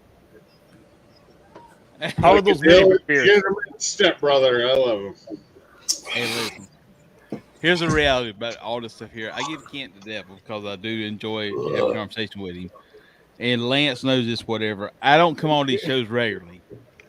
I come on our show have Tuesday nights, but I don't come on these shows very regularly. But when I do, I aggravate the shit out of everybody. God, I can't wait till Tuesday. It's been fun as shit. Ken, you want to come on the show Tuesday night? I'd love to. All right, Yeah. we're gonna have Kent on the show Tuesday night, and I'm Oh, gonna wait, aggravate the piss out Hey, of wait, him. wait. Are you going to talk geography on Tuesday night? God, I Come hope on, man. Hey, AJ, can I borrow your background for Tuesday night? Bring a map on Tuesday night. Kent, you not gonna show off your damn trophies you got on the wall? Well, they're not. Well, some are on the cabinet, some are above the cabinet. You know, they're all over the fucking net. 8 of them hanging up here. You know, it's just. Dude, I had a blast on Jason's show. That was fun. I was talking to some competition cookers. I had no idea what the fuck I was talking about. Listen, my show is about one thing only. Our show we have on Tuesday night is about one thing only. It's shared a passion Geography. barbecue. That's all it's about. I don't give a rat's ass where you cook. what Yo, you shut cook. the fuck up, or I'm gonna punch you like a fucking whore. Kent, what the hell are you talking about? You were not mentioning this comment at all. I'm talking about Joe, not You you. were not in this comment at all. Oh, God. Why We were do you talking think about this what comment's makes a about pit you? master. We were talking about what makes a pit master. What makes a pit master is why I was on Jason's show. Dude, listen, that's the best answer in the world, what I said in there. If you can successfully cook a barbecue while you're drunk off your ass and everybody's satisfied, you're a pit master. How the hell is that wrong? That's the only way. Hey, wait. I will debate that. Kent, why are you going to debate this? You moved from Florida to Iowa. Because if you're It using, don't matter what you say anymore. because if you're using a propane smoker, are you a pit master? Wait, what now, Kent? If you are using a propane fired smoker, are you a pit master? Drunk All right. or not? Kent, all right, you moved from sunshine to snow. You're out of the I conversation. moved from snow to sunshine to snow. No, you didn't. You moved Yeah, from I snow did. to sunshine. You found out there actually is sunshine life, and then you decided to move back to snow for what reason? Meth. I was forced to. So Yeah. stop. Don't go too deep with that, Jason. So okay. Let Jason. Yes, sir. Somebody using a smoke hollow propane fired fucking cabinet smoker chips. Good. Are they a pit master? All right, listen. Number one, if you can find a smoker that does propane, smoke, and pellets and charcoal at the same time, I you're a didn't say that. motherfucking pit I master. didn't say that. I'm You saying did. You No. did say that. a smoke hollow is a brand name. Propane All right, repeat the smoker question. that you put 2 trays of wood chips above it. Is that a pit master? All right, Kent, number one, if you can successfully figure a way out to do a competition to win, spend money, and beat my ass in cooking competition and beat me, you're I a can do that you're a with pit the drum. master. It don't matter. What? I can do that with the drum. It doesn't matter. I got 4 of them. I don't care. So you're a pit master with a drum, right? I have offsets. Are you a pit master with a drum smoker? I'm a pit master with anything I use because I know how to fucking run them. So you You just answered your answer own your own question, damn question. No, I'm saying You answered your own anybody, question. anybody can fucking run something with propane, right? So you're telling me that if I run charcoal and you run propane, you cannot beat me? No. I'm asking if a guy has a Smoke Hollow. It is a brand name cabinet smoker. And their heat source to light their wood chips, which is in a 1.5-inch tall tray, 4 inches wide, 12 inches deep. That's what she said. Can they consider themselves a pit master because they use a propane heat source? That's what I'm asking. My answer is no. It's great for backyard. All right. The whole argument whenever I went on Jason's thing was, can you be a pit master if you're using a stick burner versus a pellet smoker versus a gas burner or whatever? That was the whole thing. And at the time, I was very involved with a certain Facebook group that was really heated in this, and I got kicked out of the Facebook group. So, and what ultimately got said during the whole program is you should be a pit master versus whatever you know how to use, or whatever you can use. You should be able to use everything, right? Right. So what Kent's saying is this, and what my answer to this question is this. If we do a competition, I don't care what you cook on. If we do a competition and you can beat me, you can beat Kent, you can beat anybody, then you're a pit master. I have seen some guys cook a whole hog on a propane smoker and absolutely blow my mind with crispy skin, juicy pork, whatever, and they are old school pit masters. We are doing the charcoal world right now. We're doing the wood, fire, and charcoal. Yes, that's been alone for the last 15 years. And yes, that was basically for the last 150 years. But there's a time in the last 60 years when people started doing propane hog cookers, they cooked the shit out of hogs with propane.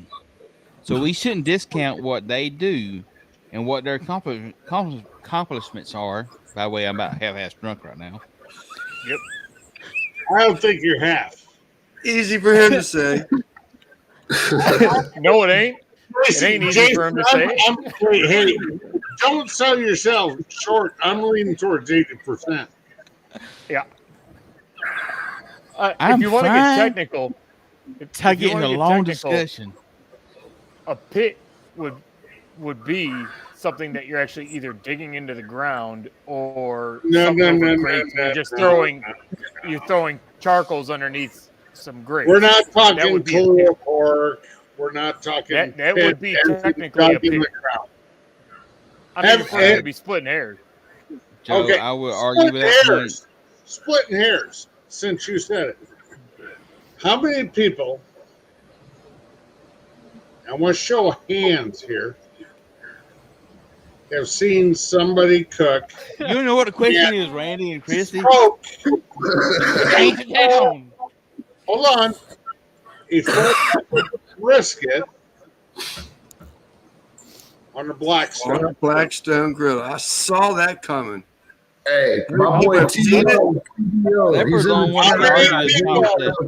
How many people have seen a full packer brisket smoked on the Blackstone? I'll raise my hand. I raise my hand too. Left. You better raise your hand, Left. You're the motherfucking man. I can't imagine it's good.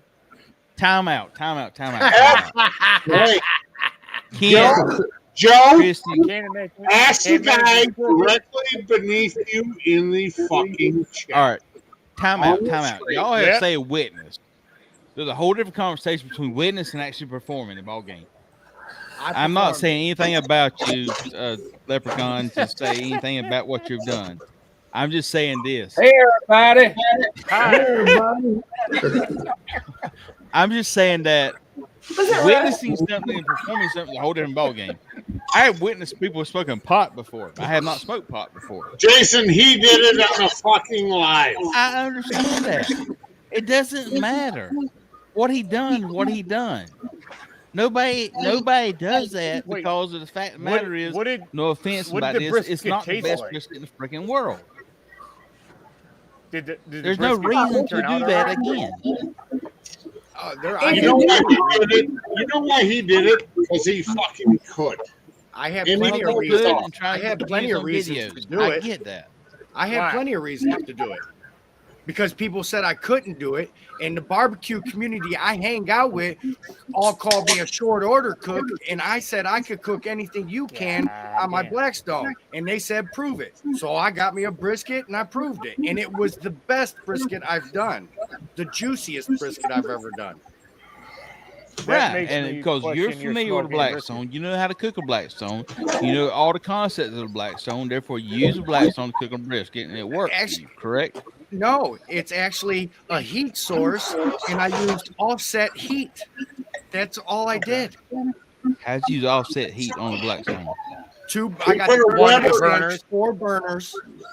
I used 2 burners on high. I had the brisket on the other side, so I had the residual heat coming over. I had it on a cooling rack, and put a dome over it got that heat underneath, domed it, put a smoke box underneath it. All right. So basically, you use a Blackstone offset cook storage. Yeah. Okay, so but you use he's a a pit Blackstone. I understand that. I'm not arguing that point with him. I am saying this, and what I said earlier in this is he used a Blackstone to cook a brisket, but nobody else has done. God bless you for that. You've done something nobody else has done. To cook a brisket on there. Yeah. However, that sounds like that video should have went viral. Did you do a Blackstone brisket on competition? You know what? For what Lep did, and goddamn Lep, what's that been? It's over 3 years ago you did that video. Just Google Black Stoners. He'll come right up. And he had it sitting on a cooling rack on his Blackstone, had the cast iron wood chip box that you can buy at Walmart. You put a water And pan? he had that, and then he took like was it a WSM or what, a 22-inch kettle lid, put it over his Blackstone, and smoked a brisket on the Blackstone. All right, You I could get see that. the smoke And I've coming already out. said that he is successful in what he's done. Would you do Kent? Would you do a competition every week using that method? But that's the way. I mean, I would not. No or yes? Dumb, not stupid. That's what I'm saying. What he done was unique. What he done was inventive. What he done was fucking genius. I'm not arguing that point. I'm not arguing that point. What he done was absolutely phenomenal because he done something that nobody else was willing to do and succeed at. He was the first one to fucking do it. You know another reason why I did it? I didn't have to pay for the meat. That's what I'm saying. What he done? Some asshole from Iowa probably told me he couldn't do it too. Or Florida? How Was it long Iowa did or it Florida? Yeah, either one. It was either one. actually- Either Florida or either Iowa. All right. It was actually They were in the him process and, of not Chef, moving. Chef Johnny. Okay. Thank you, Joe. Appreciate that. I couldn't figure it out for a minute there. How By the long way, did it take? You're going to live that down till you die, by the way. Yeah, 5 hours? So we got Daddy Florida over here in the corner. Damn. And we got the All dirty Myrtle up there, middle left. And Oh, I own let that it. I son of a let it bitch rest. till I die. I let it rest for like a half hour, 45 minutes, somewhere in between there. And it was the best brisket you've made. Juiciest fucking brisket I've ever done. Actually, what was that? Oh, you did that. I got to live, watch dude. that video. It was 3 hours or 3 years ago. Yeah. Yes. Alright. Yeah, 3-4 years ago. Well, it would be 4 years ago now, 2023. Yeah, it 4 was. years It ago. was. You did part of that live. I did. I had check 2 that out. parts live. I started it, and then I ended the live, and then I went live when I wrapped it, and then there's a little quick video of the finished product. Yeah. Oh, so you went out and bought a brisket that was cooked properly and then put it back on your shit. Is what you're saying. I started it. Started the Yeah, live. you started with it. No, he Yeah, didn't. But you got a real Oh, brisket. Put it back no. on. What? Hey, No, he cooked people properly. did. Hey, people did say that at that time. Yeah. Joe is channeling his inner Jason right now. He's being an asshole. No. I am All being an right. asshole. That's what I'm People did messing say at. that. Yeah. Well, Sorry, so everybody stop a minute. Here's what I'm gonna throw down. Lance, it's your show right now, so I'm gonna throw this down. So we got Cinco de Mayo coming up here. What? May the 4th. Is that what Cinco de Mayo is? Oh, you dumbass! It's a I need some of what he's drinking, man. Jesus. Cinco de Quattro is the 4th. Oh my not, fucking not a god! big Spanish Cinco de speaker. Mayo is the 5th. Did I not say the 4th or 5th? You said the 4th. Cinco is I mean, 5. 4th, dumbass. It's only Hey, one day. rat's ass, all right? I honest to God don't give a shit. Here's what I'm saying. If y'all would let me finish, since y'all being so judgmental with y'all Mexican vocabulary situation. What? Did you say Mexican? What does Mexican have to do with it? Stop. I'm not talking to you. Watch your mouth. Spanish. All right, What does Mexican got to do with it? Hey, mira, hasta right there. Aquí, mira. Jorge. Take that motherfucker out. We're gonna pick on that. All right, Right all now. right, When's chat. it? Oh my god. Dude, I I haven't had pissed this him much off. fun in a while. I know, really. Don't be talking about Mexicans if you don't know what you're talking about. I don't know what I'm talking about. All right, then. I have no idea what I'm talking about. Then check yourself. Okay, Cinco de what you want me to Mayo say? on the 4th. What is Cinco de Mayo? May 5th. Okay. Every year. What I would ask is Cinco de Mayo, we have a competition between all among us, a group right here, of having a contest, and all of us come on live and promote our stuff and see who wins the contest. I'm in. That's what I was talking about. Okay. I cook some pretty mean Mexican food, so I'm in. Yeah, me too. I can't cook Mexican at all because right now I can't even say it. No. I can't That's cook what I it. was talking about. I'm a So big what fucking day is Cinco de Mayo on? I am not mentioning this at all right now. Let me look. I'm sorry. Check out the calendar. Just saying a word. If you seriously have to add, oh my god. It's hard. It's hard. It's hard to find out. You gotta look No, at the it's calendar. a Friday. It's a Friday. It's a Friday. Lep, I love you, dude. I love Lep. So, Lep, I got a hard on for you right now. It's a Friday. What's up, Tom Garvey? Shit, what's up, Tom Garvey? All right. Hey guys, I gotta jump off of here. All right, Joe. I gotta go put the baby to bed. But All right, man. this was Nice seriously hanging out some with of the you, man. most fun First I've had in time. a while. Yeah, It will man. happen again. On Joe. Sunday, on Sunday, I'm going to try to. I think I'm going to try to do a live stream at around 6 o'clock. Thank you, Russ. All right, so if any of you Joe, want wait a to minute. join me, Before you go, Joe, question for you. yes. Are we all game for the 5th of May? George, I'm I'll do sorry it. if I make you upset. No, you're gonna make me upset if you're just talking about the Mexicans. It makes me upset, you know. I apologize for the situation. No worries, no worries. What So- exactly are we? We're having a cook-off? Yeah. May the 5th is a cook-off. We get a We're gonna fist have bump. Everybody have a fist bump. All right. I worked late that day, so I'd have to do it during the week and drop the video. If that's what you're asking? You know what I mean? Like everybody drop a So video. we're going to do it live, no? Everybody drop a video and it goes live at 8 o'clock Eastern time on the 5th of May. PM. And we all vote on it among ourselves, and we just see what happens. It's a fun situation, not nothing serious. Well, we got time to work out some kinks till then. Yeah, for sure. We do. All right. All right. I'm going to leave. But like I said, on Sunday, I think around 6 o'clock, I'm going to do a live stream. So if any of you guys Send me a want to link. join me on Sunday, You don't want to be part of this. You don't want to be Send me part a of the link, game. Joe. And Tom. Give me a link. We're fixing to start a game fight, man. You don't want to leave. I gotta go. I gotta go put the baby to bed. All right, Joe. Here, Joe. I'd use that excuse too. Randy, I'll send you a link on Facebook, and Lance, I'll send you a link on Facebook. I don't know if I have anybody else on Facebook, and then if you guys want to share it out.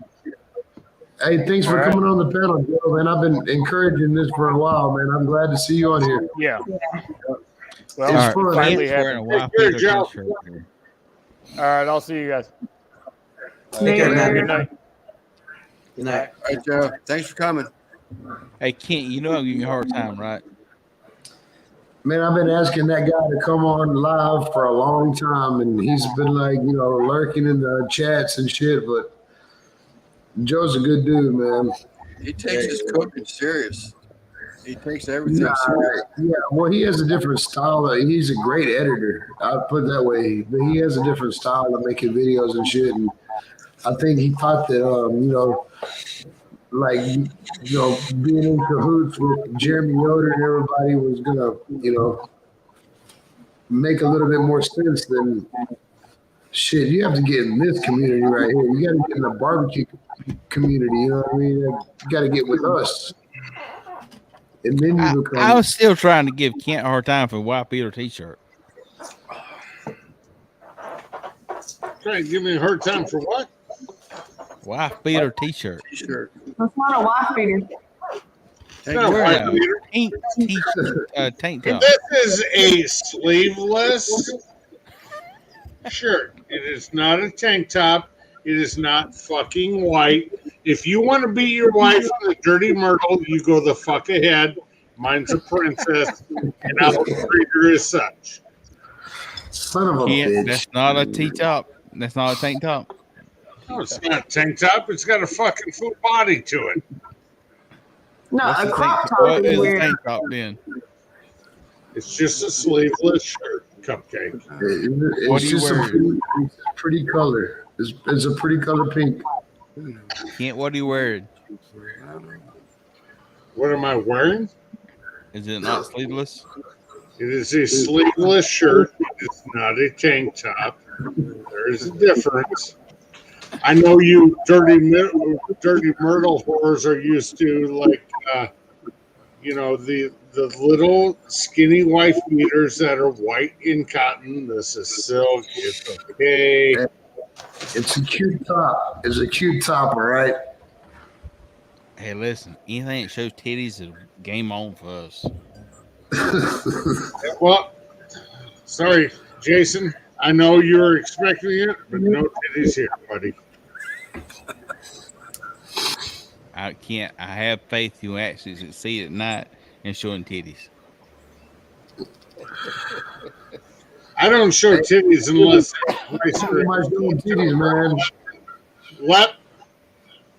I don't show nips unless there's vice grips on them, right? Yep. Thank I you. like titties and beer.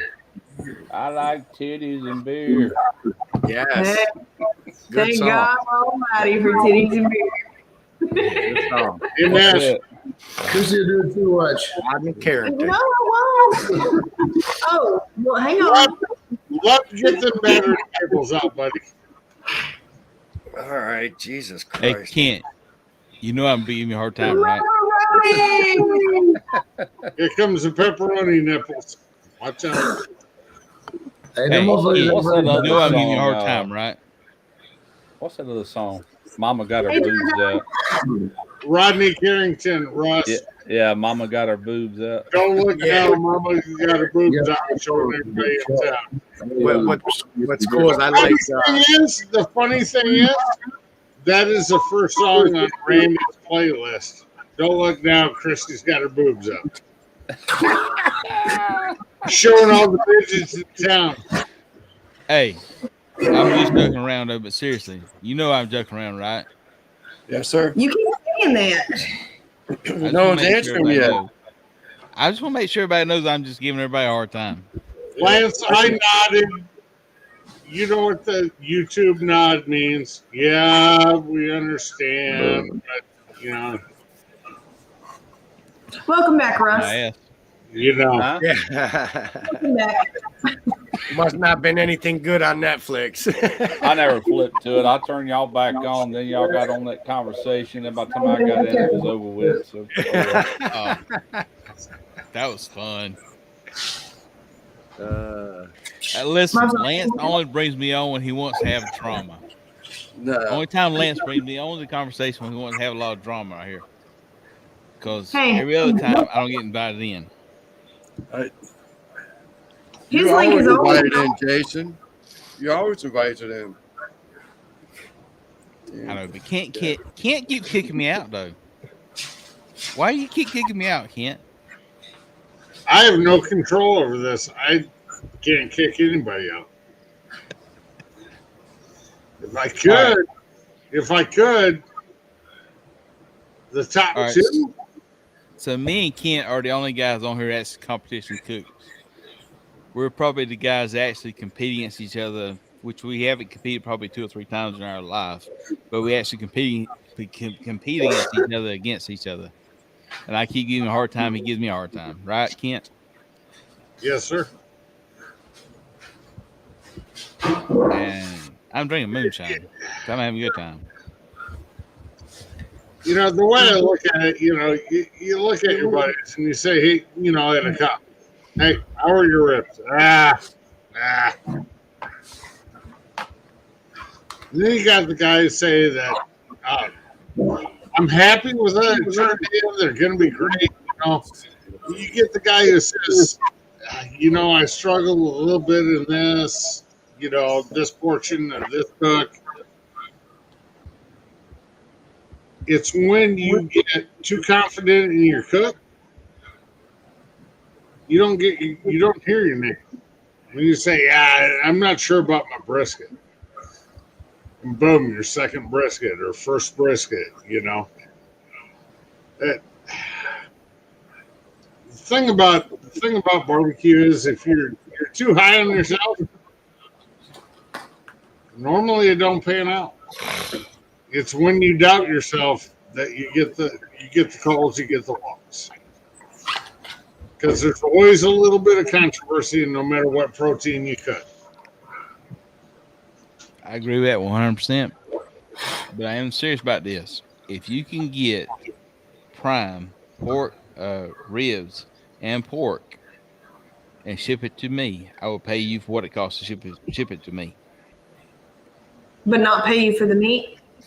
Oh no, he's I'll pay for hey, meat. hey, wait a minute.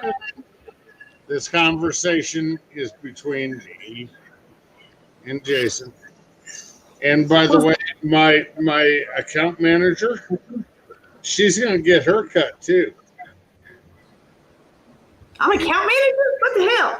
It is not cheap to employ a midget. That's all I got to say. You know, they're still undervalued. What the hell are we talking about right here? Hey, He did it. still undervalued. So little midgets. I live in South Carolina and haven't been to Myrtle Beach in years. You Whenever gotta pay leave them the twice the county, price so they feel their Myrtle, worth. pull over to the first 24 hours health care clinic and get a penicillin shot. What the fuck are you talking about? Listen, I live in UCLA. I live in Upper Conway at Lower Anner. If you want to come to me and say that what I'm doing, I'm leaving the county, whatever, talk to me. I don't care. But I have no idea what you're talking about right now because of the penicillin shot. So straight up, I don't know what you're doing. I think he was just making a statement for himself, not taking a dig at you. Yeah, it wasn't a personal deal. No, because he lives in South Carolina. Right. He can say that, you know. Yeah, I don't know what you're talking about. I think he's talking about venereal disease. He might have had an experience. Who knows? Yeah. Plus, I did laying not, all over the beach, I did maybe. not have Whataburger when I'm in Texas. Sorry. I did last year. So, but Kent, you understand it. You appreciate it. So, I spent probably about $30,000 on Snake River Farms. So everybody in the world come to me for Snake River Farms to buy brisket. You understand what I'm talking about with that? Blacks or golds? Whichever one everybody wants. Because I spend that much money for them. I'm in a different category than everybody else in the world. That makes sense. Ish. Yeah. So that's what I spend with Snake River Farms. But I do not spend that with Prairie Fresh. So I'm not in that category with Prairie Fresh. I know the guys that spend that kind of money with Prairie Fresh gets a different level of Prairie Fresh than I get right now. That's why I was asking you earlier about if you're getting Walmart's carrying that kind of Prairie Fresh. I'm willing to pay that kind of money for that level of consistency in Prairie Fresh because the factory you're getting meat from is producing the prime ribs and pork for Prairie Fresh. Mm-hmm. That's what we was giving a hard time about with Kent earlier because I know where he's getting his meat from is actually the farm that's producing the prime grade ribs and pork butts for Prairie Fresh, just like I get the top of the line for Snake River Farms. Now, can you compete with anything else in the ball game? Absolutely, yes. I'm not going to argue that point. Smithfield's got a line out there that does good. So does Swift, everybody else in the world. However, if you're doing your own list, getting Prairie Fresh top level quality beef, then you can do a contest for that, and you ain't got to worry about that. That's what I'm talking about. So if somebody took what I said out of context earlier, I'm sorry. I mean, I apologize for that, but that's a conversation me and Kent was having kind of off the record in a sense on another thing. And Jason, I'm going to be honest with you. I've done better selecting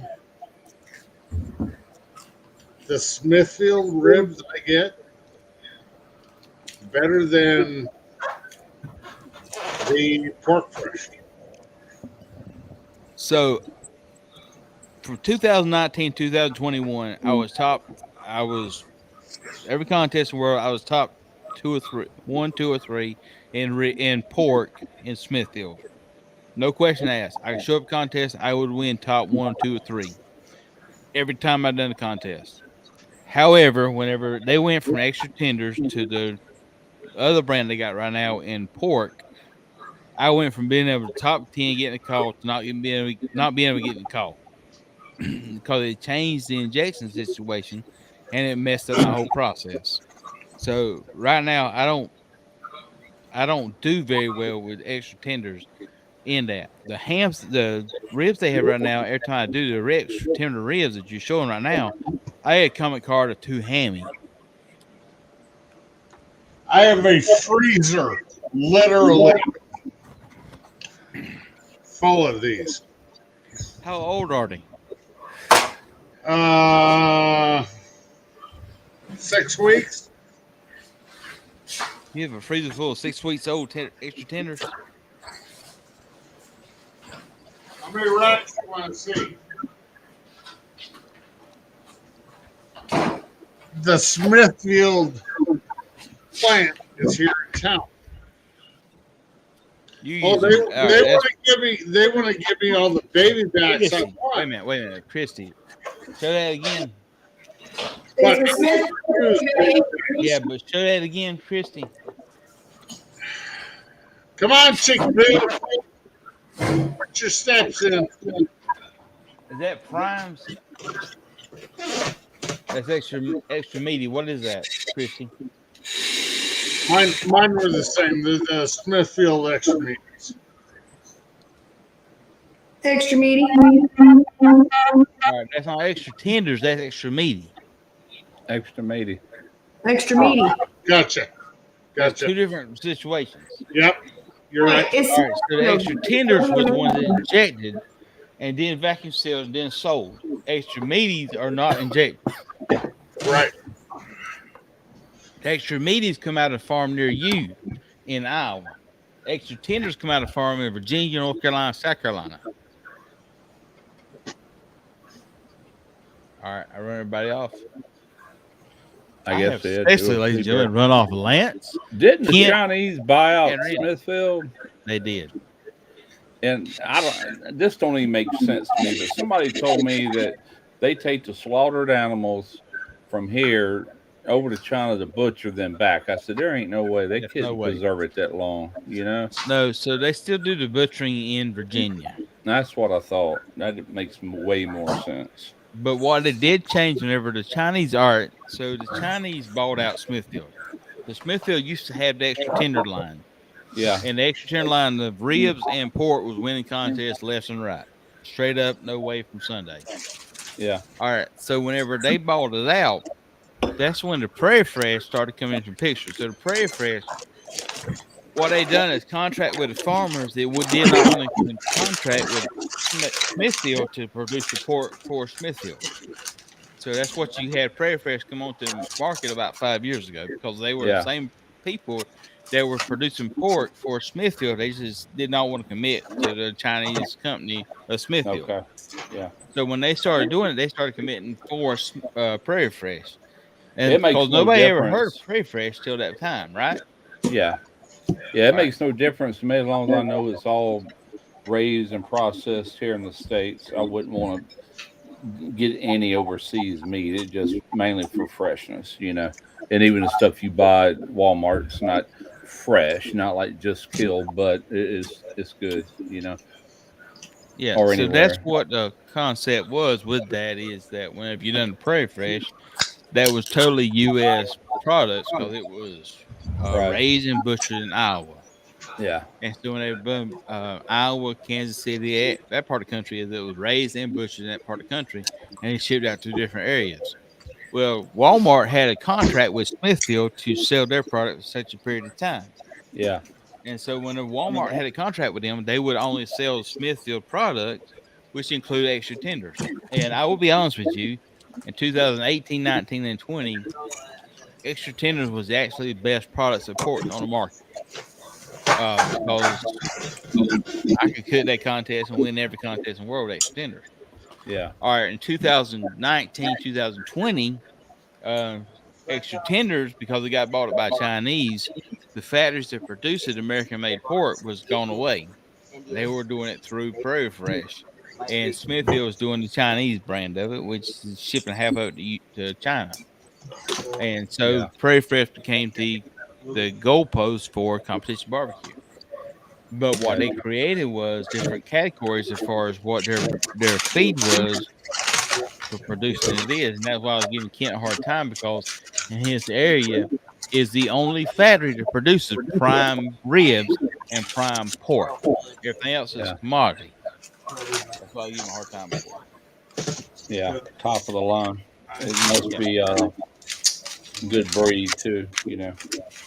So what he was talking about earlier was with Cheshire, which is actually out in North Carolina.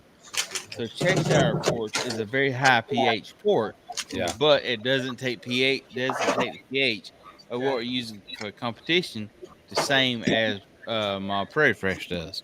It doesn't work the same.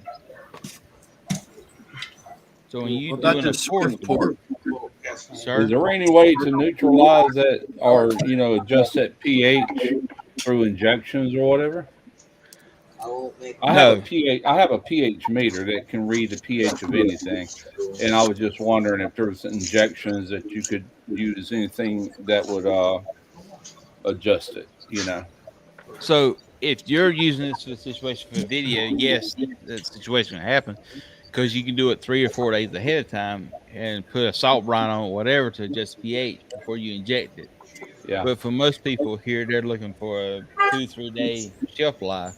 Yeah. And they can't necessarily do it in that situation, because if you're using a Swift brand, a Butcher Block brand, or Prairie Fresh brand, it's got a 2 or 3 day shelf life. Yeah. Now, if you're doing a brand of Allegiance brand, you're doing a brand of a what's the other ones? Mine went blank. There's about 3 or 4 brands out there that are, I wouldn't say chlorine based, but they're a very chemical based preservative into it, and they can last on the shelf longer than a natural based one. Right. And that's when you look at injection based. If you see a piece of meat that's been injected with a non-natural injection, it has a higher shelf life than a natural injection. That's what we're talking Preservatives. about. Yeah. Sorry. Kent, you back? You know what? He's not back. I've never heard of them. Probably because the area that I live in, but Swift pork. Has anybody heard of Swift pork? Where'd it go? That's a commodity pork. It's the same thing as pretty much generic level of Smithfield, Swift, IBC, Butcher Block, whatever. That's his generic level of that brand. Use fucking the left. They're delicious. Fucking ate that shit from the store here. Do what, Randy? So we're agreeing with what Joe says here about the pH equals a high fat content. Well, All right, so pH does not equal high fat content. All right, stop that right now. The pH has absolutely nothing to do with fat content. What the pH actually has to do with that piece of meat of how it's treated by the time it's processed, the time it's delivered to the store.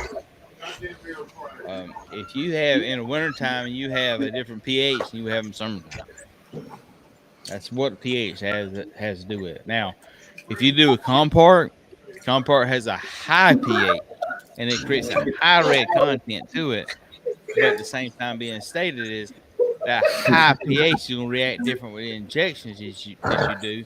It's going to react different to it. It's going to react, making it taste different to it. Whereas if you do a commodity port, you put a high pH injection, pineapple juice or apple juice. What level? What pH are you looking for? What is it?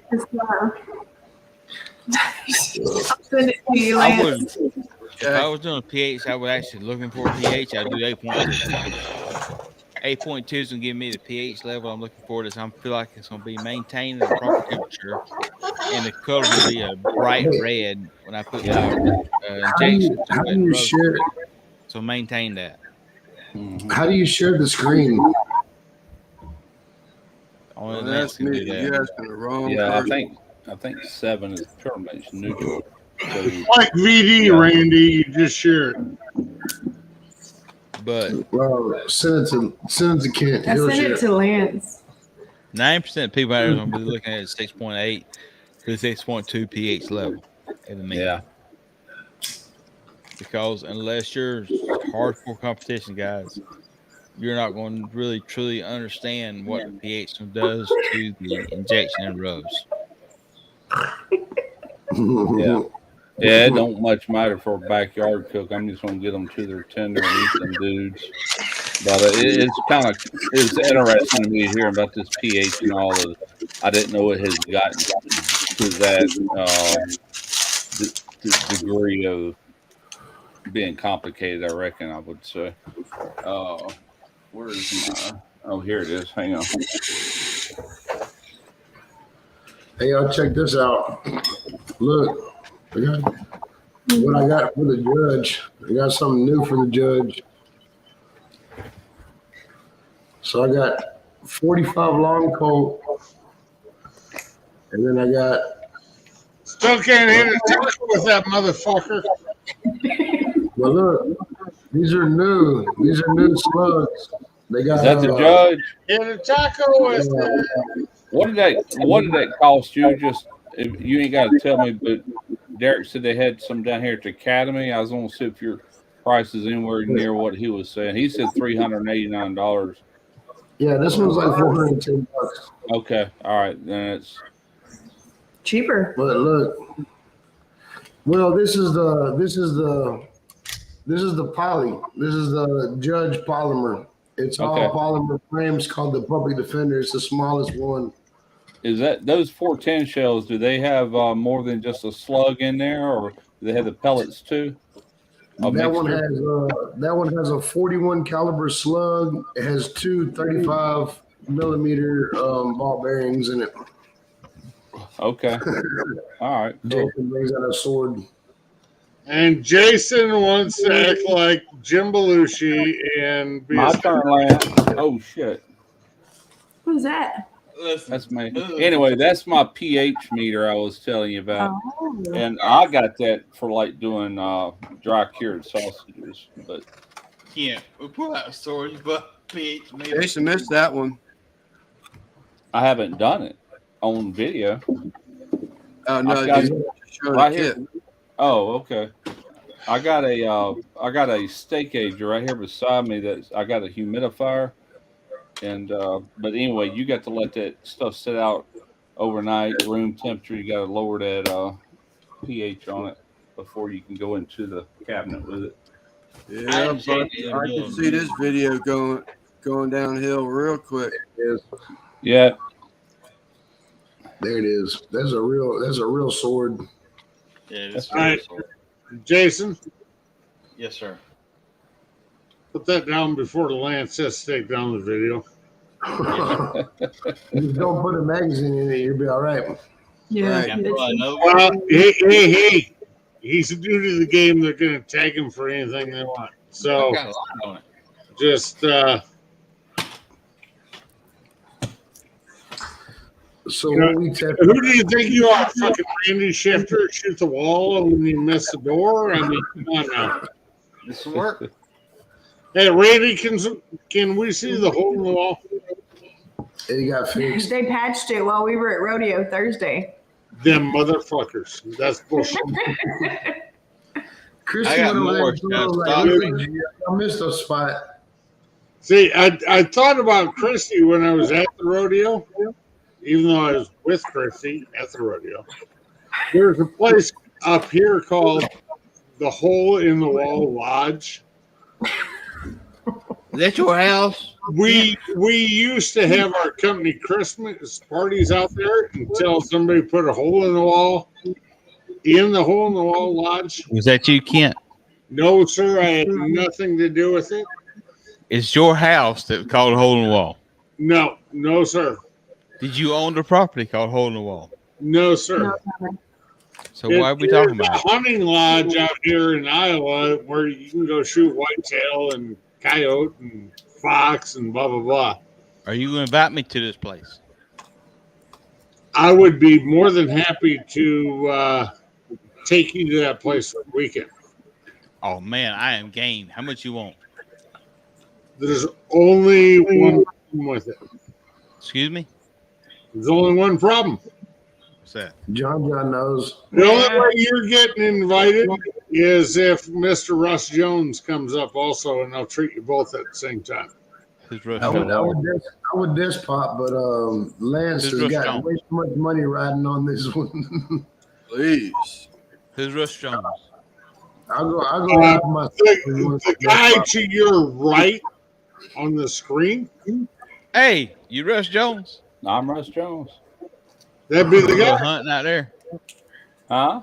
You want to go hunting out in where we going to hunt at? Oh, Texas? I don't know. I don't know, man. Answer It is would yes, be- we it will. would I'm not be- paying for it. I'm going to Wisconsin in July, and I don't plan any more trips this year. It would be They're late too darn expensive. late I'm September, retired. early October, pheasant hunting in Iowa. Get some big old ring necks. All right. Get with the And maybe if you stick around a while longer, you probably get the right tag to get a big old Iowa whitetail. All right, Mr. Russ Jones over here. Here's what I'm asking you to do. Say yes, you're going. I don't give a rat's ass if you show up or not. You are going to this hunt situation. I'm gonna tell Kent I'm going to a hunting situation, and I'm carrying people with me that I'm gonna have legally change their names to Russ Jones. There you go. I'm going, Kent. I'm pretty sure I could pick Mr. Russ Jones out of a lineup. Yeah, You didn't ever say you had. I don't care if it's You just said that his name, Russ Jones. I actually had a If guy it's send me in Lieutenant the Chicago Winters. PD, I can still pick Russ Jones out of the lineup because there's no man that You has lived in Florida. oh fuck, you You shut your, lived in Florida. hey, shut who your lives in fucking whore Florida? mouth, Jason. Kent, the proper term is shut your cock or mouth when you're speaking to me. I think the proper term is bless Jason's heart. I love you too, man. I love you too. I'm more fucking southern than you all know. I'm telling you right now. Yo, he lives in Florida, so we have to give him credit for being southern. Yep. No, but God, I hope in about 18 months I live in Texas. I'm going to tell you that right now. Why would you want to live in Texas? Because Texas is fucking fun. I'm gonna move to Channel View to see my favorite midget. Never gone. Listen, Even Texas though, is great. my No favorite, income tax. my So favorite I'll- midget. No, I sorry, Christy, I need to recant that. Your wife should be your favorite midget. No, my second favorite YouTube midget is Christy. Who's your first Wait a minute. favorite? Time out. We leave My kick everybody first off here. favorite YouTube midget. Hey, Lance, what happened to George? Midget would Eating be dinner. Booger. Having dinner. Booger. Did I piss him off? No, you're 3 hours behind. He's having dinner. It's only 7 o'clock there. Seriously?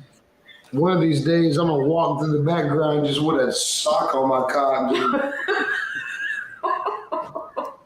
Dude, why are you waiting for one of these days?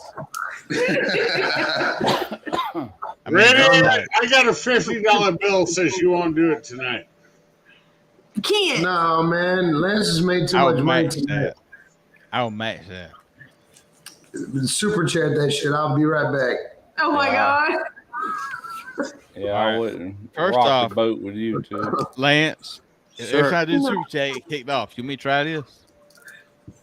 No, I don't want to get kicked off. I don't want to lose what people have donated to the channel.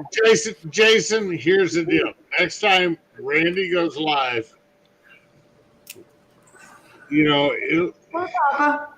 Papa Texas.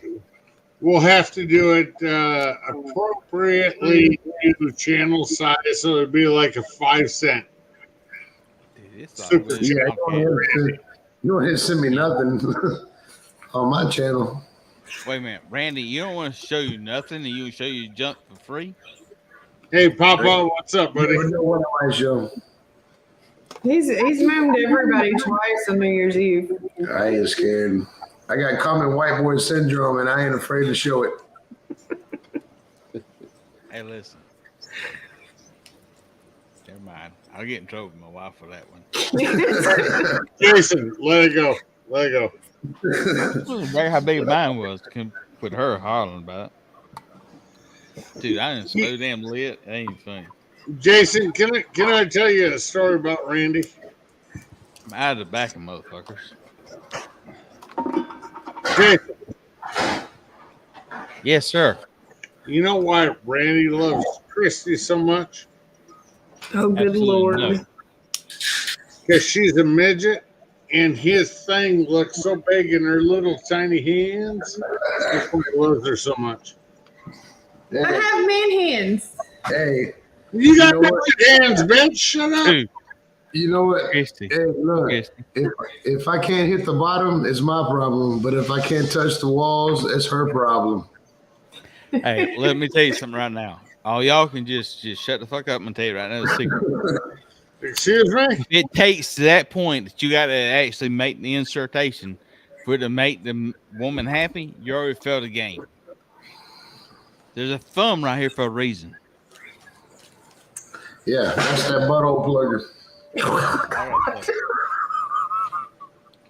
Two in the pink, Get one in the that stink. thumb and make them happy, you need to quit. Because your fucking ass is stupid. Wait a minute. It's been so long, I forgot. That's Russ, I got you, buddy. Yep. Hey, Two in Russ, the pink, one they in the make stink. vibrators for a reason, Hey, bro. Russ, unless you want to get kinky, then you turn it upside down. Yeah. Lord mercy. Russ, I'm going to plead the fifth. Or actually, I'm going to plead Come the here. second amendment. Welcome to the chat, Papa Texas. Ladies and gentlemen, Lance is just shut up right here because we are taking over his conversation. Lance don't know what to take with the situation because we're going to tell you this. We're having a good time here tonight. Yeah, it's all good. Anytime you see me on Lance's podcast, understand this: the shit's gotten out of control. For one reason: alcohol. Alcohol. I have killed 2 of these some bitches today. Does it every time? Yep. Alcohol every time. Sure. All you can do is just hope you don't lose everything and just keep on going. You'll be all right, Lance. You'll be all right, Lance. Just put it under unlisted. Nah, man, it's nothing's gonna get you demonetized. We ain't playing no music. I don't think there's been nothing bad enough to do. Yeah, that. Randy hasn't missed a taco on a table yet, so we're good. Yeah, I think so. Tippy, this is your first time. A lot of times after dark, it don't stay PG. If Pippi, this is clean right now. And Randy is chasing his goats right. I mean, Kent's chasing his goats right now. Pippi's barbecue. He's having a hard time trying to find satisfaction at home before he's chasing his goats. I don't know what he said. Something about chasing goats. Yeah, Jason. Hey, if you learn how to successfully have a good time with your goats wearing a tank top, this is how you do it. Randy, please demonstrate your proper technique with a tank top. All right, Lance, I'm out this time for real. My wife should be getting home soon from work. So, all right, Ross. Here we go again. I'm out. Later. Thank you, Ross. Will you do me a favor? Bite Christy's face off. Come on, killer. Get her. He won't do it. Where's our dog at? Asleep. She had a bad head in a bone. Please She's good. demonstrate the situation we have with Kent, with his dog. This to create a very personal relationship with the dog. At any time you need to wear a tank top to get the truly physical bond. God. Here we go. Advice from the Dirty Myrtle. Chico, can you believe this shit? Look, so when you're doing this, make sure you wear a tank top. Make sure you wear a Dirty Myrtle tank top so you get the full effect of the situation. So you have the physical bond to it. So you have the dog with you in this situation and truly get the Kent fashion of the relationship with the dog. No, you dumbass. Here's the actual thing. My wife lets the dog out through the garage door into the garage. I make the dog go pee, and then I show the dog, who has the cute little coat that says my favorite or my parents' favorite child, which pisses myself. Now understand this. We are understanding this from him telling us this. We have no proof about this concept. This is totally his point of view. Oh my God! Here we go. Advice from the Dirty Myrtle 101. So, Mr. Kent tells us this here, so he feels very ashamed by his truly personal feelings for the dog. He does love this dog. No, I hate the fucking dog. He shits in my garage. He pees on my snowblower. I hate the fucking dog. My wife and kids love the dog and the cat. I would just soon kick him to the fucking curb and get a fucking turtle. This is an aggressive tension situation here. Because we want him to know that the dog is loved. The dog has all the attention in the world of him.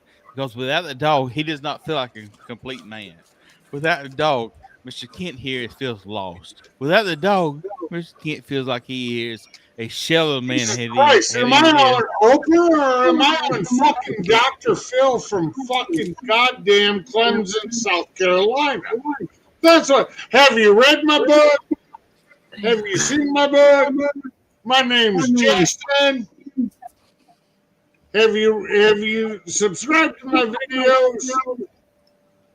Jesus Christ, Dr. fucking Phil Jason from Elite Barbecue Smokers. Holy fucking God. Hey. Are you engaged to Oprah?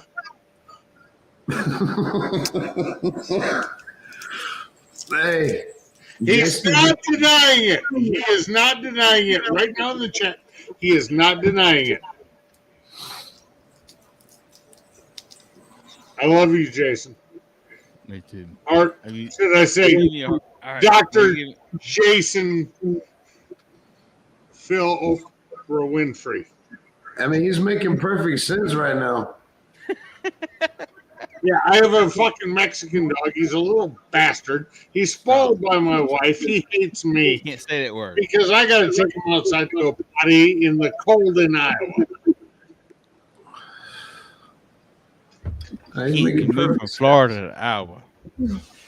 No, he never lived in Florida. We only got him 2 years ago. You moved from Florida to Iowa. After I moved from Iowa to Florida, yes. You moved from Florida to Iowa. At least I wasn't stupid and stopped in South Carolina. I lived here since 1777. You have not My been there family since 1777. Family You are not that old. You are not that old, sir. Dude, listen. I identify as that old. You probably identify as a wannabe barbecue cook too. But that's cool. I respect that. All right, everybody, jokes aside, men can't give each other a hard time. And we're making Lance very uncomfortable right now. His face no, there is like, we don't. You haven't seen me and Christy go at it. You want to talk about a hard time? That's me and Christy. You and I just fucking around. Me and Christy, we go at it hard time. She went into the room. She went to go look at our dog.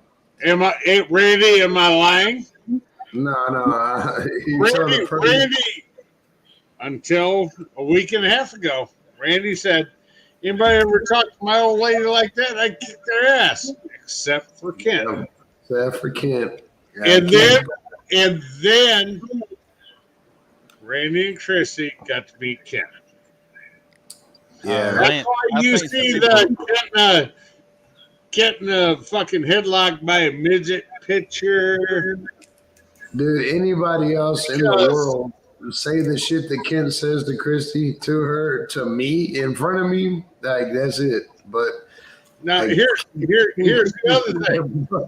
He's got like something weird class.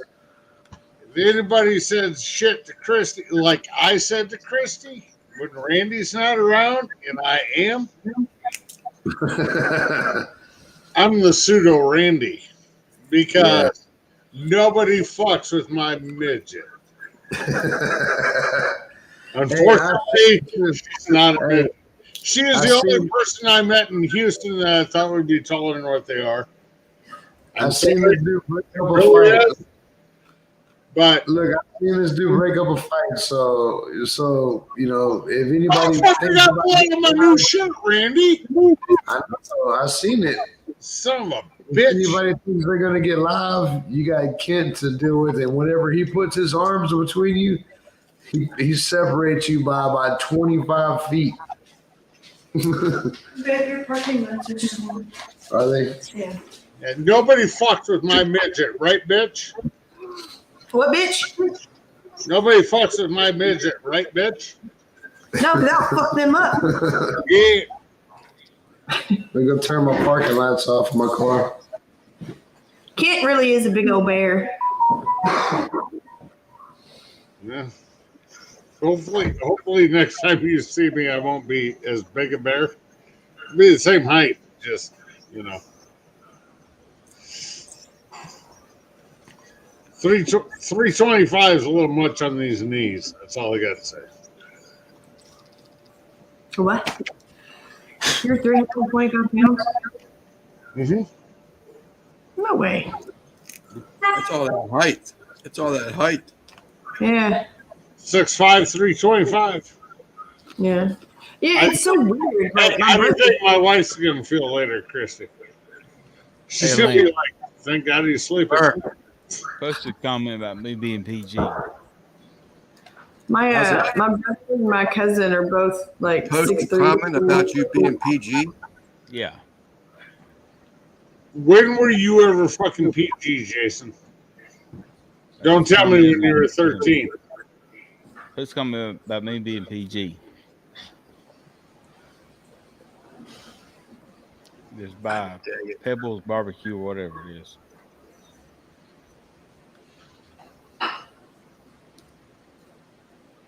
Daniel, don't be spreading rumors about me. That's all I got to say. All right. I'm an asshole. I'm having a good time tonight. I'm having a few drinks tonight, and I'm having a good time tonight. There's been no lie about this. I've showed this drink. Oh, hey, wait, Jason. Wait. I'm looking back in the chat now. Jason is a little drunk. So what? I mean, we need to explain this So situation. Hey. Hold up, well, Ken. Hey, Jason. Jason. Yeah. Right here. Look at me. You're looking that way. Look at me. I'm seeing you. All right.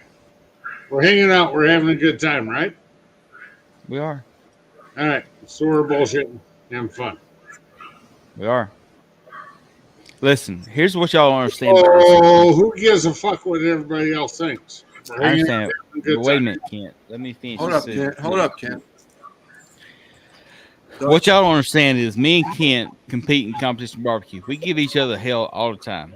We're having a good time with this. What me and him are saying to each other right now absolutely has no effect on anybody or anything or any way, shape, or form. We are truly giving each other a hard time. Right, Yep. Kent? Yes, sir. This is what competition barbecue is. Now, here's the reality about this. I would share anything I'm doing with him so he can do better. And he would share anything he's doing with me to do better. If the man forgot his goddamn injector, I'd borrow him one of mine, and it's vice versa. The competition Q thing is, you will help a brother out. You've met, you haven't met. He's like, say Jason comes up to me. We've never met. We've never cooked against each other before, and he's like, "Man, a barbecue. Fuck! I forgot my injector. Here's mine."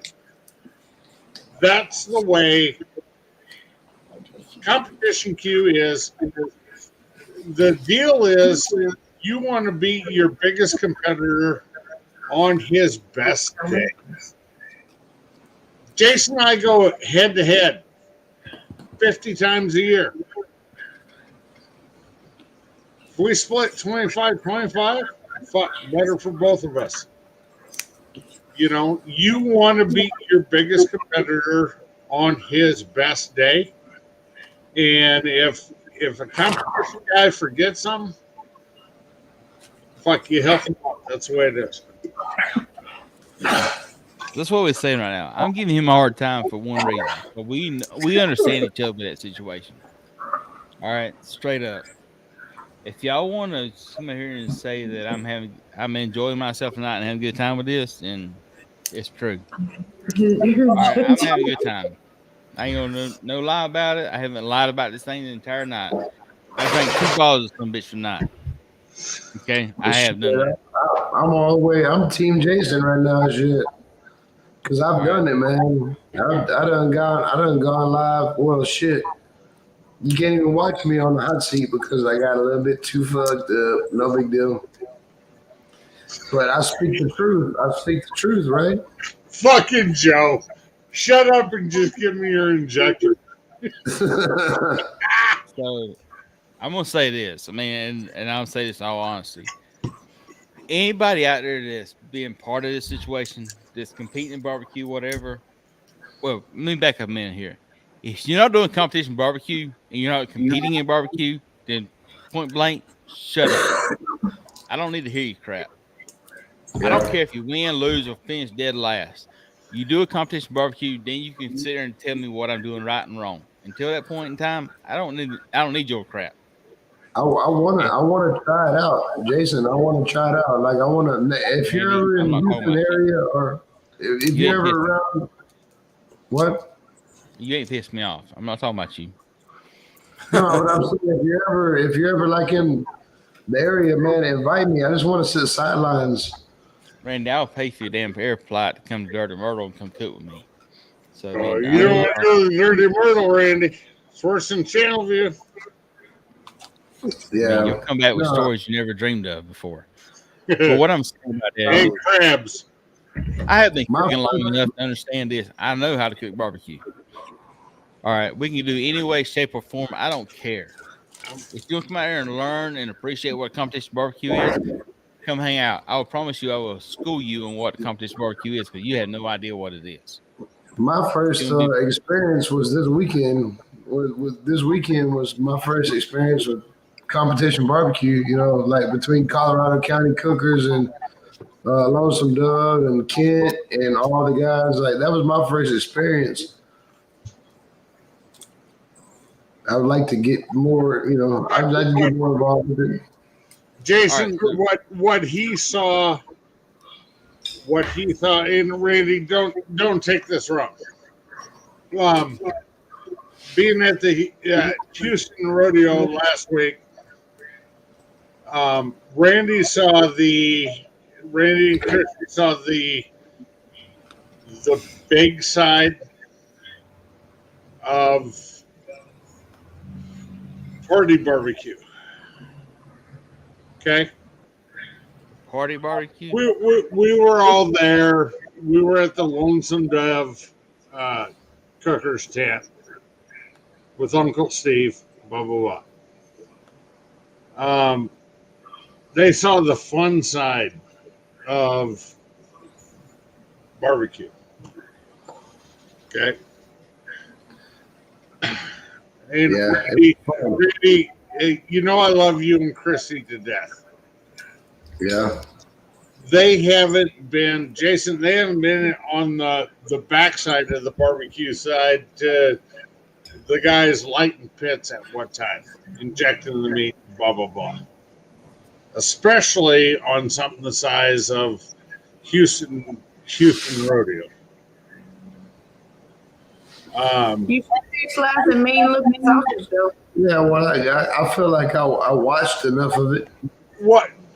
See, like Here's the deal. What you guys saw was a different side of what Jason and I go through week to week competing. You don't see the fact that we're getting up at 4:00 in the morning, lighting fires, taking care of our proteins. Okay, it's totally fucking different side. I got a half. I got 2 racks of ribs sitting in half pan right now that I injected just because I need to get used to a new cooker tomorrow, and I'm putting them on. And so here's what this is like the second time ever I've injected ribs. I've never normally had to inject ribs. What's up, Anthony? I'm looking, going where I'm at to up a level, so I'm injecting ribs and I'm going to season them, blah, blah, blah, just to get my timelines down. Okay, well, like I said, like I would like to sit sidelines. I don't necessarily want to cook or nothing, but like if y'all are ever in my area and I'm close enough to come see y'all, I want to see what y'all are talking about because you're right. I've only seen the party side of it. You know what I mean? It's all right. Let's back up, mate. Kent, let me ask you a question here. Yes, sir. Let's mean you find a contest that is comfortable me and you to drive to. I'm not gonna bring my big rig out to a contest because on that side of Appalachian Mountains, it ain't worth it. Let's find a contest me you can do that just we'd be serious about it, but we ain't bringing a whole big rigs. Well, my big rig is a 7x12 enclosed that's 7 foot tall. Mine's a 40-foot toy hauler. Yeah, well, I got 3 drums and a pellet cooker in it with sinks, stainless steel prep table, fridge, generator. I'm good. All right. Well, all right. So let's say this. Let's find a contest that we can just come out and have a contest to it. and we can just have a good time and cook contests. And let's just find a contest that we can do that's just going to be the core of the contest. We can say a motel, I don't give a shit. So let's get a contest and say whoever wants to come out there and be part of it from a competition barbecue perspective, they come out here and be a witness at what we're doing and understand what we're going through. Because until you do that, you have no clue what we're doing competition barbecue. Would you agree with that? I've said for the last 3-4 years that the barbecue YouTubers, okay, that want to see some shit about what it goes into for a big boy contest. Let's go to the end of September, early October, and meet at the fucking Royal. I'm game for that. Shadow a team. A year and a half ago when I was down there, I helped Bill Purvis, chicken fried barbecue, out of Magnolia, Texas, which is not that far from Randy and Christy. I hung out with Brother James. It's already on. John, No, you know, Warpig was there. Phil Breeden was there from Lucky Charms. You know, I hung out. I drove 4 hours to hang out with Texas boys that drove 21 hours. And all right, so here's what I'll say, Kent. Sorry to cut you off a minute. No, you're not. Or you want to cut me off? Sure. I'm not scared. I'm not scared to drive a little. Go ahead. I'll wait for you to get through. No, my thing is if you want to get a bunch of people together, okay, for a cook-off, to see competition-wise, what you and I do, bring them to the center of the U.S., bring them to the Royal, let them hang out. Stand back, ears open, mouth shut. You're going to learn 10 times more than you are trying to do it yourself. You know what I mean? Unless you take a master class. So what Kent's talking about right now is what I'll say right now. I will pay right now for a team to be called YouTube Wannabes. Say it right now. I will pay the entry fee for a YouTube team to be at American Royal. And until I win a contest to qualify for the Invitational, that's what it is right now. It's YouTube Wannabes. I'm assuming Kent might jump into this until we win a contest. We are basically in the open contest on Sunday, which is 500 plus teams. And I will say this, that if you want to come to a contest and you want to be part of it, you want to do any ancillary contest out there, come to the contest and I'll let you be part of the ancillary contest. I will pay entry fee for the contest. I will pay for that out of my damn pocket for that. Well, see, I don't want to be judged at all, like, because it'd be my first time, or whatever. But like for me to join you guys and like to join that, man, dude, I would be all the way, you know, whatever y'all want me to do. Like I said earlier, I mean, I'll take the fucking trash out. I just want to be part of, to see exactly what goes on, you know, with these contests, because I have no idea, you know, about none of that. Randy, here's the first thing, especially where you're at. Okay. Jasper County and McClellan go Texan, which is the, how do I say it right? The illegitimate stepbrother of the rodeo, okay, out of Texas Barbecue. They won Grand and Reserve Grand at the Houston Rodeo. Yeah. Bill Purvis, 4 weeks ago, won San Antonio Rodeo. Okay. the best way to get into it for you being where you're at, right outside Houston, start the Go Texan events. You want to do competition Q? Okay. For me up here, it's more KCBS style. Totally different than IBCA, closer to CBA where you're at. Okay. Throw your fucking hat in the ring. That's the only way you're going to fucking learn. No, Ken. That's Who the do I only know? way you're going to learn. Okay. I know, but who do I know that does that? Everything else from judges. Everybody Yeah, can tell you you can cook all the backyard food you want. You can feed your friends, family, neighbors, and they're Well, all shit, going to tell you it's the best goddamn barbecue they've ever had. Why? Because it's free. No, I'll win that contest hands down every time because I'm the best cook anybody around here, like barbecue wise, backyard barbecue does. But I don't know how to fucking get into competition. And who do I know? I know you. I know Jason. Okay, Like, I mean, if you want to get into a competition, you got my number. Call me. All right. Well, plain and fucking simple. And you can call me the day of the comp. I don't care.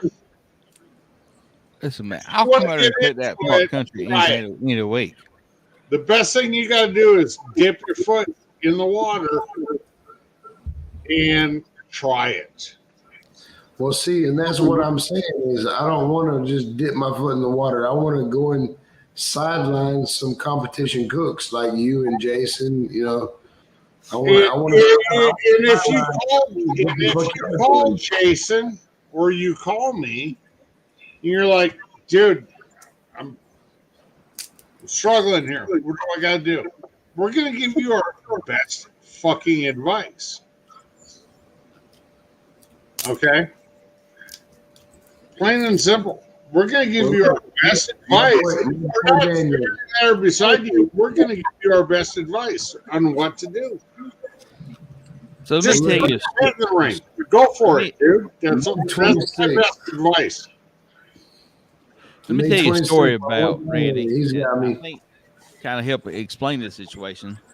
So 2014, I'm doing a contest here in Greenwood, South Carolina. Festival of Discovery, good contest. And I'm doing this contest, and at this time, I'm making my own rubs, making everything from scratch because I wanted to create my own personal brand for this.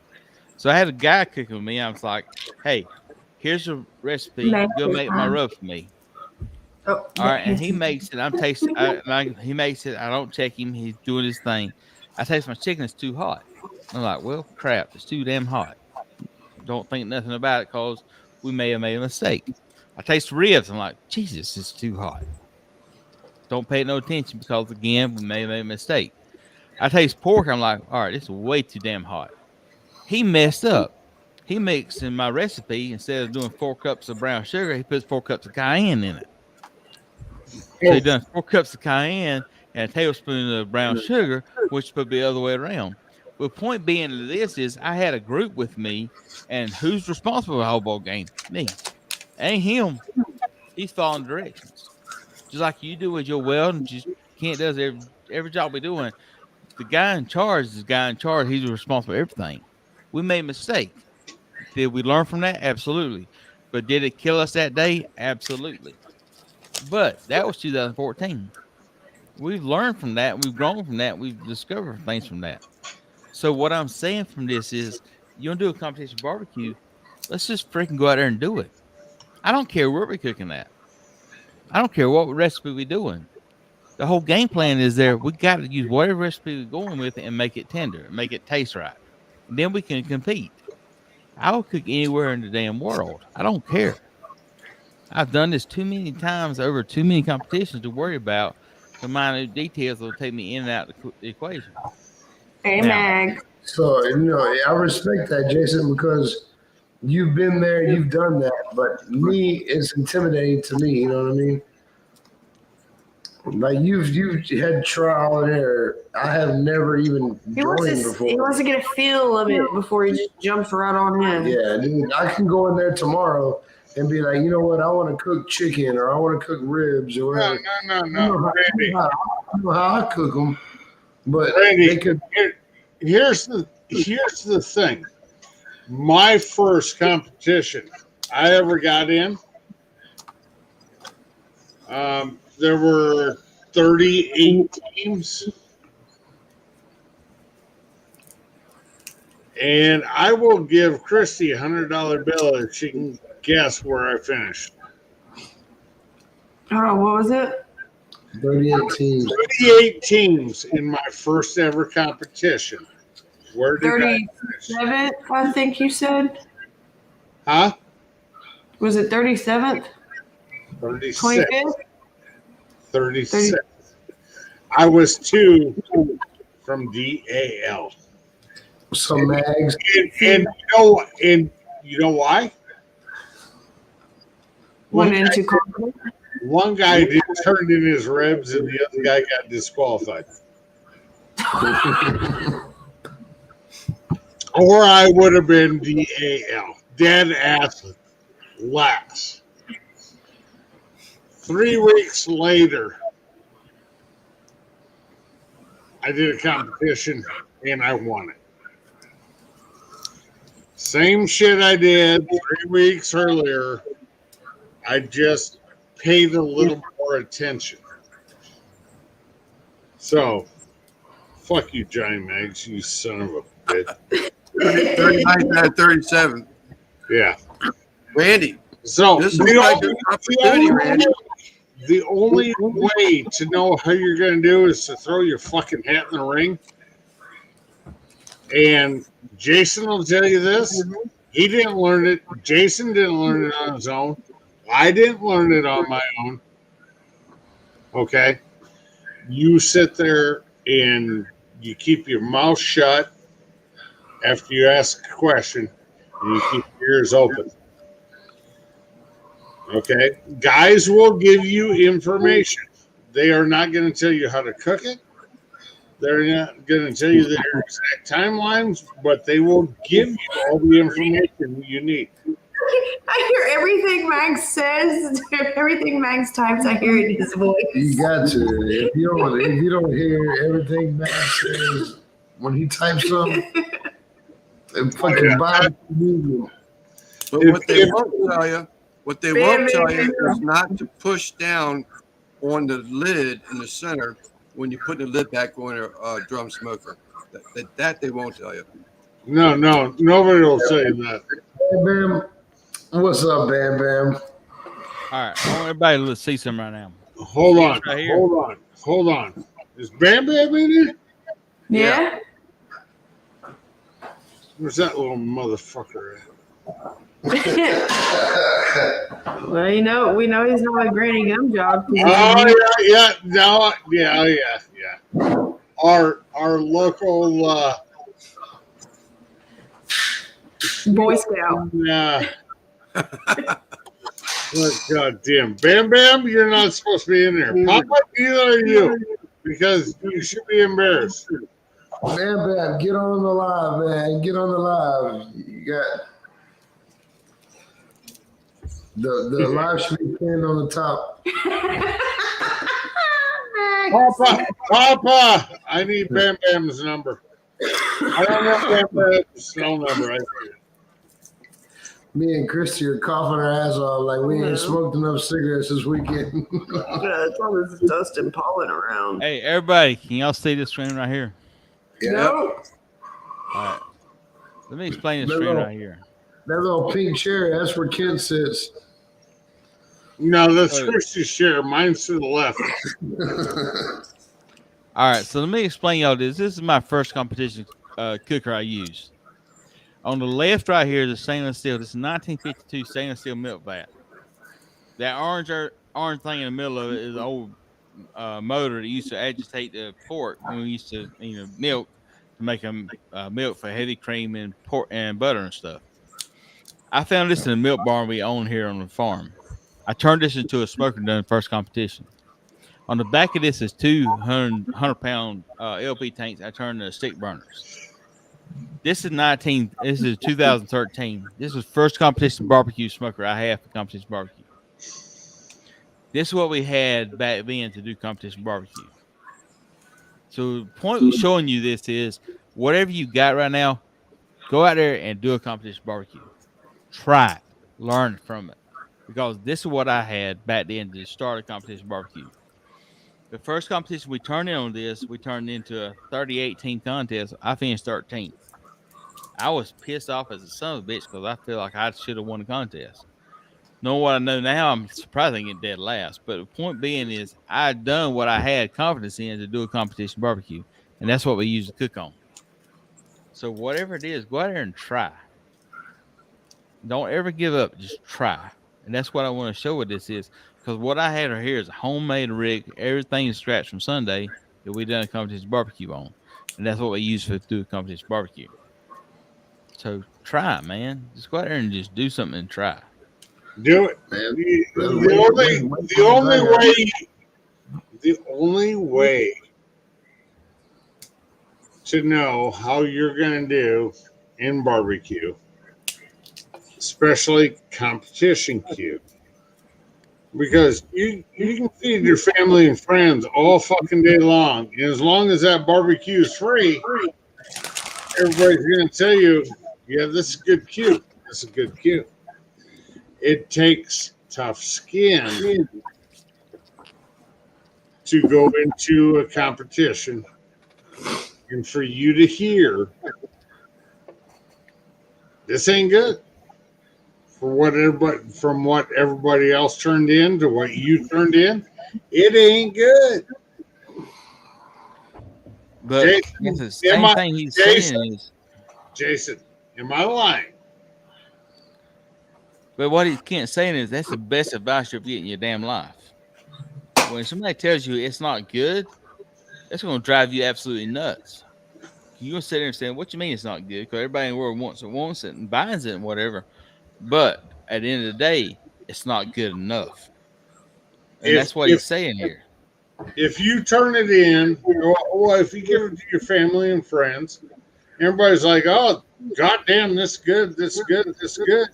You turn it into the judge. The judge tells you, no, this ain't right, son. Okay. Now that judge has no clue whose food they're eating. So it's like seriously, whose advice are you going to take more? Yeah, so somebody blowing smoke up your ass, or somebody else who doesn't know you ate your cue, and they're like, nah, you need to do something different, son. Up in the air. So it's up in the air all the time. Like you really don't know. Like the judges may like. But see, competition barbecue is completely different than backyard barbecue. Yeah, but so like say I cook ribs, and Jason cooks ribs, and you cook ribs, and they're all fucking delicious. But it's all about the judge that says. And each judge has a different palate. Randy, what I'm saying is, anytime you cook for your family, friends, neighbors, blah, blah, blah, they're going to blow smoke up your ass and tell you these are the best ribs they ever had. You are never going to know. You are never going to know how good your ribs, your chicken, your pork butt, anything else is until you send it in a competition style to somebody who doesn't know whose food they're eating. And they're going to judge it blindly. It could be the judge could be best friends with one of the cooks. They're going to take a bite of it. They're going to taste it. They're going to score it. Blah, blah, blah. They could fuck their best friend and say, oh, this shit sucks. They could say it's the best cue they've ever had. But until your barbecue is judged blindly, you're not going to know how good your competition queue is. Plain and simple. So to address Troy's comment right here, I'm gonna say this here, and I respect everybody in the world a point of perspective for this. But what I'm gonna say about this is this: I could turn in food that, quite honestly, I'm not very proud of as far as being the best cook I've ever had, and somebody could taste that food, feel like it's the best food they ever had in their life, and I've done that many times. I turned a rib in one time that I felt like was just the worst rib in the world. And I got a call on that rib. I'm like, why did I get a call on that rib? Because it was not a very good rib. But I turned in a rib that I felt like was the best rib I ever cooked in my life and didn't get a call in. I'm like, why didn't I get a call in that life? So it's Amen. all subjective. Okay, so every bit of it is subjective to what we're doing. But what the difference is in competition barbecue is that yes, we'll win 1 time out of 10 as far as not being the best rib we ever had in our life, and we'll win. We'll also win 1 out of 10 times when being the worst rib we ever cooked in our life and win a contest. But the difference is I win 5 out of 10 times with having a rib that is actually the best rib I ever cooked in my life. I just don't appreciate the same situation. So when we're doing the competition barbecue is I'm not trying to make myself happy. I'm not trying to make Lance happy. I'm not trying to make Randy happy. I try making those 5 judges or 6 judges that I don't have no idea who they are, make them happy. And when I'm doing that, what I'm gonna do is find out, okay, my focus is gonna be on flavor. If I hit texture right and I hit texture absolutely perfect every time, then texture is gonna win. Now my goal with flavor is just kind of like bam, just slam it to them. A little bit of this, a little bit of this, and I'm gonna bring it over the top. But if I can't hit texture right, then I'm gonna lose the game every day of the week. You agree with that, Kent? The way it was explained to me is, first of all, like in a rib competition, you have to hit the texture that where you put your teeth mark on that rib bone, that meat comes off cleanly, no tug, blah blah blah. Okay. Now for flavor, you thinking about it as a 2-lane highway. You got that yellow dotted line down the middle. You have a white line on this side and a white line on this side. You can go between white line and white line. Okay? Back and forth.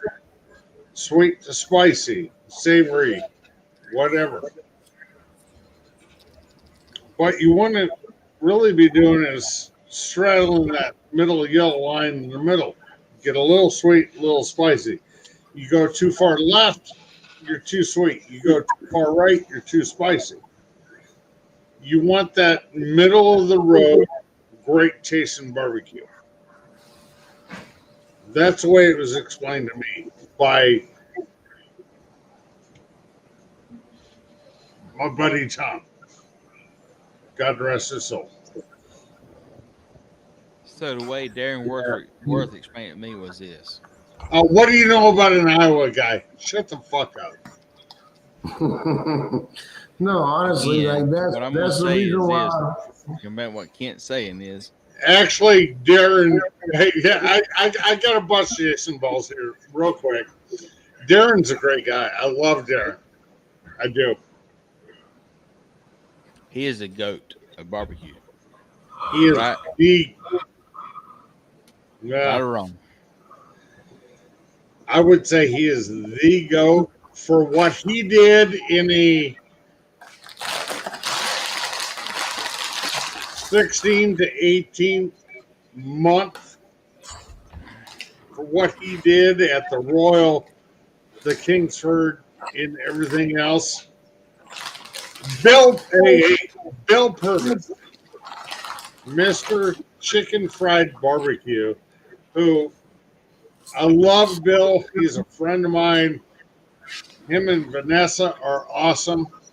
When Bill Purvis refers to Darren Worth as the GOAT, I'm like, are you fucking kidding me? Bill called Darren the goat in front of me. I'm like, that's pretty fucking impressive. So, building upon the conversation is Darren Worth is the guy that has made the standard for competition barbecue to be the standard to beat. And he's the guy that can come anywhere in the country and cook on any kind of smoker and actually win a contest consistently. And nobody else in the world can do that. I don't care if you're Blue Hogs or whatever else. The only person that can do that consistently is Darren Worth. Right or wrong, Clint? Yep. Absolutely. I mean, that's just the fact of the matter. He's my boy from Des Moines, Iowa. That's all I got And to say. he is a dang good cook. I'm not going to say anything from him from that perspective. He's a dang good cook. I met him. I've talked with him. I've had a conversation with him. He's a great person, and he's just down to earth. Anybody else in the world. But what he says is this: all of competition barbecue is one thing. It is tenderness ball game. If you can hit tenderness, then you can overcome anything else in the world. And the conversation he had with me about that contest was at the Royal about 5 years ago. Was that tenderness is king. If you can hit tenderness, then you can overcome anything. And that's been my motto in that. And so when we do a competition barbecue, our goal number one now is to hit tenderness. Yep. If I could turn in a food that is tender in the eyes of the judges, not the eyes of the general public, in the eyes of the judges, then I can be in the running for winning contests. And I have been very, sir. What Lance? No, I ain't saying nothing. I'm just taking it all in. I think Randy had something to ask or say about 10 minutes ago, though. No, I was just telling Christy to stop yawning. Oh, never mind. Continue.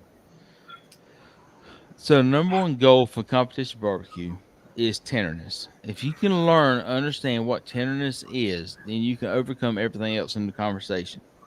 And then what you can do with that is once you hit tenderness, you can start making it regionalized. You can start doing it in Iowa as far as what their flavor look for. You can do it in Southeast, what their flavor for it is. You go Northeast, what their flavor it is. My first time I met was Darren Worth was in Orlando, Florida. And we were doing my Sonny's Barbecue Invitational. Go ahead, Kent. He's talking about Chris. Lance? Sure. This time out, this is wait a fucking minute. So I did wait a fucking minute, Jason. And here's the reason I did. 100% spot on. Okay. And what he was saying is when you hit tenderness is the one of the three categories, like in KCBS, that has a solid line to judge from. Is he going to bed? Oh, probably was. Christy, shut up! I wasn't talking to you, fucker. Love you. Love you too. As far as taste is a personal preference. Okay. Tenderness, you take that bite off the bone. Right, Jason? Absolutely. Was that you watching? Yes, sir. That was impressive. That was a nice belly grumble. I like that. So, when you take that bite for tenderness, to be honest with you, that is the only thing out of KCBS that is a hard line. When you that I can control. So when you're looking at appearance, some people say dark ribs win. Some say the mahogany ribs win. Okay, that is subjective to a judge. Okay, when you're talking appearance, taste, tenderness, there's only one thing that is truly judge subjective, or one that's not. Excuse me. If it looks good, it looks good. If you look at taste and tenderness, it's there for the judge. Hey, when you take that bite, it's got to be there. Now, when you go for taste, Wait a minute. I'll fucking put that shit up right there. Oh God, I'd give you. No, can't do it. Why? Not a kale guy. I'll go with green leaf lettuce. Oh no, it's curl leaf kale all day long. I don't give a fuck. And here's the thing about. So it's got to be presentable too. Hey, Like, the back two thighs are a little small, Jason. I'm sorry. But what I'm saying is like the presentation has Still to were be first place. Like regardless of what it tastes like it's got to look pretty before you get a good score, right? It does need to look pretty, but understand in KCBS that your appearance score is your least weighted score. So you can have all 9s in appearance, but if it doesn't taste right, and the tenderness ain't right, you can get 9s all day in appearance and score like a piece of shit. What are you talking about right here? So this right here won first You need place. all 9. Bill Purvis scored This one first place port. Okay. I ain't mad at that. This is not the prettiest port box I've ever turned in my life. No, I'm not mad at it though. What's the two colors about? What now? What's the two colors about? I see two colors of the protein. Okay, Yeah. what you have around the outside is you have money muscle and then you have chunk in the middle. Okay. So that won first place port. So that won. And I'm not mad at that at all. This also won first place ribs. All right, now Jason's writing. All right.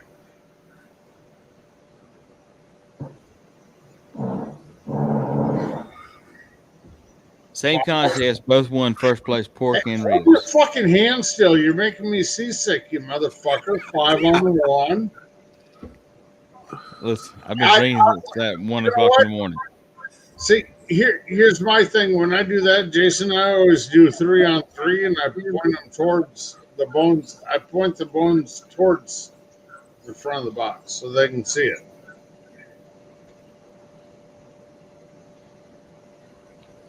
Dude, me, if I was to be in that competition, I would just honestly, I'd be like, back it up. Camera, Cameron. Jason, swipe the camera one time. It was out of focus. There you go. See now, to me, that turn-in box. Fuck, goddamn. All right, so Here's what I got to say about them ribs. All right, Jason, back off. No, we don't want to see the ribs anymore. That's what I'm saying. I'd like no, dude. I'm not giving you no shit. I like the golden mahogany, and I like them little specks of dark in them ribs. I right there to me, Right there. Damn. that's a money rack right there. That is definitely no yellow spots on his kale. That looks good. I don't All give right, a fuck about let me the explain kale. something about this rack of rib right here.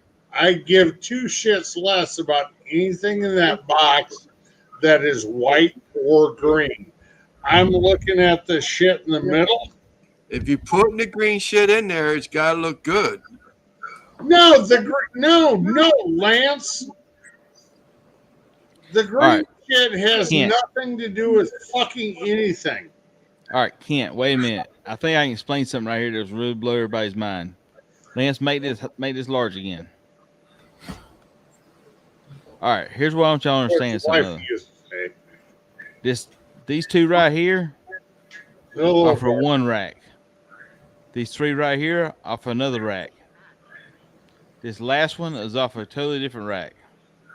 See, and I don't do that much. I do not do that much. See how this rack over here is, this rib here is longer than the rest of them? You see how that rib is kind of out of place, rest of them? Yeah. I don't do that much, but if I do, I trim them up to make them look like they're off the same rack. That's three different racks of ribs go in one box. See, I'll make sure my racks are close enough. See this right here? This is two different briskets.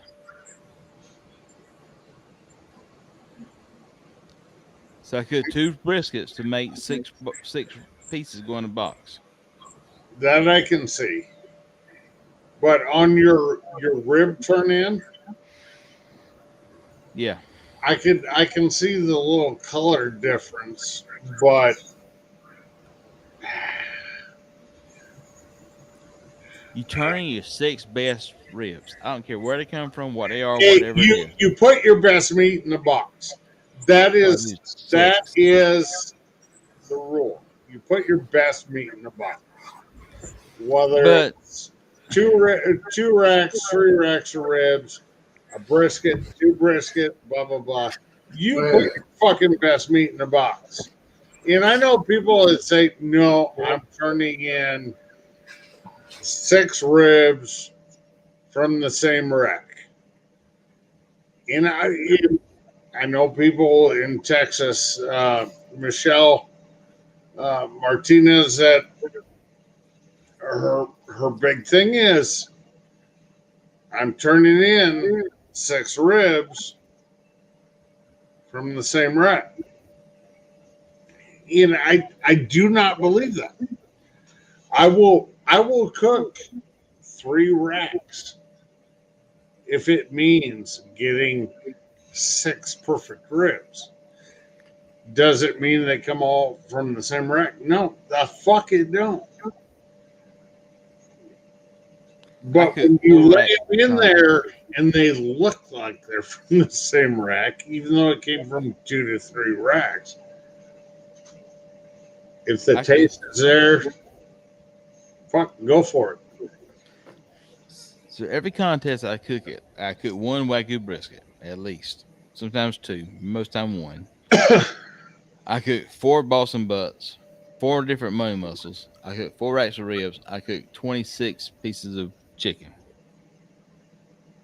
That's what I cook contest. I normally go 3 8-packs for rib and chicken. For chicken, and I'll do minimum 3 racks of ribs. Now pork that differs a little bit, and I'll do 2 brisket. But for pork, depends on the competition. It'll probably be 3 monies. So, Alvin, to address what you're talking about here as stuff here, I'm going to share it so I can pull it up. but I'm gonna say this: anybody out there cooking, I'm gonna tell you this one thing is the best piece of advice I ever give you. Anybody ever give you is I don't care what you cooking, how you cooking it, you cooking home for friends, whatever. Get a notebook and make detailed notes of what you're cooking. What rub you're using, what temperature is cooking, what brisket pellets you're using, what ribs they are, what manufacturer they are, and what you brine them in, what you rubs you're using. Keep detailed notes because it'll blow your dang mind of how detailed, how much one little thing will change the whole concept. Temperature outside. Humidity, Exactly. elevation. Well, I mean, in Iowa, there's like, let's see, we're here and then we're here. So, not a lot of elevation in Iowa. But they did move from Florida. you son of a bitch. I'm going to come to the Dirty Myrtle and I'm going to shove your ass in some fucking hooker's face. That's all I would love for you to come to Dirty Myrtle and cook with me. Oh, don't threaten me with a good time, brother. All right, Lance, I'm getting ready to show y'all a lot of detailed shit right now. And this is from competition in May of last year, done competition barbecue. And I'm going to show you this here to show you the notes I take for competition barbecue. You ready? None. Oh.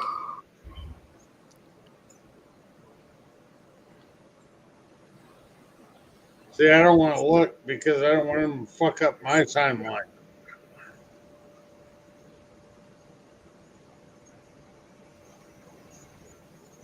Wait, did that say $50 for a hooker?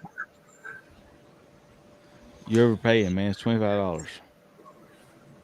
Fuck, $50. You got off cheap, dude.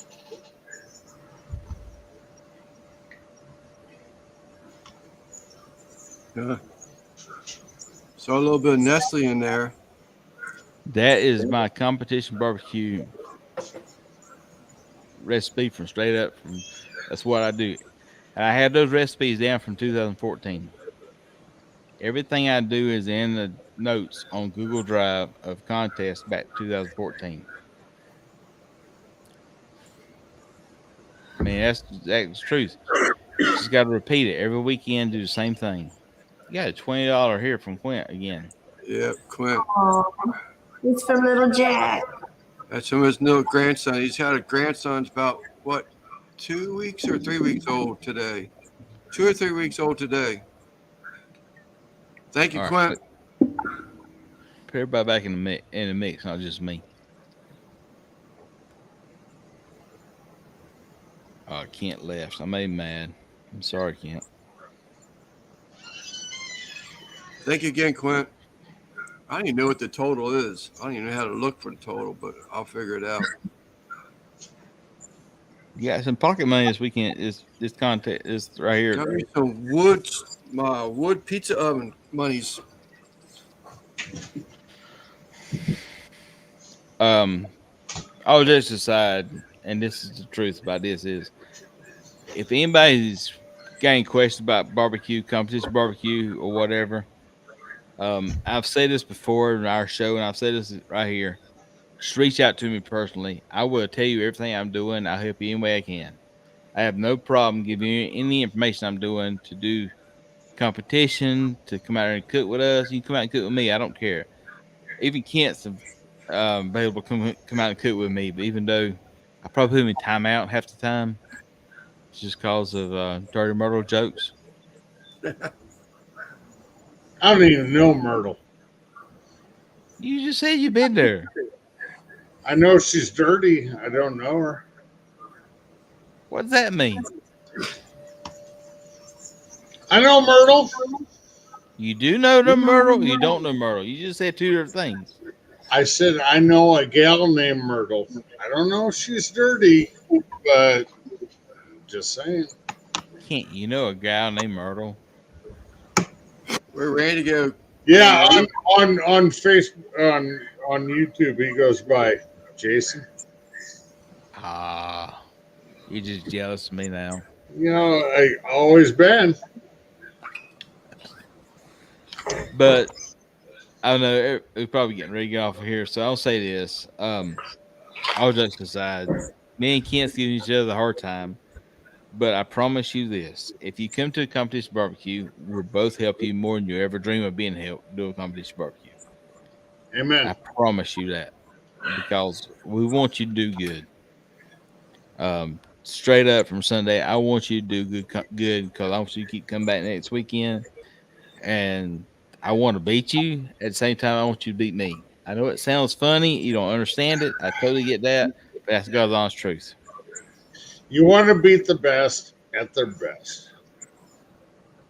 So, if I showed up to the Dirty Myrtle and I had to go up against Jason, He would cry like he's never cried before and be scared like he's never been scared before and just crawl into a ball. And no, but you'd go running back to your mama after I whipped your ass to Georgia, where the real football teams play, and say, "Mama, this Yankee from Iowa just whipped my ass in a contest."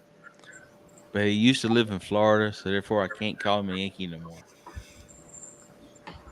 No, I was a Yankee from the upbringing. I just, Listen, got wise and didn't want to be down by you fucking 811 motherfuckers. All right. And move back up. So you live in the state with no income tax. If I had to go down Jason's neck of the woods,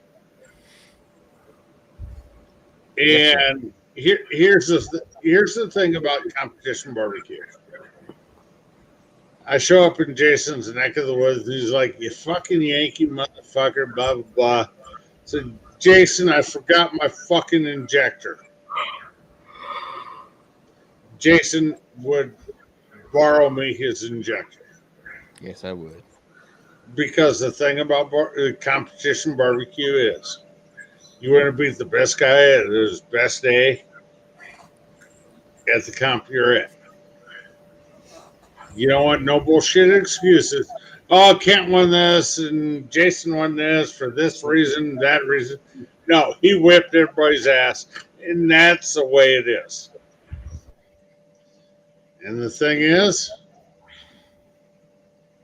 if a brother forgets something, needs to borrow something, you give it to him. Because when it's your day, it's your day. And just fucking way it is. I mean, I have a hard time swallowing a pill. The fact that the guy who used to cook with me, my helper, until 3 years ago, beat me this year on a year-long competition. Okay. He beat me on a total of 8 events. He got me by 2 points. Yeah, but you're looking at the situation that here, Jason. I love you, but shut the fuck up. Here's the problem. The guy who beat me, I can't get away from him. He's your son-in-law. Fuck you, Lance. Daddy took to Houston with him. Yeah.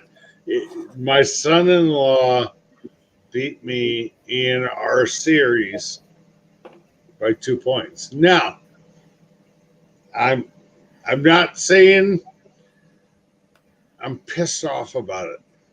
Okay? Really? He was my helper for my sous chef, call it whatever. Don't care. For 3 years. And then I hosted a competition. He's like, "Dad, do you mind if I do this one on my own?" I said, "Well, I can't help you. I'm hosting it. I was like, knock yourself out. He did all right. He didn't place, but he did all right. And now he's a pain in my ass. To be honest with you, he's gotten really good. He fucking ripped out a grand this year. His second full year in competition, he ripped out a grand. I have 9 reserve grands. Fucker beat me to a grand. I have 9 reserve grand championships, and yet to win a fucking GC, and the motherfucker beat me to it. And I'm going to be honest with you. I was never more so proud. That's all you to say. I mean, he beat me, and I was never more so proud. So this past weekend, we was down at Red Tech Academy, and I was teaching the class that we had at Red Tech Academy. And Jason, who else was down there? Tire Smoke Barbecue, Hold Your Horse Barbecue, and you had Red Tech guys down there. This weekend, we got Texas crowd down there teaching. This weekend. All right. La Pasta, that's not all right. Not right. Because I ask you that because most of the Rec Tech crowd I know is the Texas crowd. Jackie and Tim. Jackie down this weekend. Yeah, and Rob. I know Rob won't be down there. He's been down there before. Rob Arocha. Yeah. So. Oh fuck. I think Phil's been down there before. Phil Breeden. Yeah. Yes, he has. There's a lot of people been down there to teach class, and I was very blessed to be part of being asked to come there and teach class. By the way, hey, that's fucking cool, dude. And kind of that's what I was. Like you before, but I respect you now.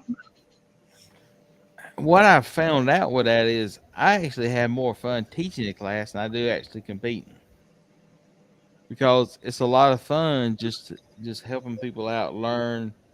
And I don't know if they'll compete again tomorrow, or if they'll ever compete in their life. But it was really fun just being part of that whole dynamic as far as teaching everything, and teaching them exactly what I do competition barbecue. I mean, you probably can appreciate this, but I showed them the La Pasadilla technique for chicken legs. And if you part of barbecue league, you know what I'm talking about, right? I don't. I did legs once, and I wasn't happy with it. So are you part of barbecue league? Yes. What's that? Are you part of barbecue league? No, you're not. So the La Pasadilla method in there is just really totally crazy as hell, but it tastes good, it works good, and works very well for legs. I don't do it for competition barbecue, but I do it for teaching whatever. And the whole process going through them, showing exactly what I'd done with that was just mind blowing for everybody. We had a blast with it, and these guys is just ask me questions, whatever, and I'm like just sharing information with them because I truly enjoyed that whole process as far as teaching the techniques, teaching what we've done over the years. I mean, I've been competing for 12 years. Okay. I've been competing a long time in competition barbecue. I mean, I have been top 25 in barbecue. I've won more 180s than I ever could probably care to count. And I've been successful in all aspects of competition barbecue. But at the same time is you can appreciate this is the amount of money I spend in competition barbecue. I could probably own a damn farm right now and not worry about it. You know what I mean? But it's a passion that I enjoy. And I'm at the point right now is yes, I compete a little bit. I don't give a rat's ass about winning the contest as far as just being hold all the cards close to my heart. I want to basically share information with everybody.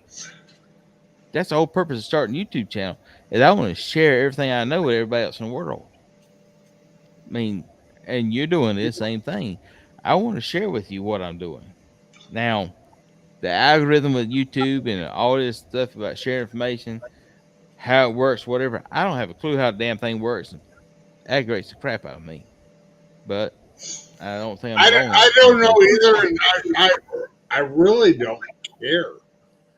You know, I do what I do, and that's the fucking way it is. You know, it's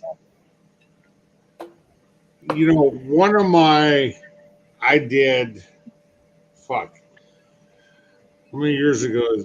4 or 5 years ago. I did a thing on basically competition thighs.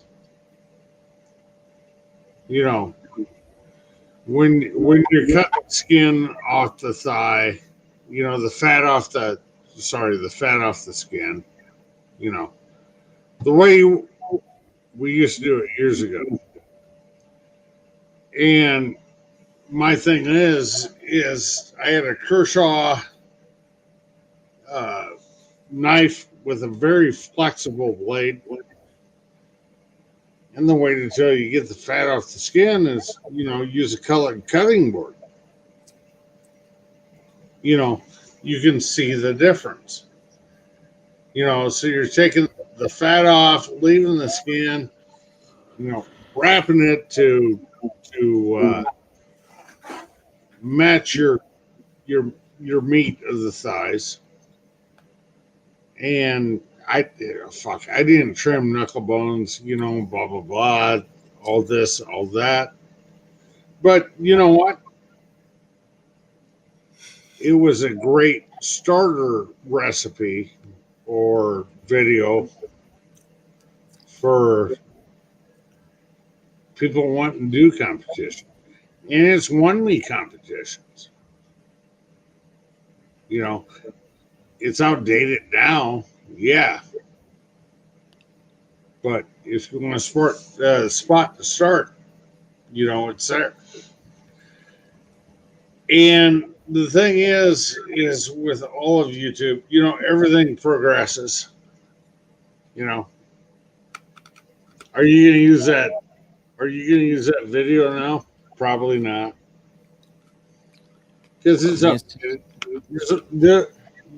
there's more people, hell of a lot more successful than I've ever been in barbecue that are gonna show you the way to do a quote unquote KCBS thigh recipe. Man, it's like Brad Legend for getting bases put a video out today about chicken thighs. Yeah. It's a live with whatever Facebook. And it's not what they teach in class. What they done live is not what they teach in class. And you got to ask the question like, is what they teach in class actually accurate? Or is it just what's winning at the time of the game plan? Now, granted, the class I took was 3 years old, and maybe it's changed process over time, which is possible. But end of the day is this. If you trust people teaching you or teaching the class as far as what they're doing, you take information, you go there and you make it your own, you can be successful in barbecue. And that's what all we're teaching is basically just the basics of what we're doing and allow you to come out there and be successful with it. But go ahead. My thing is, I'm not trying to be Brad. I'm not trying to be Bill, chicken fried. I'm not trying to be Phil Breeden, Lucky Charms. That ain't me. Okay. I got in my cabinet up here, I have Texas rib grind. I have Big Salinas, Randy Salinas's hot porker rub. I have Uncle Steve shake. I have, you know, fuck. I even got the S brand. I can't say from Texas from Dan Arnold. I'm just trying to barbecue and have a little fun and show the way I do my shit that works for me. Okay. I get Jason, like you and I talked about earlier. I got trophies hanging around here. I got 3-foot trophies hanging up here. I don't care. It's not about the trophies. It's about barbecuing, whether it's backyard. Oh, fuck. There's the goddamn cello player himself, Joe Everett. The comedian barbecuer. It's more about, to me, YouTube is more about just hanging out, having fun, and saying, hey, if you want to try this, try this. I mean, listen. I'm not fucking Malcolm Reed. I'm not how to barbecue right. I'm not telling you how to barbecue. I'm telling you about the way I barbecue. And if you like it, cool. If you don't, cool. Listen, and both of these guys will tell you this. I have a show on Tuesday night. We come on there, and I'm very serious about it on Tuesday night. You got a Tuesday night show? Yeah. You've been on there, Jack Rabbit. Not been on the show, but you've been a member. Oh, maybe if I was invited, I'm just saying. Just invited you next Tuesday. Kent, look here. Dude. You want the crooked one or the straight one, Jason? Which one? The one you feel Come on, confident in bragging about. I mean, listen, and all jokes aside here, and Lance was brave enough to bring me on the show tonight, and God bless him for that. Bless his heart. But yeah, bless his heart. On Tuesday night, I am very much detailed into our show we do. This show right now, I come on here and I'm having a good time with this show and been. I'm not cooking this weekend in the competition that I really want to cook at, but my financial situation has changed where I'm not able to cook at the contest I used to cook at. I used to do 40 to 50 contests a year. All right. And I've cooked all over the place and been hardcore competition barbecue. Right now, 40 to 50 a year, that's hardcore. Yeah. Right, hey, I ain't hating on you for that. If you can only do 20, fuck. That's still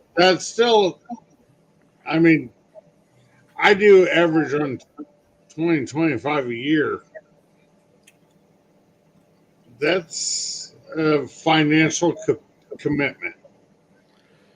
Right. So, I mean, I do a side job where in the past I've been able to basically supplement my barbecue competition with a side job. Right now, one of my clients that I have worked for has decided to retire, and God bless him for that. But that has taken a substantial hit out of my financial reserves to do competition barbecue. And that's why I have gotten into the YouTube side of it, because I'm like, well, I love cooking. I love competing. I love the whole concept behind it, but I cannot financially come out and do 35 to 40 contests a year. I just can't. You are not financially independent. Right. I cannot do that. And so what I wanted to do is come out there and share the information I have with everybody and just share what I know, share what I do with that into the YouTube world of competition barbecue. Now, have I made barbecue successful in YouTube to justify me doing competition barbecue? Absolutely not. Now, whether it means I don't tell a story right, or whether whatever I do is wrong, or it does wrong, I don't really know. And frankly, I don't give a shit. I want to just come out there and have a good time with it. That's what I'm doing with this. Yep. Lance brought me on the show tonight because I'm not sure if it was genius or crazy or whatever, but we had a good time tonight. I enjoyed the conversation. Me and Kent got on a whole conversation competition barbecue, which is totally outside the realm of what Lance is trying to do with his show. But we've explained to y'all about what we see in competition barbecue. And it is a whole different world behind that frankly nobody ever seen before. But I would challenge everybody for this. If you want to understand what competition barbecue is, you do not have to compete in competition barbecue. You can go out there, become a judge, volunteer, be part of it. And you can see this side of it and not actually compete inside of it and truly get a firsthand understanding of what this is without getting the financial investment from doing the competition barbecue as far as competing behind it. And I would encourage everybody out there to go out there and do that because we need judges. And Amen. I'll blow your freaking mind with this stuff, but that's God's honest truth. I need judges. We need judges. Everybody does. And so it don't matter. And Lance is up there in the Northeast where they have the NEBS, which is the New England Barbecue Society. Lance, you know Johnny Maggs, Messy Mike's Catering, CMAC. They're all up in your, I'll say, neck of the woods. And the Barbecue Buddha, Ray Sheehan, is also up that way. The thing about NEBS is it's kind of like a melting pot of the Carolinas, Memphis, Kansas City, Texas. And for somebody like Lance up in that way, that would be what Lance needs to, if he wants to become a judge or anything, that's what you need to hit up. I mean, when I see that on Lance, he can't cook worth a shit, but I know he eats great. You know what I mean? Yeah, okay. No comment. I'm just busting Lance's balls. Oh yeah, no, but you know, No, 6 hours and 31 the minutes. more the barbecue family expands, the better it is. You know what I mean? It's just the barbecue family is something that's ever growing. You know, for Jason being in the Southeast, Lance, you being in the Northeast, I'm in the Midwest. I thought you were Florida. It's just more and more the guys who cook and everything. It's better for everybody, you know. Jason's profile down there in the Dirty Myrtle. Florida would be. You're welcome. Versus me, where I'm at is more KCBS style. You know, it gives everybody an option what to cook. You know, I think that's the best thing about being online, being YouTube. You know, it gives everybody an option. So if I can expand what Kent's trying to say with Daddy Dutch, Big Daddy, Daddy, whatever you want to call him tonight. Jason, I love you. You can call me whatever you want as long as it's not late for supper. So what he's saying is this is the reality about this situation. There's a lot of channels out on YouTube, and there's a lot of channels out there sharing a lot of information out there. And what him and myself is going to show you on a lot of this situation is more the line as far as the competition style cooks. And we do competition barbecue. We compete all the time. We do this stuff here. And I'm right now probably at 25 contests this year as far as what I'll do. And this is a very slow year for us for competing. And Kent does his contest what he does. And what we're going to show you is the technique stuff we've learned from competition barbecue. But what we're going to show you is not necessarily to say it's anything that's going to be greater or worse than what Lance is showing you, because what we're showing you is just what we've learned over the years. And that's the beauty of YouTube. The beauty of YouTube is you can take all this information and make it your own. You can use the information that we've done from competition, we've learned over the years from competition barbecue, and take the information and learn from what Lance is showing you what he's doing right now and make it your own and have spectacular food. And that's the whole goal of this is take all this information and make it your own. And I think that's just something other that a lot of people do not understand or do not appreciate is the whole goal of all this YouTube stuff is to share information, share techniques, share recipes, and share processes so you can take this and make it your own. And that's what we want you to do. Now, if you want to be part of competition barbecue, me or Kent will be more than happy to help you be part of that barbecue. And there's no question about it, it'll blow your damn mind with that stuff. But is it too much information? Is it too much technical? Is it too much over top competition style? Possibly yes. And if that's the case, then I'm not going to say go that route. I'm going to say take that information and go to Lance and go to these guys that do not do competition barbecue and learn from them, because again, it will still blow your damn mind, but it'll be in a situation you can take what Lance is showing you and use that information to say, here's what I need to do to improve what I'm doing.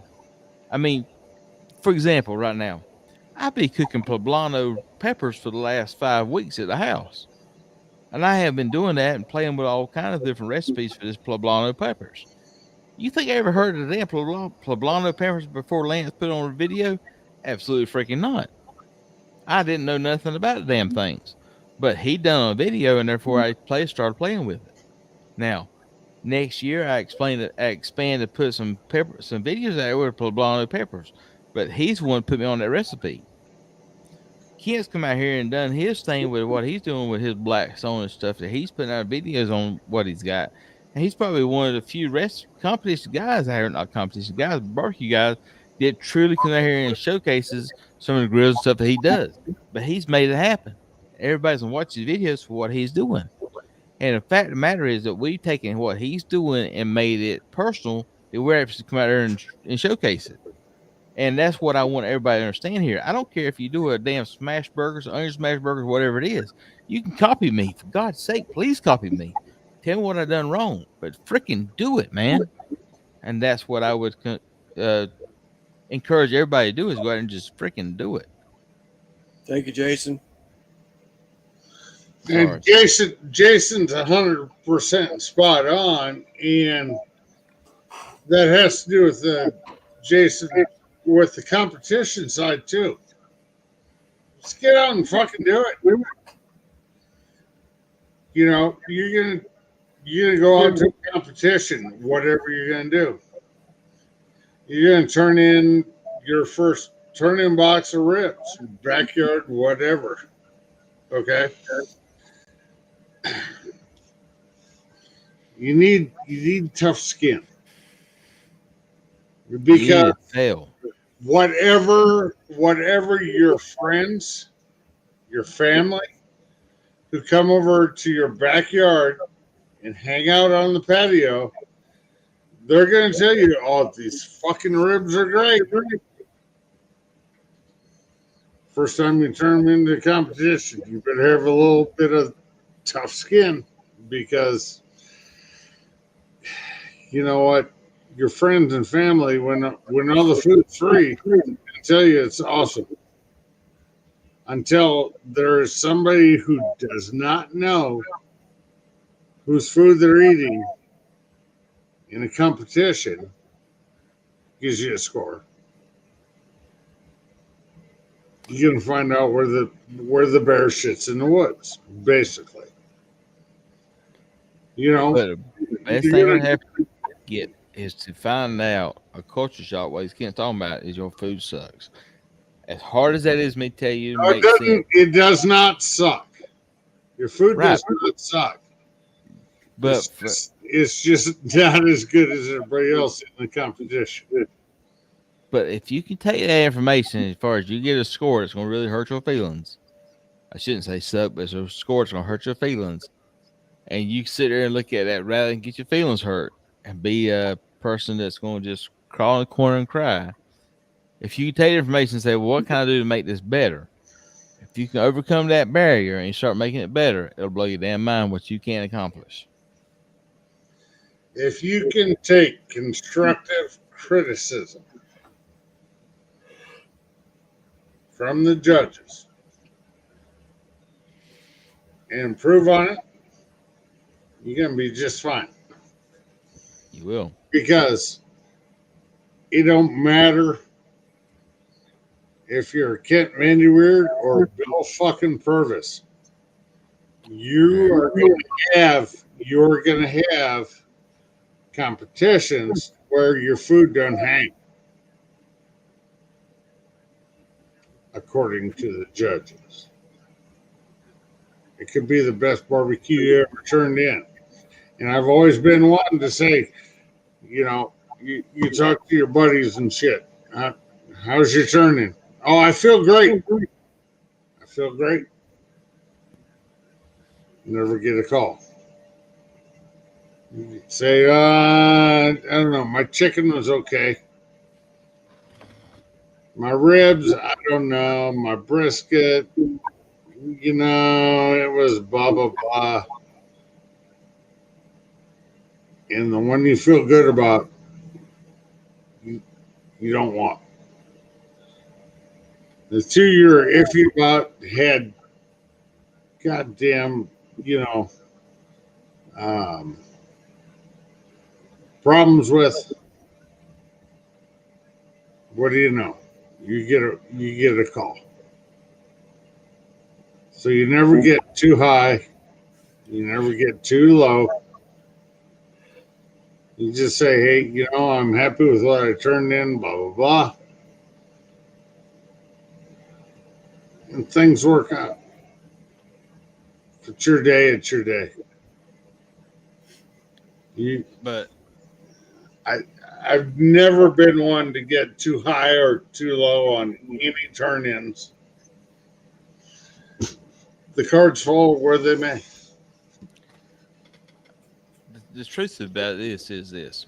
First contest I won, I was sitting in at a banjo barbecue. I'm sitting beside Johnny Trigg with smoking triggers. Anybody knows barbecue knows who I'm talking about. Amen. I'm sitting right beside him, Johnny Trigg.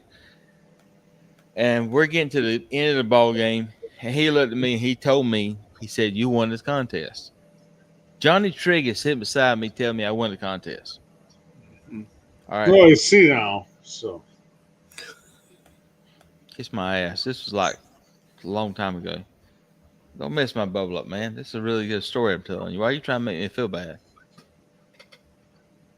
So anyhow, I'm sitting there and Johnny Trigg is telling me, and Johnny Trigg, godfather of ribs, is telling me I've won the contest. And this was 2017, I think, or 18. And I'm like, there's no freaking way I won this contest. This is a 92-team contest. I won the contest. And he told me I won the contest. And it blew my damn mind. And not because he told me I won the contest, just because I accomplished winning this big-ass contest. Yeah, I did another contest in Asheville, North Carolina, and I'm sitting there doing ribs or whatever, and I'm sitting beside Tuffy Stone, and he's like, you won ribs. I mean, you won brisket. And I'm sitting there beside him, and this man's telling me that I just beat him in brisket because The of whatever's teacher going himself. on. The teacher himself. Yeah. I say the teacher himself. Yeah. and I beat him in brisket. And I've had Myron Mix and whatever. I've cooked for him at a Lowe's cook-off for him, and I've done all this stuff. I mean, I've done stupid, amazing things with this. But the whole ball game is this: one simple fact is the truth about this. We have a passion for barbecue, and that's what we have. We want to share it with the damn world about this because we have a passion for cooking, a passion for grilling, a passion for having a good time with everybody, and we want to do it. And that's what I want to encourage everybody out there to do is just go out there and share your passion. And when you share this passion, you'll find out that it's so many doors open for you that you don't even understand what doors open for you. But freaking do it, man. Just go out there and do it. Right.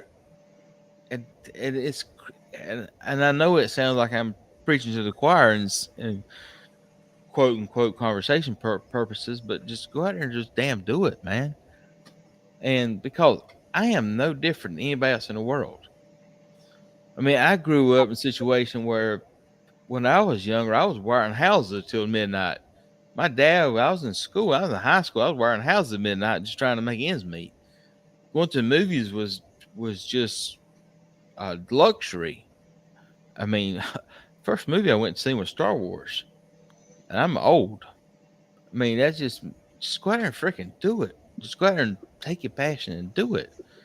And Right. you'll never know what's going to happen. Don't regret what you didn't do when it's too late. Yeah, I mean, just do it because what the hell are you gonna do? And I know it sounds cliche, but think about asking a girl out. You got two choices: either she's gonna know you ask her out, or she don't know you gonna ask her out. So freaking ask her out. She says no. Sit here and drink at the house moonshine by yourself because your wife's down in Florida. I mean, it's just a reality of the situation. Have a good time. Try to get sober now.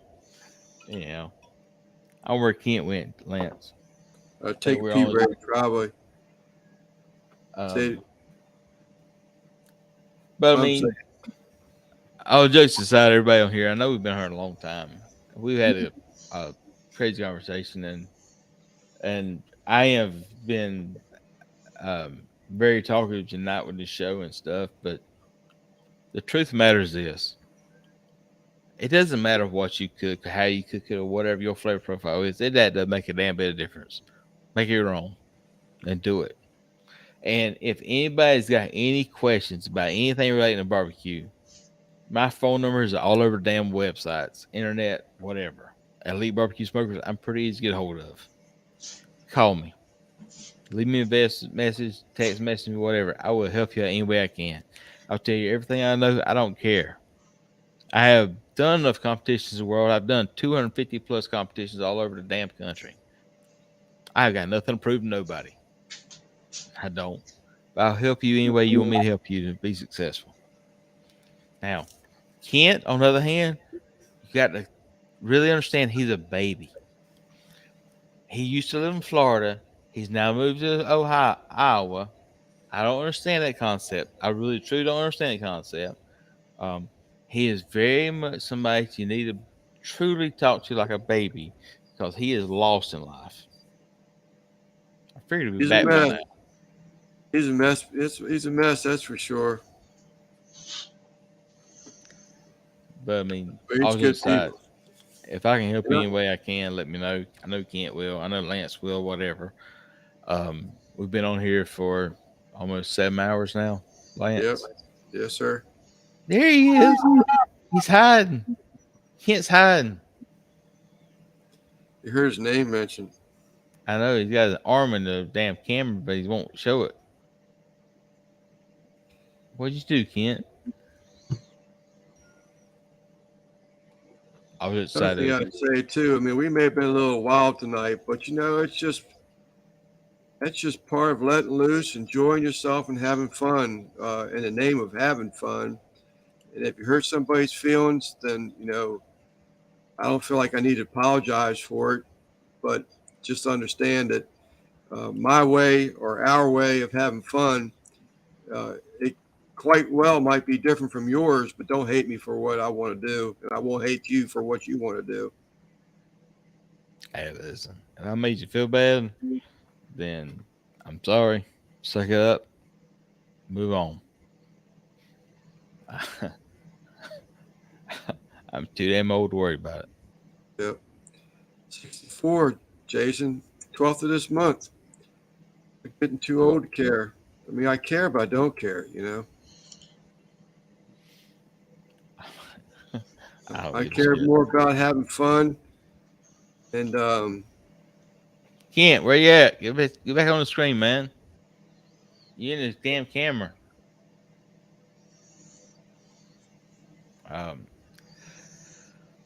Listen, I mean, I'm sorry if I hurt everybody's feelings. And I know I was doing on it. I mean, Kent's got a wife beater t-shirt on there, so I mean, I've hurt somebody's feelings. If I have, I'm sorry. But that's also, I believe in the prospect of that tough love is the truth reality. If this hurt your feelings, then God bless you. I love you. I'm sorry, but move on. that's about it. Amen. He'll be doing all this all over again tomorrow. How many more people you gonna piss off tomorrow? Well, me, I won't piss off anybody other than Jason. You gonna take over Uncle Dickie's show tomorrow for sure? Oh, we'll see. Never know. You have in the past. If you don't, I'm sure Randy's gonna be bugging you about it. Randy will be there. Yeah. Not a problem. So he'll be lost about Kent. No, I mean, that's what I mean. He's going to be wanting you to do it if you try not to. Somebody I will am be 45 years old. What's that, Jason? John's asked how old I am. I'm 45, 46 years old.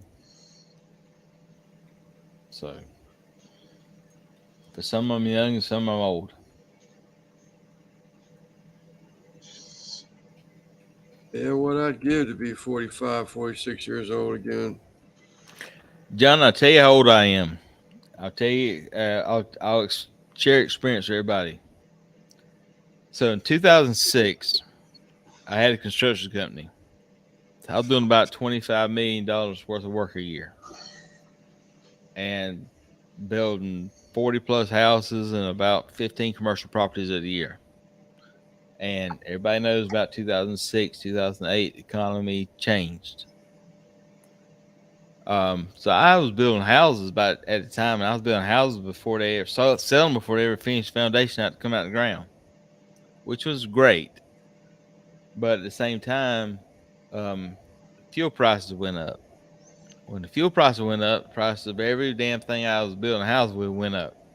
Lumber, shingles, asphalt, concrete, everything went up. So all my profit on about 15 houses got eaten up by cost increases. And at that time, there was no escalation clause in the contracts we had.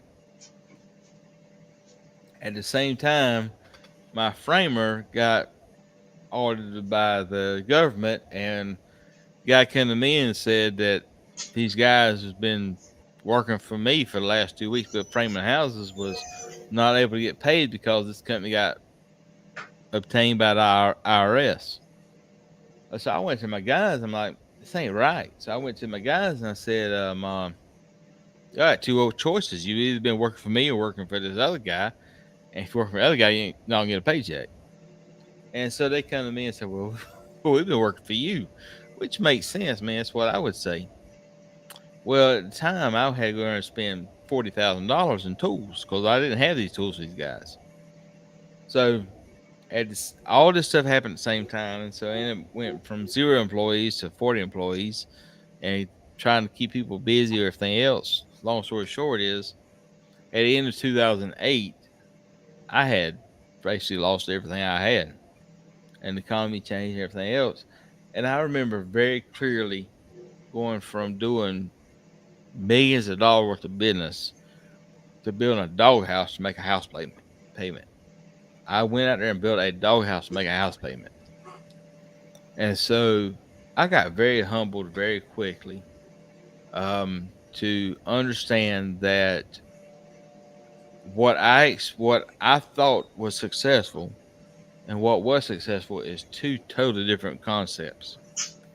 And I went out there, and at the time we shut down what we had and changed some concepts we had for construction, and come out there and done that. And personally for me, spiritually for me, it's the best thing ever happened to me, because if I had kept going down the route that I was taking with making the money I was making and the people I was hanging around with, spiritually, I would have been lost and never would have been found.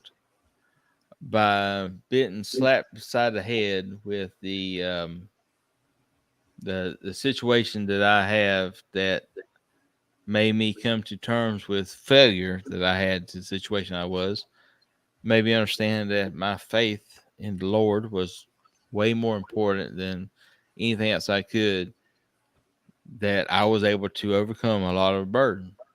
And at that time, I actually met Michelle, which is actually my wife, because she wouldn't marry me for years because of the fact that I was a party animal. And when I actually become lost everything I had and become settled down, then we got married. And that meant a lot to me because I've become appreciative of who I am. So all the stuff we do, all the stuff we gain, all the popularity we get with YouTube, social media, and everything else is absolutely worthless if you don't believe in yourself. Sorry, Lance. I went a little deep on this shit. No, it's all right, Jason. It's all right. But I will say that I don't care what your niche is or what your goal is or what your concept is with YouTube. But I will say this: just get out there and go. Try, learn, fail, succeed. And just don't be scared to go out there and try stuff. And if I can help you, call me. I will help you any way I can. And Lance can attest to that. Yep. I've had this man reach out to me and tell me that make suggestions to me about what to do with my videos, what to like do the link tree thing, add link tree, pin a comment, do this, do that. I mean, there's been several times that he has reached out and helped me out. And then not only that, we were actually on his live channel for a while, and he felt like it, because of the competition community that was behind him, the exposure that he was getting, that could quite possibly help us out as being young channels and wanting to grow and get recognition and get a foot in the door. But Jason has definitely reached his hand out a number of times to help out. Yeah, man, I'll tell you everything I know. I have no secrets. But the point being is just go out there and try. Follow these guys, be part of everything else you got in the world. But until you go for it, I don't care if it's competition barbecue, YouTube channel, or cooking at home. But until you try it, you never know what you can and cannot do. So make it happen. I really cannot, I reckon. Yeah, I think Kent's about had all he's going to take. Well, I'm sober now, so I'm going to bed. All right, yeah, I'm about there. I'm going to check around the emails and do a couple of things, and I'm heading that way myself. Thank you, Adam. Yes, sir. Chat, those of you that are left, thank you for being here. Thank you for holding on. We were rolling. We had heavy 30 for a long time. But we'll see what Big Brother YouTube has to do about what he's going to do with this live stream here. But I think it'd be all right. Got a little wild and crazy there for about half an hour, 40 minutes, but it's all good. Jason, I want to thank you very much, sir, being part of the live for me. And we'll do it again. I ain't scared if you ain't scared. Hope I made nobody too mad, but if they are, they'll get over it. Yep. See ya. I might leave this running for another 7 minutes, and I'll have 7 hours. All right, I'm going to bed. All right, Jason. I thank you much. Chuck, you still here? What did Chuck have to say? Take care, guys. See you, Lance. All right. John L. from Louisiana. We thank you. Troy B. Getting that snow yet? I thank you also, Troy, for hanging out, being around. I have not heard yet anything from what's that? She's got a weird name. I better not say her name because I don't want to get her in trouble or anything in case she is doing what she can do on her end, but I had not heard back from her. No snow tonight. Okay, we've got nothing but rain here, but it's been raining for hours. All right, people. I'm going to go ahead and gut it. If I'm just a few minutes short of 7, then I'm just a few minutes short of 7. I need to wrap things up. Thank you again, NBL. NBL, thank you for trying to get hold of everything and get it back on track for me this evening. Don't think I didn't notice it. I did notice it. Sometimes people just have having a good time. You hope that it calms down sometimes a little sooner than it did, but that's all right. I'm not going to blame a man for being a man.